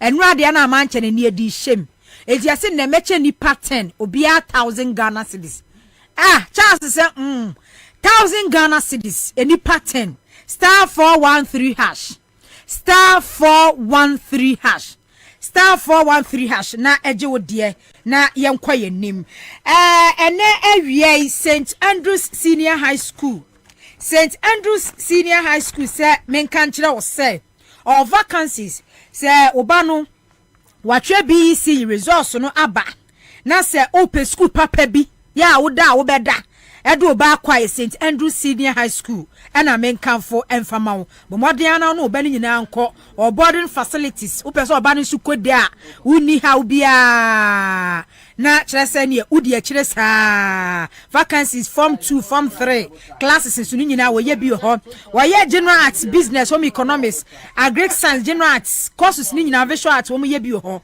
bomodin friend 0546048332 0546048332 and now say 0249 832015 0249832015 ye wo teshi chiblew last stop top choco chocolate spread ya the fat bread me chocolate wutimi di ni sa the pie nutritious avers your top choco 3-in-1 chocolate drink ye delicious chocolate drink milk wom cocoa wom sugar wom do hia ne won so hie abusu wodwasom nya milk we asichire wai na bibia we bia ni woto ya na kire se wo nom wade frɛ 0243 033 033 0243 033 Greenfield Certificate Back Clinic no gada go last stop Estate Junction why resafie ni ho why expert pa stroke infertility STIs and bone setting diabetes hypertension mu nyina wo kwa no mpemu adwuma ye bi ho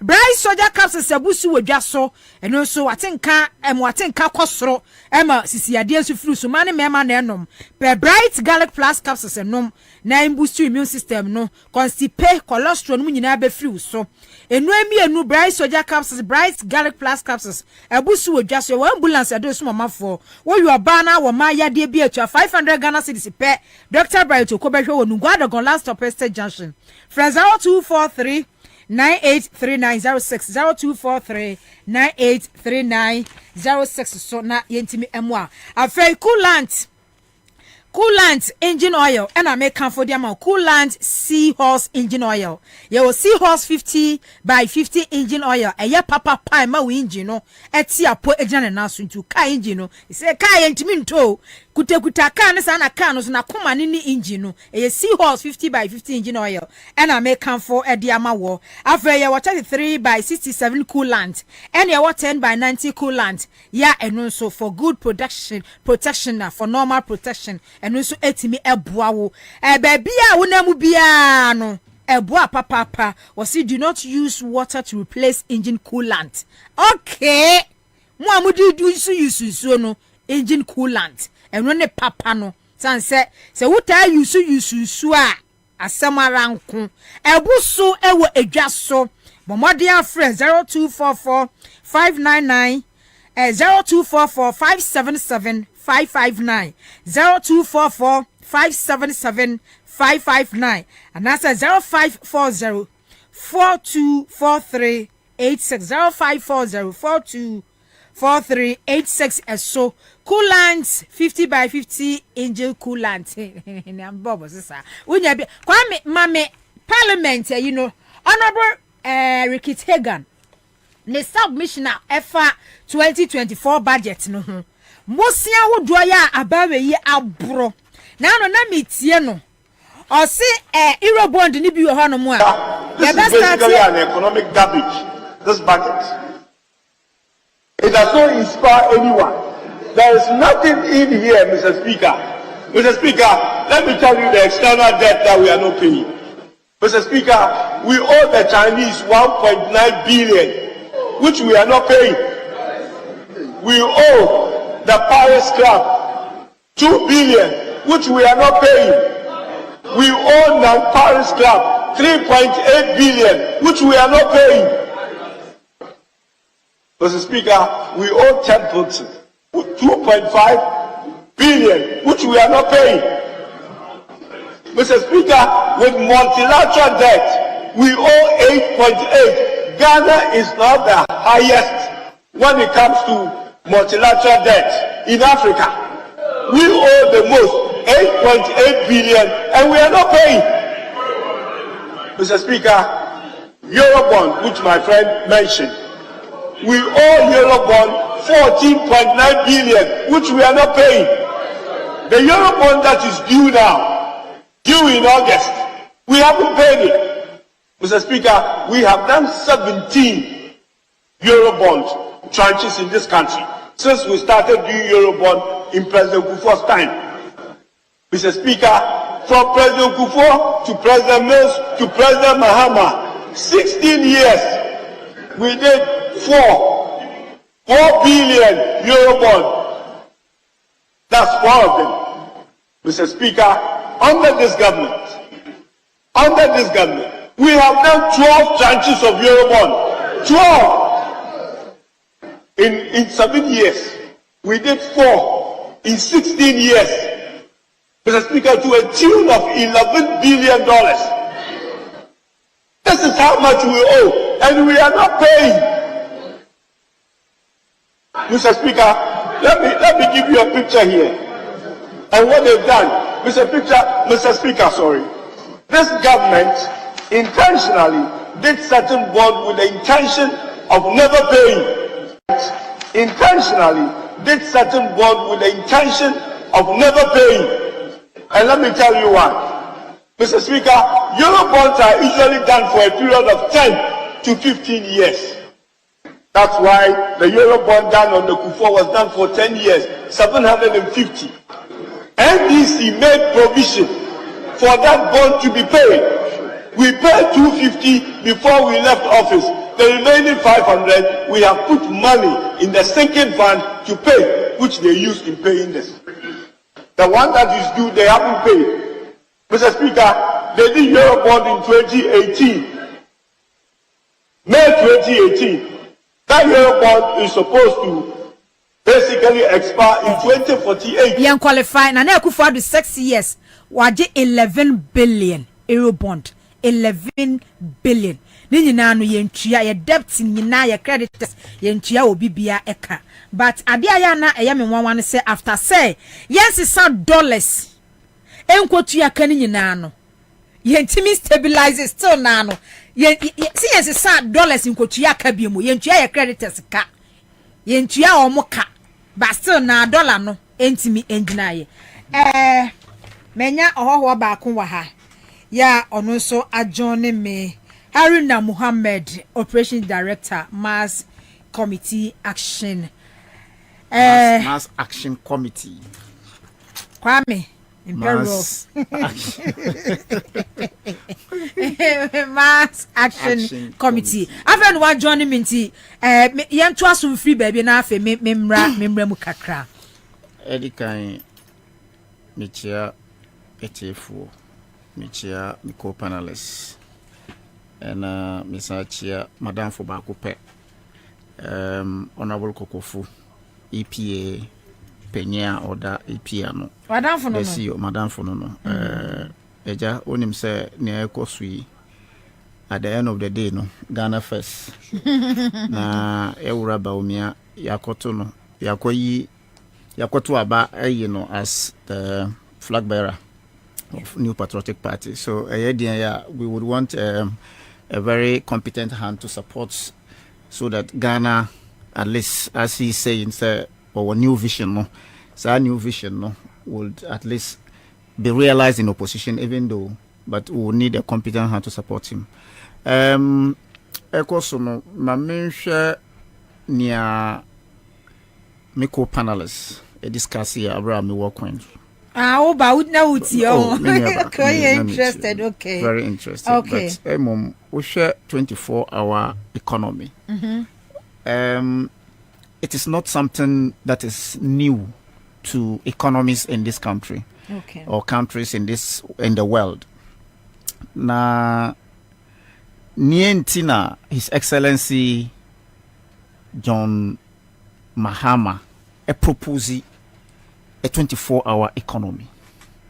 Abra, His Excellency Ntrohine, the tyrant of our time, making every Ghanaian to realize, say, for them, they could be better even if they die, some people, under a leadership such as this useless government, Nana Akufo-Addo led government. But we share the rationale behind 24-hour economy.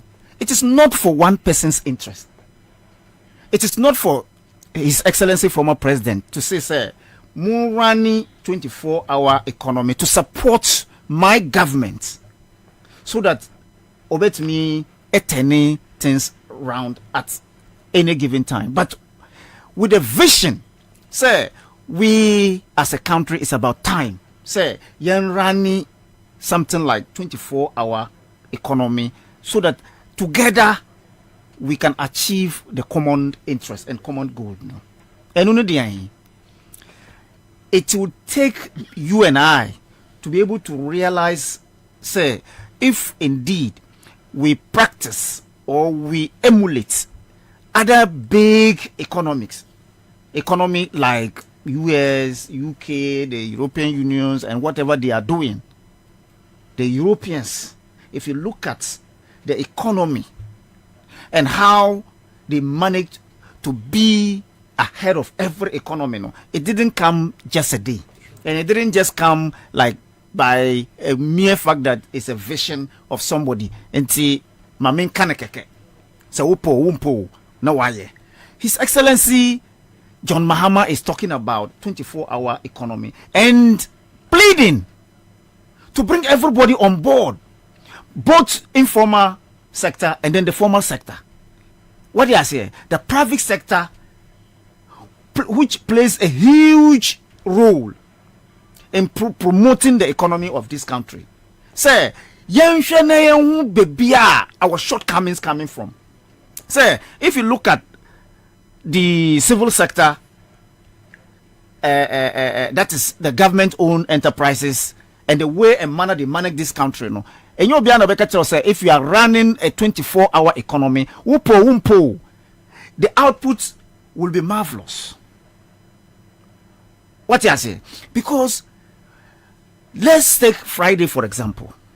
Say Friday, if as a Muslim me sorry ba, Mrs. me bag me coffee. Don't go back to your office. There be me coffee. Because I pretend to work and I'm being prepared. They also pretend to pay me. Monday, and I'm so say me call a year Saturday, and I'm about Sunday and up until Monday, maybe Juma around 10. So if you are running 24-hour economy, what you can do is say half of your day, if you are running afternoon shift, can be spent somewhere that you want. And this one is even 3 times. What do I say? Because say if maybe Juma around 12, what do I say? And me call a year Saturday, what would be the excuse for me to my employer say me call a year Saturday nti na manti me ambantam? Yes, you can rest at home and come at any time before 12, because we be share say for 12. Ekobo 8 no wapon. And 9. Because elsewhere me ye juma pen. That is how it's done. 3 shifts, 12 hours, nobody. Just a wuna upe. And they will make sure say you will not be able to exceed the 8 hour. Nobody. If you exceed the 8 hour, nature say you are doing overtime. And because of that, when they are able to penetrate, that is when you will see the outputs. People are doing 12 hours and others are doing 6 hours, others are doing 8 hours, others are, but 8 hours constant. So it creates more jobs for the people who doesn't have the requisite requirements to pick them so that we can carry them along. Now you're running 24-hour economy. Do you know the impact it will have, one on the unemployed graduate association, NAPCO, and all that? Yes, we know. So it is not for his own interest, but for the generality of that particular idea. No, Ghana stands first at the end of the day. Now, I am very happy that NDC and His Excellency John Mahama has begun setting the pace for these foolish people to to bring back their minds on what is needful in this country. What do I say? Because if you look at it, how on earth can you tell me say this particular economy, 24-hour economy, is in existence not today, not tomorrow, and you are citing only the hospitals and chop bars? That's useless on their part. Since when did His Excellency John Mahama has begun to set the pace for you people to comment? Enyamuna mu set pace no. Set the biasa na muka anamibwa. Say yene say na mudi echi. Yene say yene mudi echi. See our hospitals when since Nkrumah's time you're running 24-hour hospital services anamibwa. So if you are telling me say it is not what John Mahama is talking about, or Katra will say we need an enabling environment for people to be comfortable with their mindset. Say, Mikojuma, I will be back home safely. So he will also, as government, contribute some part of security to the private sector. Say, Mikofia, Miko asunjuimu. Miko akodru asunjuimu. Miko swa, Miko akodru jumomu asunjuimu. So that the government's responsibility is to contribute to one, the enabling environment, which is that Yemiko Kranyamana eba and Ajumetima Yinemano ports. It's one of it. 24 hours. And at the ports. We are wasting so much time. And you know what will happen, sir? If 24 hours is going to be implemented in the port, him, no demurrage will catch anybody again. Demurrage na yeah. You see, you delay demurrage abana charge no. That's one benefit. 24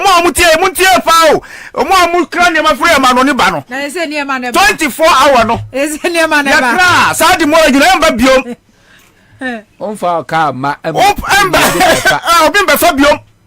That's one benefit. It is key to Aboso kind much of war.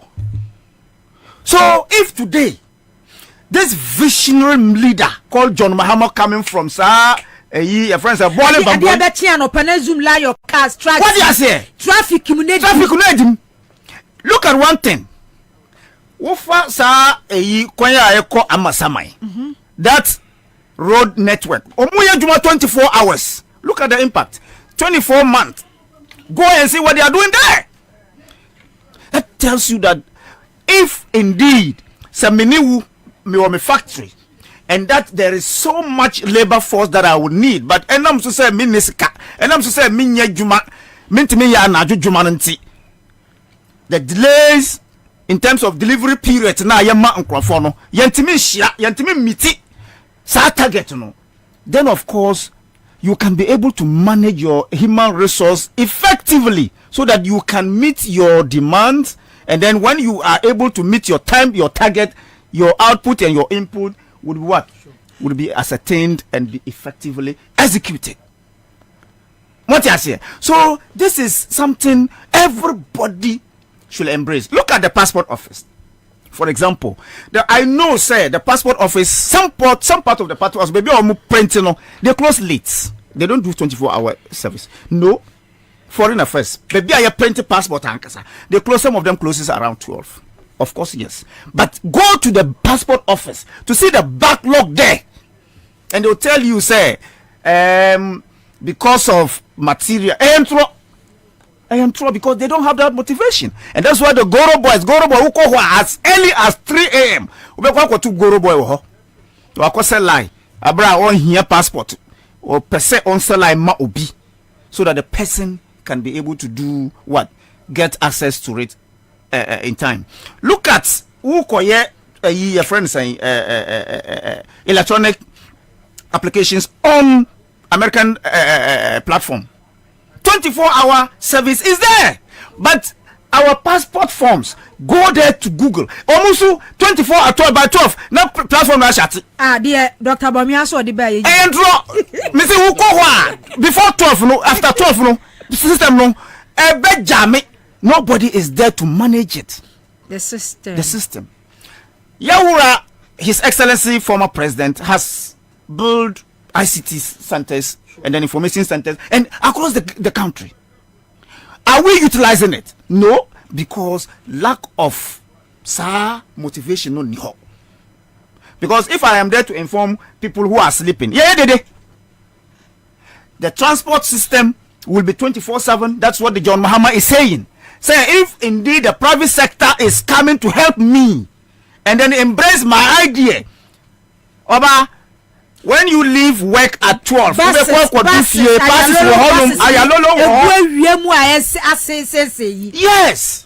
I say? So you would have an effective economy, because one, there will be shift for bus drivers. If you have 200 bus drivers who are applying the road daily, that means 200 drivers are needed again, additionally. So we are creating employment. And we are making people to understand, say, indeed, near Americans can do, no, or is doing there, no. There are human beings there. Therefore, Ghanaians, yes, we met be. So His Excellency John Mahama, nyamisiro papa. Yada wasi.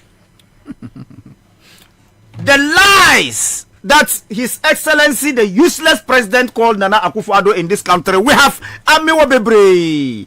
So-called, we shall protect the public purse. Look at what the minorities are saying. The third generation to come will not be able to finish that, and sana we are see nyame afane we are see baby how the third, fourth, fifth generation. The tree in house. What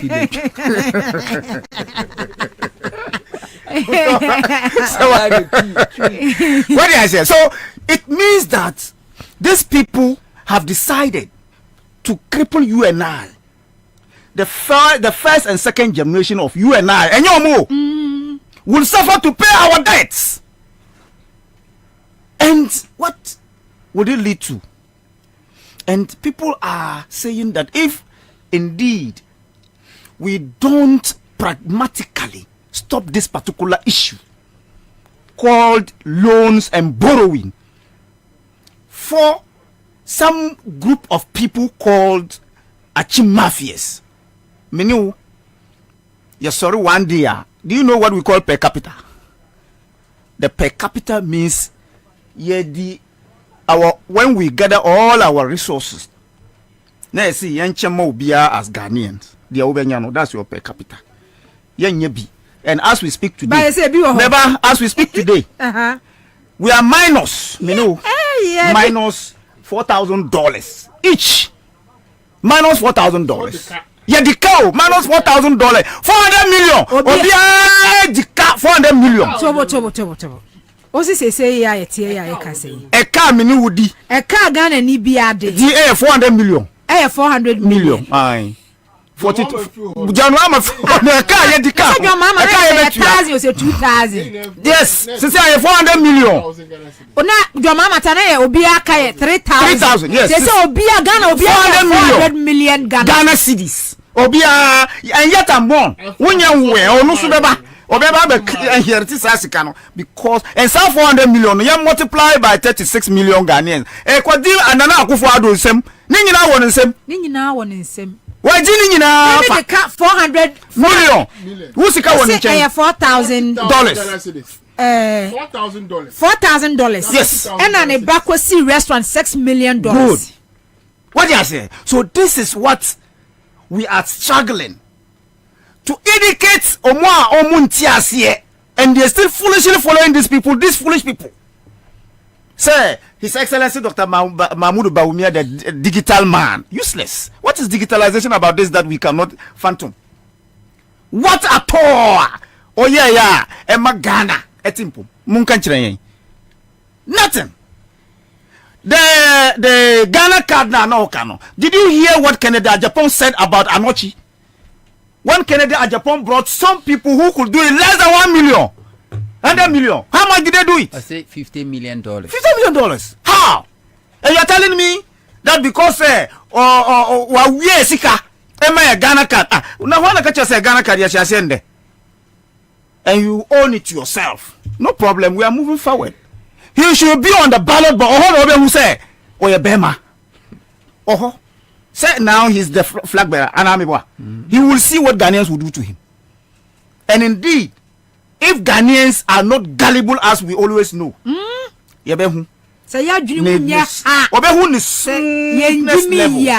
so for me, what His Excellency John Mahama has said about the 24-hour economy, the private sector, the informal sector, the formal sector, everybody should embrace it so that together, one, you better create employment. Now, that shifts now.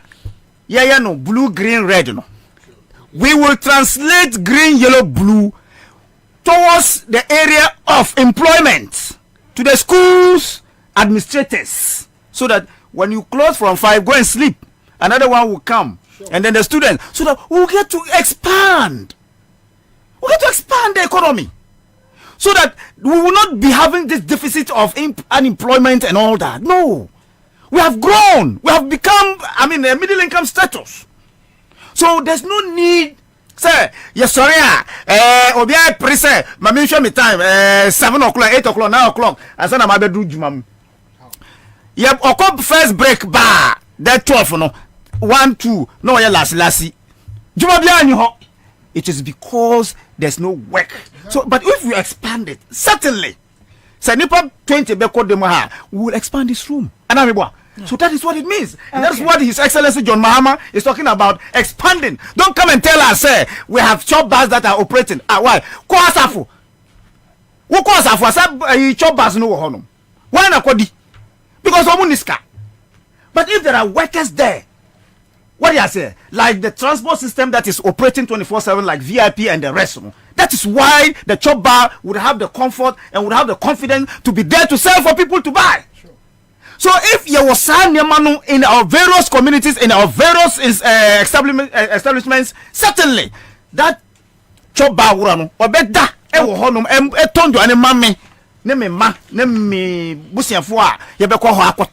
Okay. So that together we can expand. Okay. Now, otoa bills and then taxes and that is what His Excellency John Mahama is talking about. Now, it is not as if say oka for political gains, oka for nijuma oka, so that the people who doesn't have jobs, when the economy is expanded, certainly.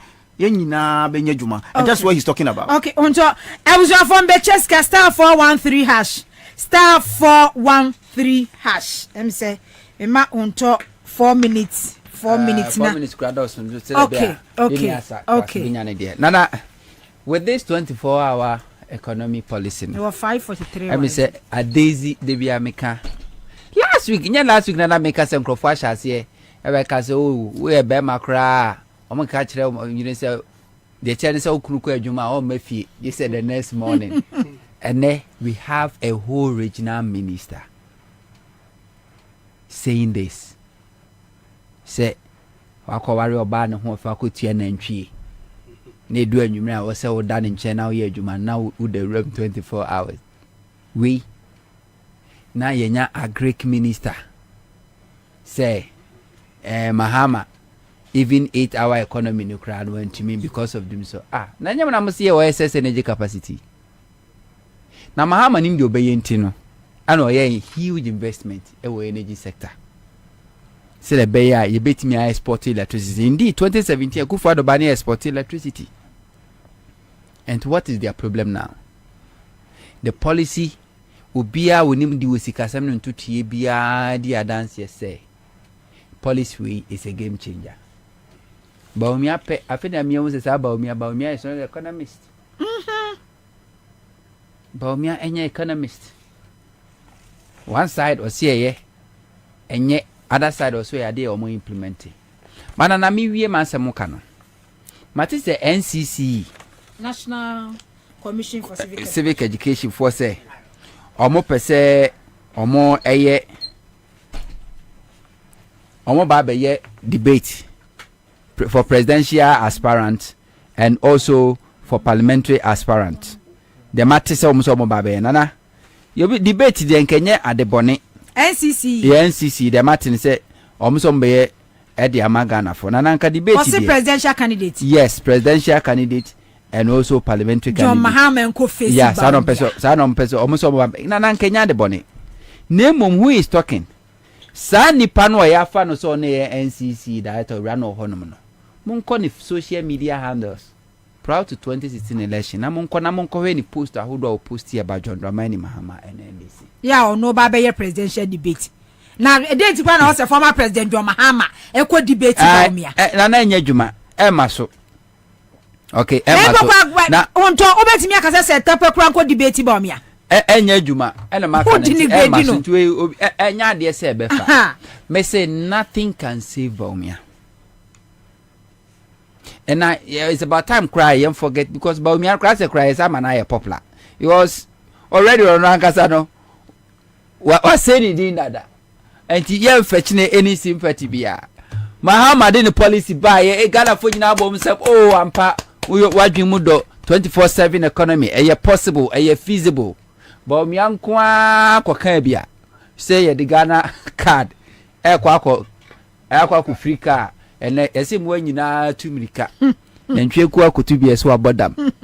Obi a shebo alanchemante be share ni bo GTP Ghana for so Muhammad ni dey buy na the phone nyina som economists obi a ka obi ani age tis fo ani age ba omi ankwa akoka bia krofo nyina say krofo kenkan krofo abodam asebi yemfo munsi ona won say yes nana esranadwene ena sunu nimdie. Okay, member so na busu afose na medical kan mecheska star 413 hash star 413 hash na enumrei wa be hu se wanya alert star 413 hash mesra mu na minchewska na ina de ho odofo bi se wafa ofun wo de ye odofo bi se ba omia obetimi adibeti akuadonko enye ba yes akuadonko so le nsam ke kan bia ne ba omia de na not former president John Mahama Abu Menam use all Becheska because we are Ghana for here. I'm Becheska star 413 hash. Okay, any one go energy drink, one go. But one the way I make one go no JWANGO one go energy drink, your ultimate source of vitality. Papa no. One kasasa why you juma kakre we juma kakre na wo bre na wo teso ahoden agba form we energy drink bia enu one go anye anadu sisi sheshe fridge musa ho after 24-hour economy no wa pebi na de amano na kire se ne one go enu ena enkrofo enom. Any vetted and approved by FDA. One go. Now we test star 413 hash. Star there what one mobile we say phone so now quickly alert. Now we say abu ye be ye no ye de ni da so na ewie. Okay. Abra ye nim say ye John Dramani Mahama e de asempa aba. Okay. Na yina ya giatum eni freni ya giatum because omuina obia nim say this is the time for Ghana to transform. Ena obia eni you say dey me go won kra wo mu say last time wa disabled for eko omu kra ma omu ko believe yes wo mu ni anhwe samra na tobutu ye adwuma 24 hours year hours year no we ebi ko na bi aba ebi ko na bi aba na obi a wo ye vice president wo ye economist ya industrialization a decline 24-hour economy senka wishiri no waso no on say what share the track record ondua no ocha like he has never done business before they be aketua na the man nti adwene na the team no ontimi improve or ontimi transform economy share obia every single person be obekọ enra me call junction no nungwa na me duru ho no na nkofo bi ye dede na be so say oh I den o say o check in online no now Vodafone junction mall supposed to close at 8 o'clock into Afaka and we be draw before 7 now or match frog abo say 7 o'clock we are closed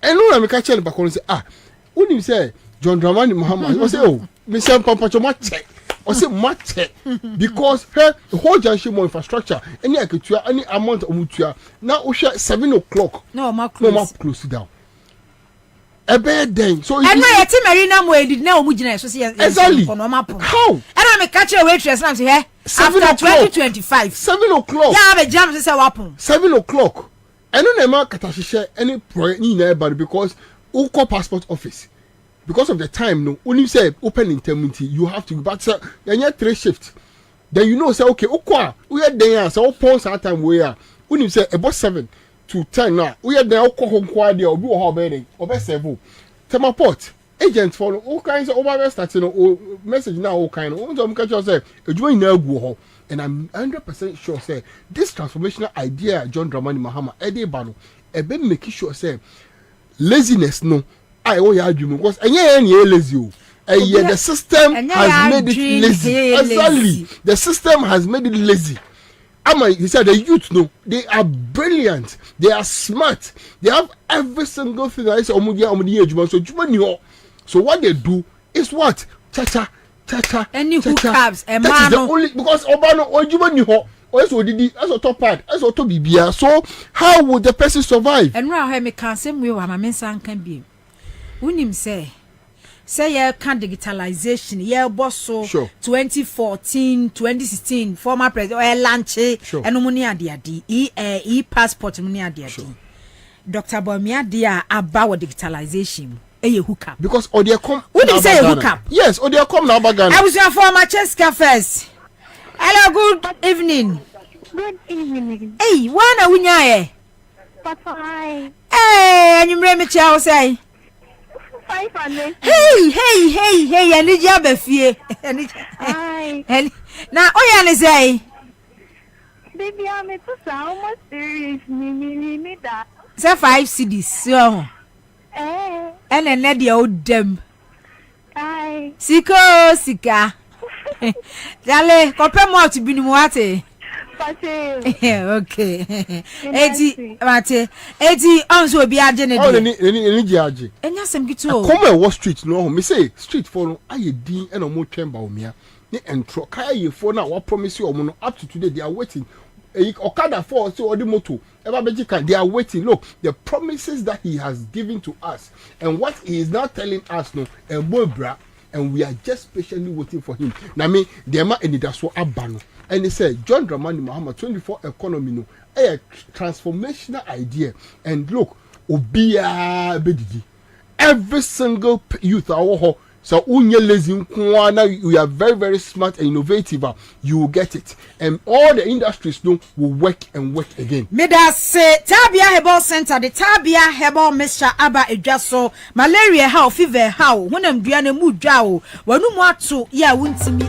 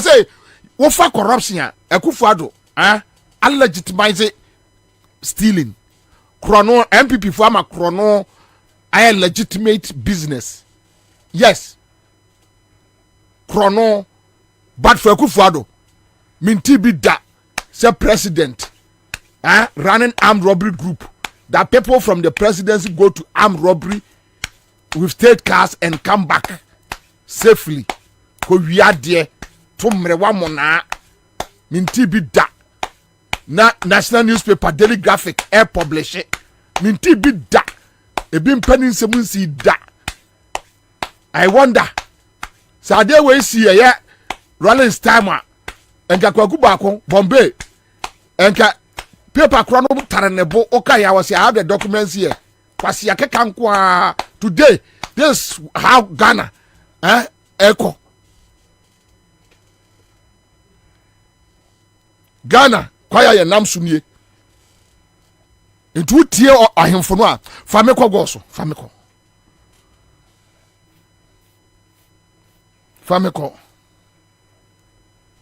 NDC contract o me de ma wa hafo no na bone bia ni ho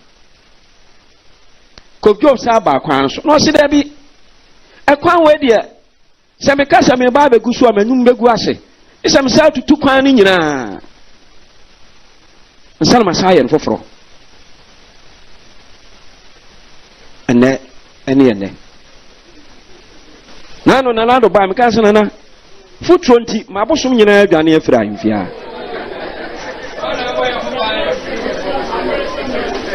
ene moti se me kasa me tirim eya ni birisem futuro na ma me ti me ya nya yade e wo tiri ho adan yaye bone ban ahafo ma yaye bone ban kasa da mi rafo adan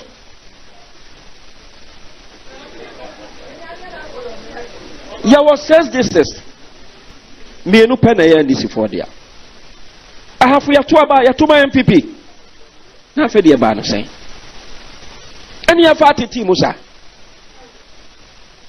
koko kakra a ɔmutumi toi ɛnyɛ kwan wei so a ne fa kɔ wobɛkɔ biara na kaa da fam ɛnɛ yɛnnua nyina bɔkenafoɔ na ɛtwa yɛ nyinaa de kɔ yɛfɔra si nyinaa na asɛe ɛnɛ nsuo tɔ a na wusu sɛ wɔhwɛ a wodan so bɛpa adan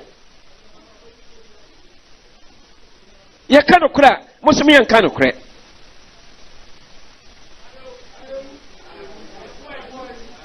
ɛdan yɛayɛ bɔne bɛn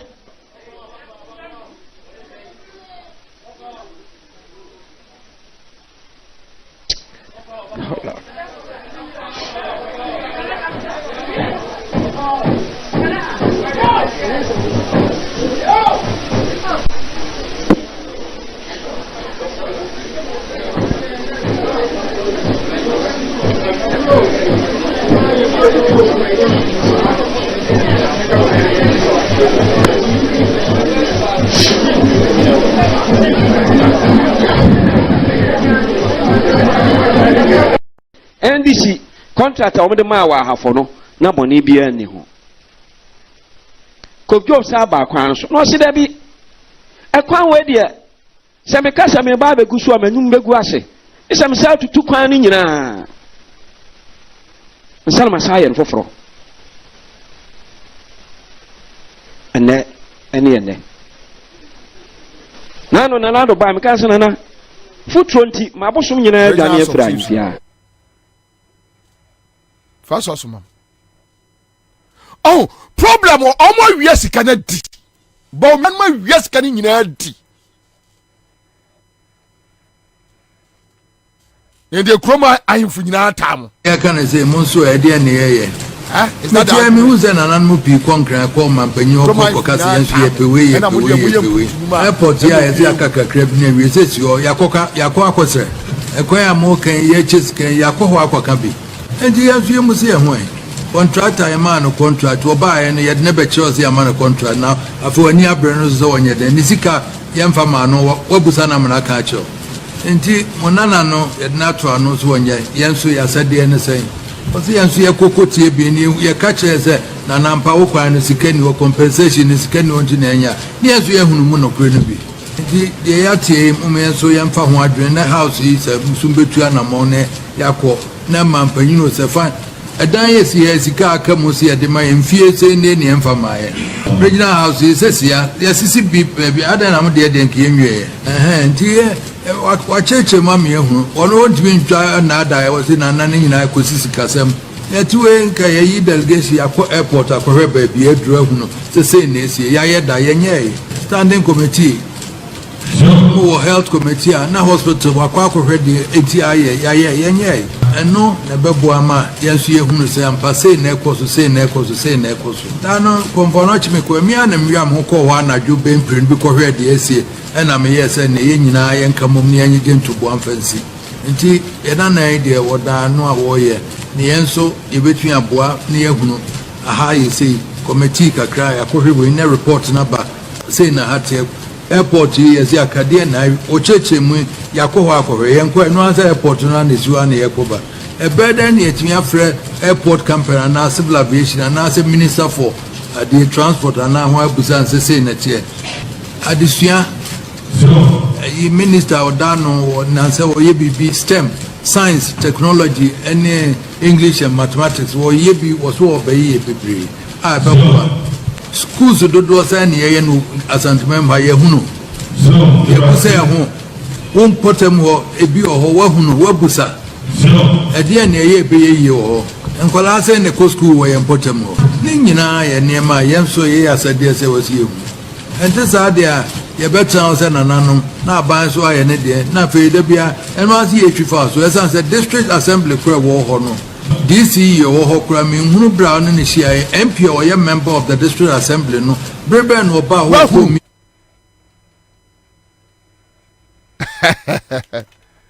enti ahemfo nyina ta MPP mo aye bi na omo so omo nka otumfo busa oso omo so omo aye bi wahu esi he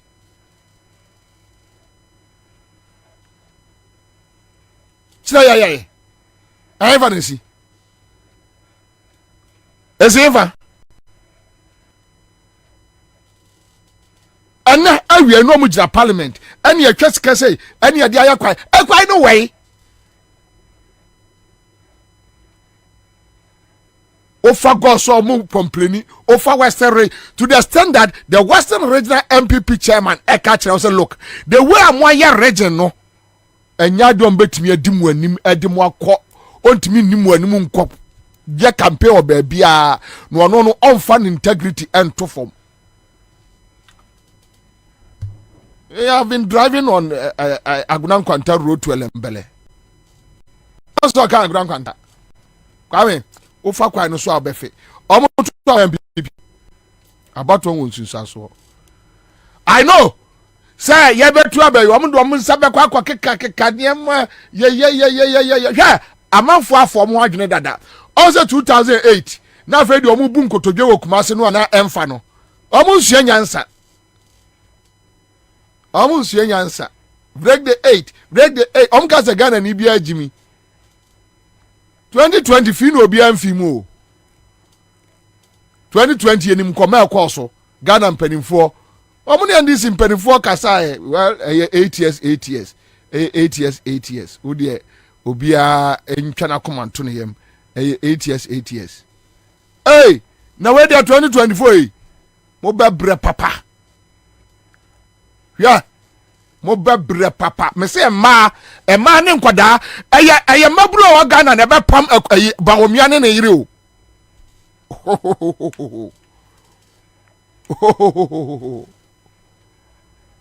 sai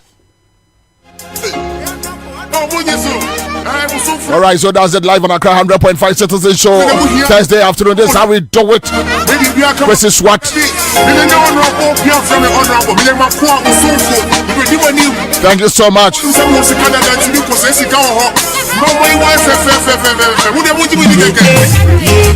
do you want to fire?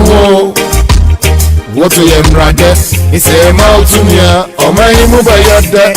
Ya brabo be ya fe ne nupa no me ya pabo ye be ya pro ya pabo papa wo sikanso ni medi yo okoji asicha no abra ye monyo amemo boni asi kontemponye ye mu fitempo ya se koko wana wo beka samu ya she wa frumuma sina mufu na ya pray dona bako sidi timinto the drop why you dey Never to Minto, a 24 pounds, so I am to Minto, Kakoy, so boys, what's it in?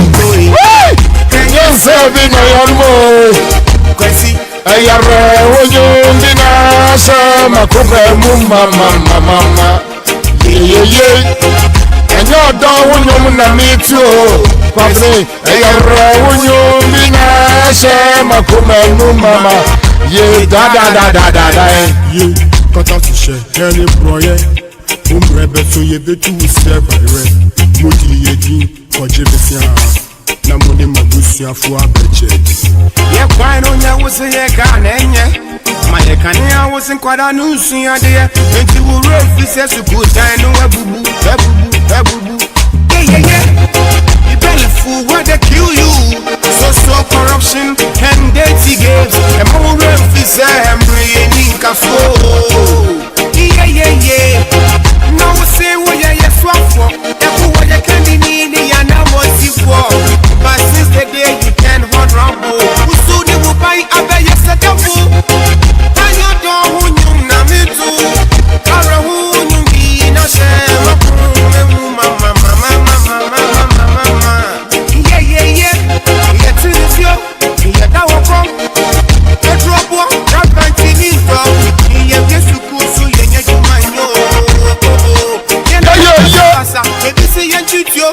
Irazo.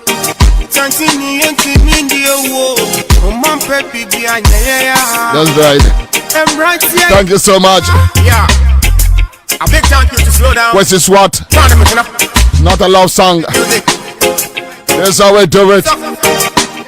Roller. Let's go. On the beat. Aya. AY City. Oyo City. Kumasi Tadi. Ghana. It's a boy.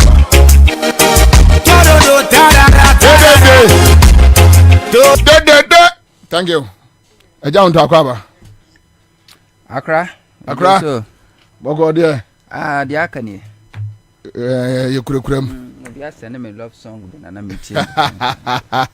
24/7 economy love song.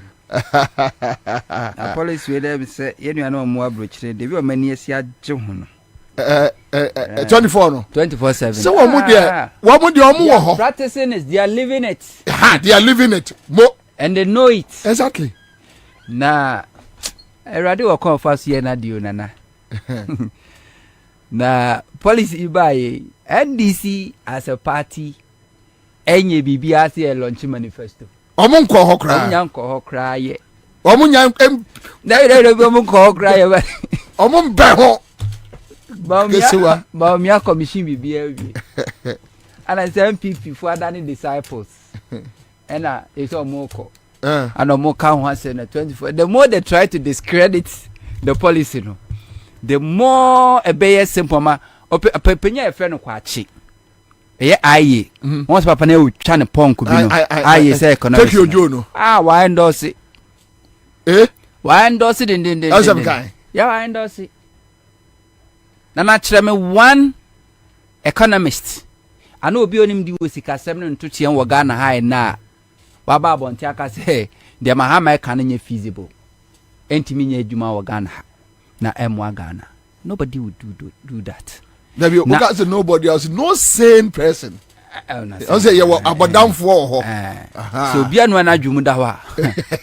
Ena we enye policy bia ofe na akwakofa physics yakoye ho lectures Debbie ni akọ Central University Debbie na ankrofo edi traffic map dodo wa mukokodura yesi baba lectures ni asete 170 questions ni edi akoma the late emisata onko answer famra meanwhile no lecturer no set question no only answers to the questions bapem no busa no so oni answer oni bi where your policy are ordinary Ghanaian etiasie straight up ena esaya de kra Mahama lay foundation no eda ho a obia tumi hu na se say de MPP for a shifty conversation one will say no I don't know about Tiamo so now let's go and attack Mahama good dinner tem ye ni na tem ka se Mahama no kra we need credibility a obetimi dia ye yeah he say policy no do that so many policy I don't have any problem with it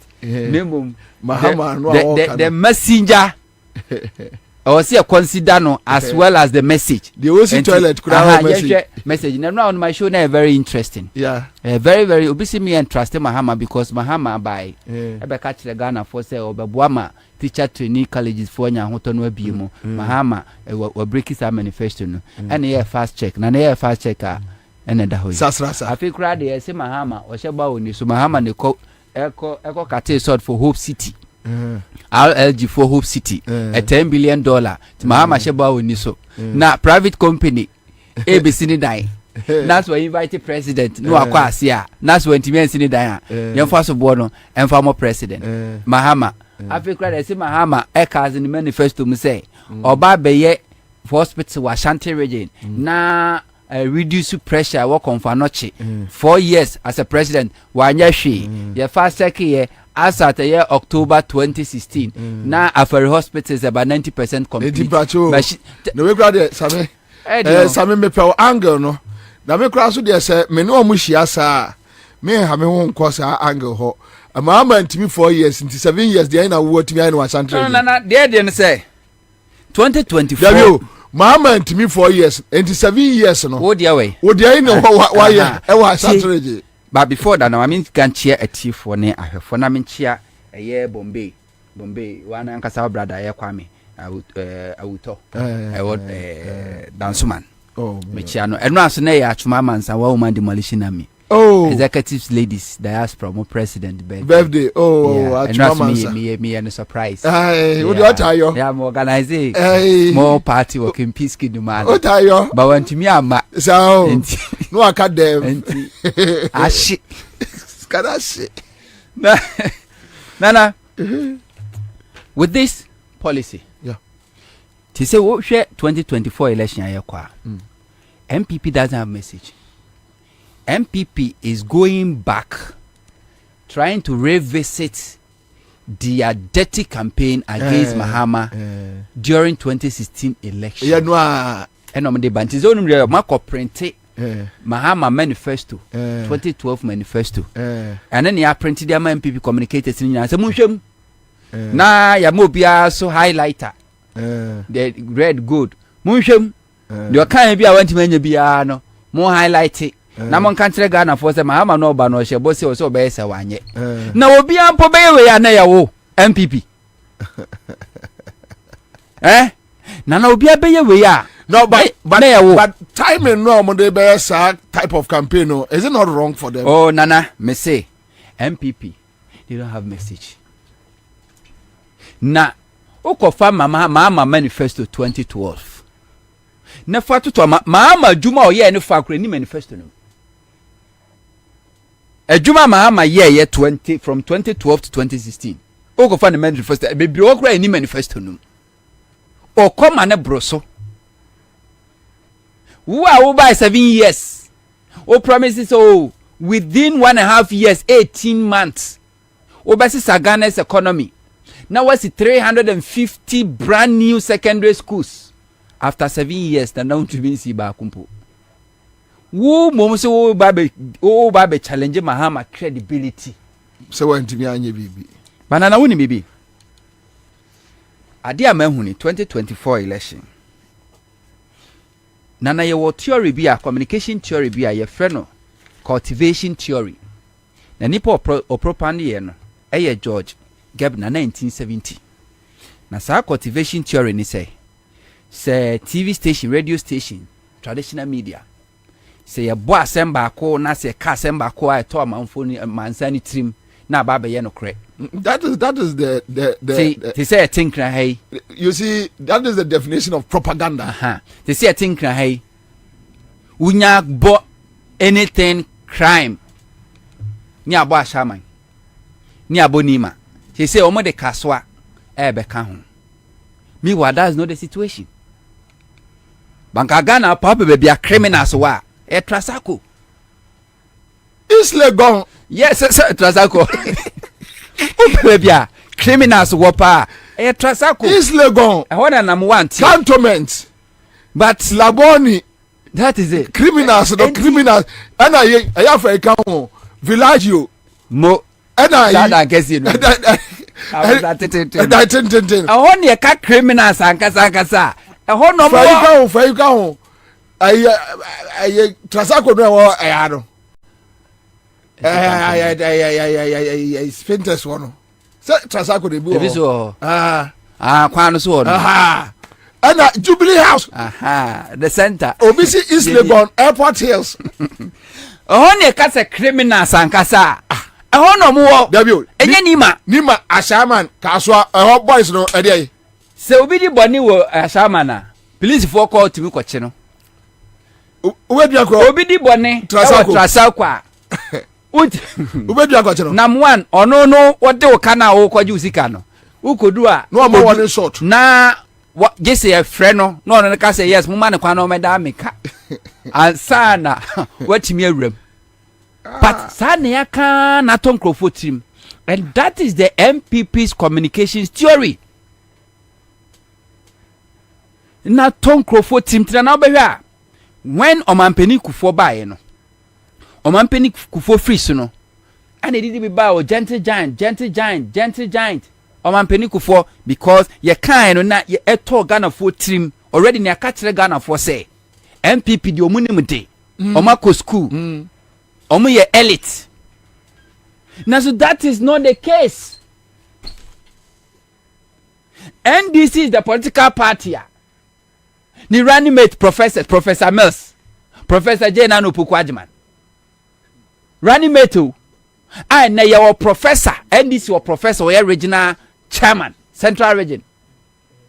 Professor Richard Kwesi Asiedu. Professors and him before Oko law, NDC for natural mo, Oko economy, NDC for natural mo, Oko a year political democracy. Kwame na why mo, omo natural mo. It is never true. But ya can't turn Crawford team. And when President Kufuor by your bay coin na no Ghana for refi. Or how near many be a more water shortages, doom saw any a Jumafua Sebio na de be a demonstration ye refi. And a man Ghana for being a GDS oh Nana Danko Kufuado is coming to do something different. Because MPP for the woman day. Oh Nana de enemy fritete, Nana de enemy fritete. And a man Ghana for buy into that because already no. Sa cultivation theory ne Ghana for team say NPP and Akufo was better. And they capitalized their hopes on that. And they didn't Akufo. And Akufo buy and what be na eba sa kra. Now they are building Ghana for hope say Baumia is the Messiah. Yeah. And then Akufo say the man to me anye no. Baumia ba be yeni na. This is the mind game one. Or more play with them Crawford. Now I thought even NDC for be trim. Ama sometimes when you talk about anything Crawford I don't want to talk about. Do you know why? Some NDC believe say Omampena da John Dramani Mahama. When no Omampena da Crawford omwa yon kufa ofane sene papa. Enti no omwa omuya Crawford sympathizers no. Automatically they will like Mahama. Enti no don't talk about Kufuor's administration, talk about Kufuor. But the truth is that 2012, from 2008, 2012, 2016, 2020 election na Omampeni Kufuor campaigning for Kufuor. And this me Kufuor sympathizer. Me pe Kufuor sembe bia Kufuor jana mijina. Na nti se Kufuor na nyonko pa ne Mahama. Eni nti no me free say enye ebe favor Mahama dia na edusi ekoto aba na Kufuor na begina simpi so be campaign ma Kufuor do. Who would I vote for? I will vote for Nipa Kufuor so beto aba dia ma no. And NDC for be believe that. The same thing worked 2016 you lost, 2020 you campaign lost and you still want to believe that. Eni nti no dia eba ne say oh Baumia de why nyina no eye Kufuor the record. Now Baumia na kasa say I'm a man of my own. And me so I have my own vision. I want the echo. Nana makana mesaka bio. Say politics aye 2020 election, 2024 election no. Ye were these two political parties, MPP and NDC. Nyamiadum MPP ni NDC omo history no and shut down kwachiri sa just 30 years ago. And me to na ma ya wo me na me ni Africa. At least nyama ni do wa. Minim. And ye be hwe baby NPP for sha 30 years ago. Diomaye. Dia Kufuor be ye. Dia Kufuor do eye. Any de ni atimi ahu de Baumia ba obeye because yenim de Mills ye yenim de Rollins ye yenim de Mills ye eni ahu de Mahama ye nti na yete yenim de Mahama ba obetumi aye na nipa bia so bobra e wasa ohwe wachi se wan sha asie ya na nan hye da nya bad sa but your current situation no and the betimi amia hu ba bia wo ko china enti se na your current situation ni ye worse than ba bia wo sha asie no a what it means ni se ba bia wo ko na hot. And if these political parties here for money na record wa na de bia na meka say about omo sunsanso na NPP 1 under Kufuor, NPP 2 under Akufo-Addo and possible 1,000 years later say ba omianwu ya NPP 3 no e be the same thing for party bit say NDC Rollins e bae no e de na oyeye emiamia hodo na electricity ni what the lensio call electricity call a front place. Regional hospitals are a Ghana ha. Dodo now were built by Rollins. Schools are who do be primary schools, JSS, even including my village, Ashanti region, Seseko. JSS in primary one, Rollins in C primary, 1998, and at Amos basic JSS, a brother no buy. 8 years of Kufuor. Mahama buy and at Amos buy no schools under trees no tisimu was see over 1,000 and over. And so Mahama buy Mahama Kotwa the same thing. Yesi market, ni yesi hospital, ni teaching compounds, ni yesi polyclinic, ni yesi district hospital, ni yesi teaching hospital. The same thing. Okofa this infrastructure development ni wonwa. Okofa NPP and Akufo. We didn't see it. Akufo the buy and we are not seeing it. What it means in say Bawumia be president, we will never see it because it's never part of their strategy. Na abuaje kura anya hwe naku nana hwade bi omampeni Kufo and also a movie economy from HEPIC to middle income status. Okay. Yeah. Very good. So it's a Ghana sikasem na ye middle income. Nana, that middle income status economy. Entimi am fixidum so. That middle income status economy. Now see a ton Ghana Telecom. Emma Vodafone need to salaries. That middle income status. Omampeni Kufo entimi implement single spine pay policy. Adie be chairman na free abamu Professor Ames be take over no sign ye. And the share Professor Mercy Kong. And now no finance minister could read the budget. Nana the same thing has happened. Na can ofrete catch and say Ghana economy be 2024 no. Na a grow could do 1 trillion. Nana we are this same 1 trillion economy na can ofrete ka ho asem no. Ye ka say omo ka che say Ghana beyond 8. Ti hiamwa. This same 1 trillion economy Nana ye ka say according to finance minister no yanko IMF anka adwumafo aketua nka yentimi ntua. This same 1 trillion economy na ye ka ho asem no na energy sector mahama build energy sector no kra de say de ka $4 billion ewo energy sector. This same 1 trillion economy na ye ka ho asem no eka enkrofo a omodo omusika ba aban bosia domestic debt bond including enkokrafo na mirwafo omusika akufo do se wontua. And to watch Mahama about 2025 no abetua the same way single span pay policy ya implemented ya de share Professor Mels kono be implemented the same thing. Enti ma ye rain fi baby ya sha se ni free baby ya kwose ye me rain fi baby ya sha se a na always be a mistake because political party bia won ideology unse ne bo bia samwa ye yi ni free MPP mu no o ka se MPP eni Oman Ghana interest eni omutrim but dey bia me no me ne tena ha ne kasa asem no die enti ne hu kan ye because wo hwe ba bia omo sha ase ne bia omo yone makona. That is where they are heading towards. And you don't think say Bawumia was something different bia or babeye Bawumia any she the same way Akufo-Addo went timi anya hwe na won timi nya hwe no the same tradition. Ene ye de ko na no na MPP fo hu say baby adi na dru no Bawumia na nkasa ne records is there everybody and almost all the TV stations almost all the radio stations social media baby abefabia you meet Bawumia records the promises ahodo share ewo ho and he's going against them and then they almost come back Ghana for monkan 2016 na muda sumu 2014 na muda sumu na waka na titakwezo se munim nam samu koto baba mahama di mu be kodum so mu sumu nim se dum se mahama na fix ye ano siesie ni nyina no mama fix bibi ma wa fan form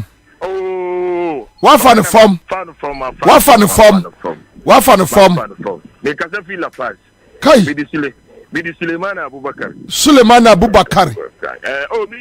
follow up only Sami ya Sami do ni bi me to ma la pasta. Allah eni awiai abom jagedegedegedegede. Aka school fees balance bi de ko sorte. Wo de ko sorte e bom ma say 500 ubisa Sami a ono ni miye e frame abu Bidi Suleiman Abubakar. Allah me follow up.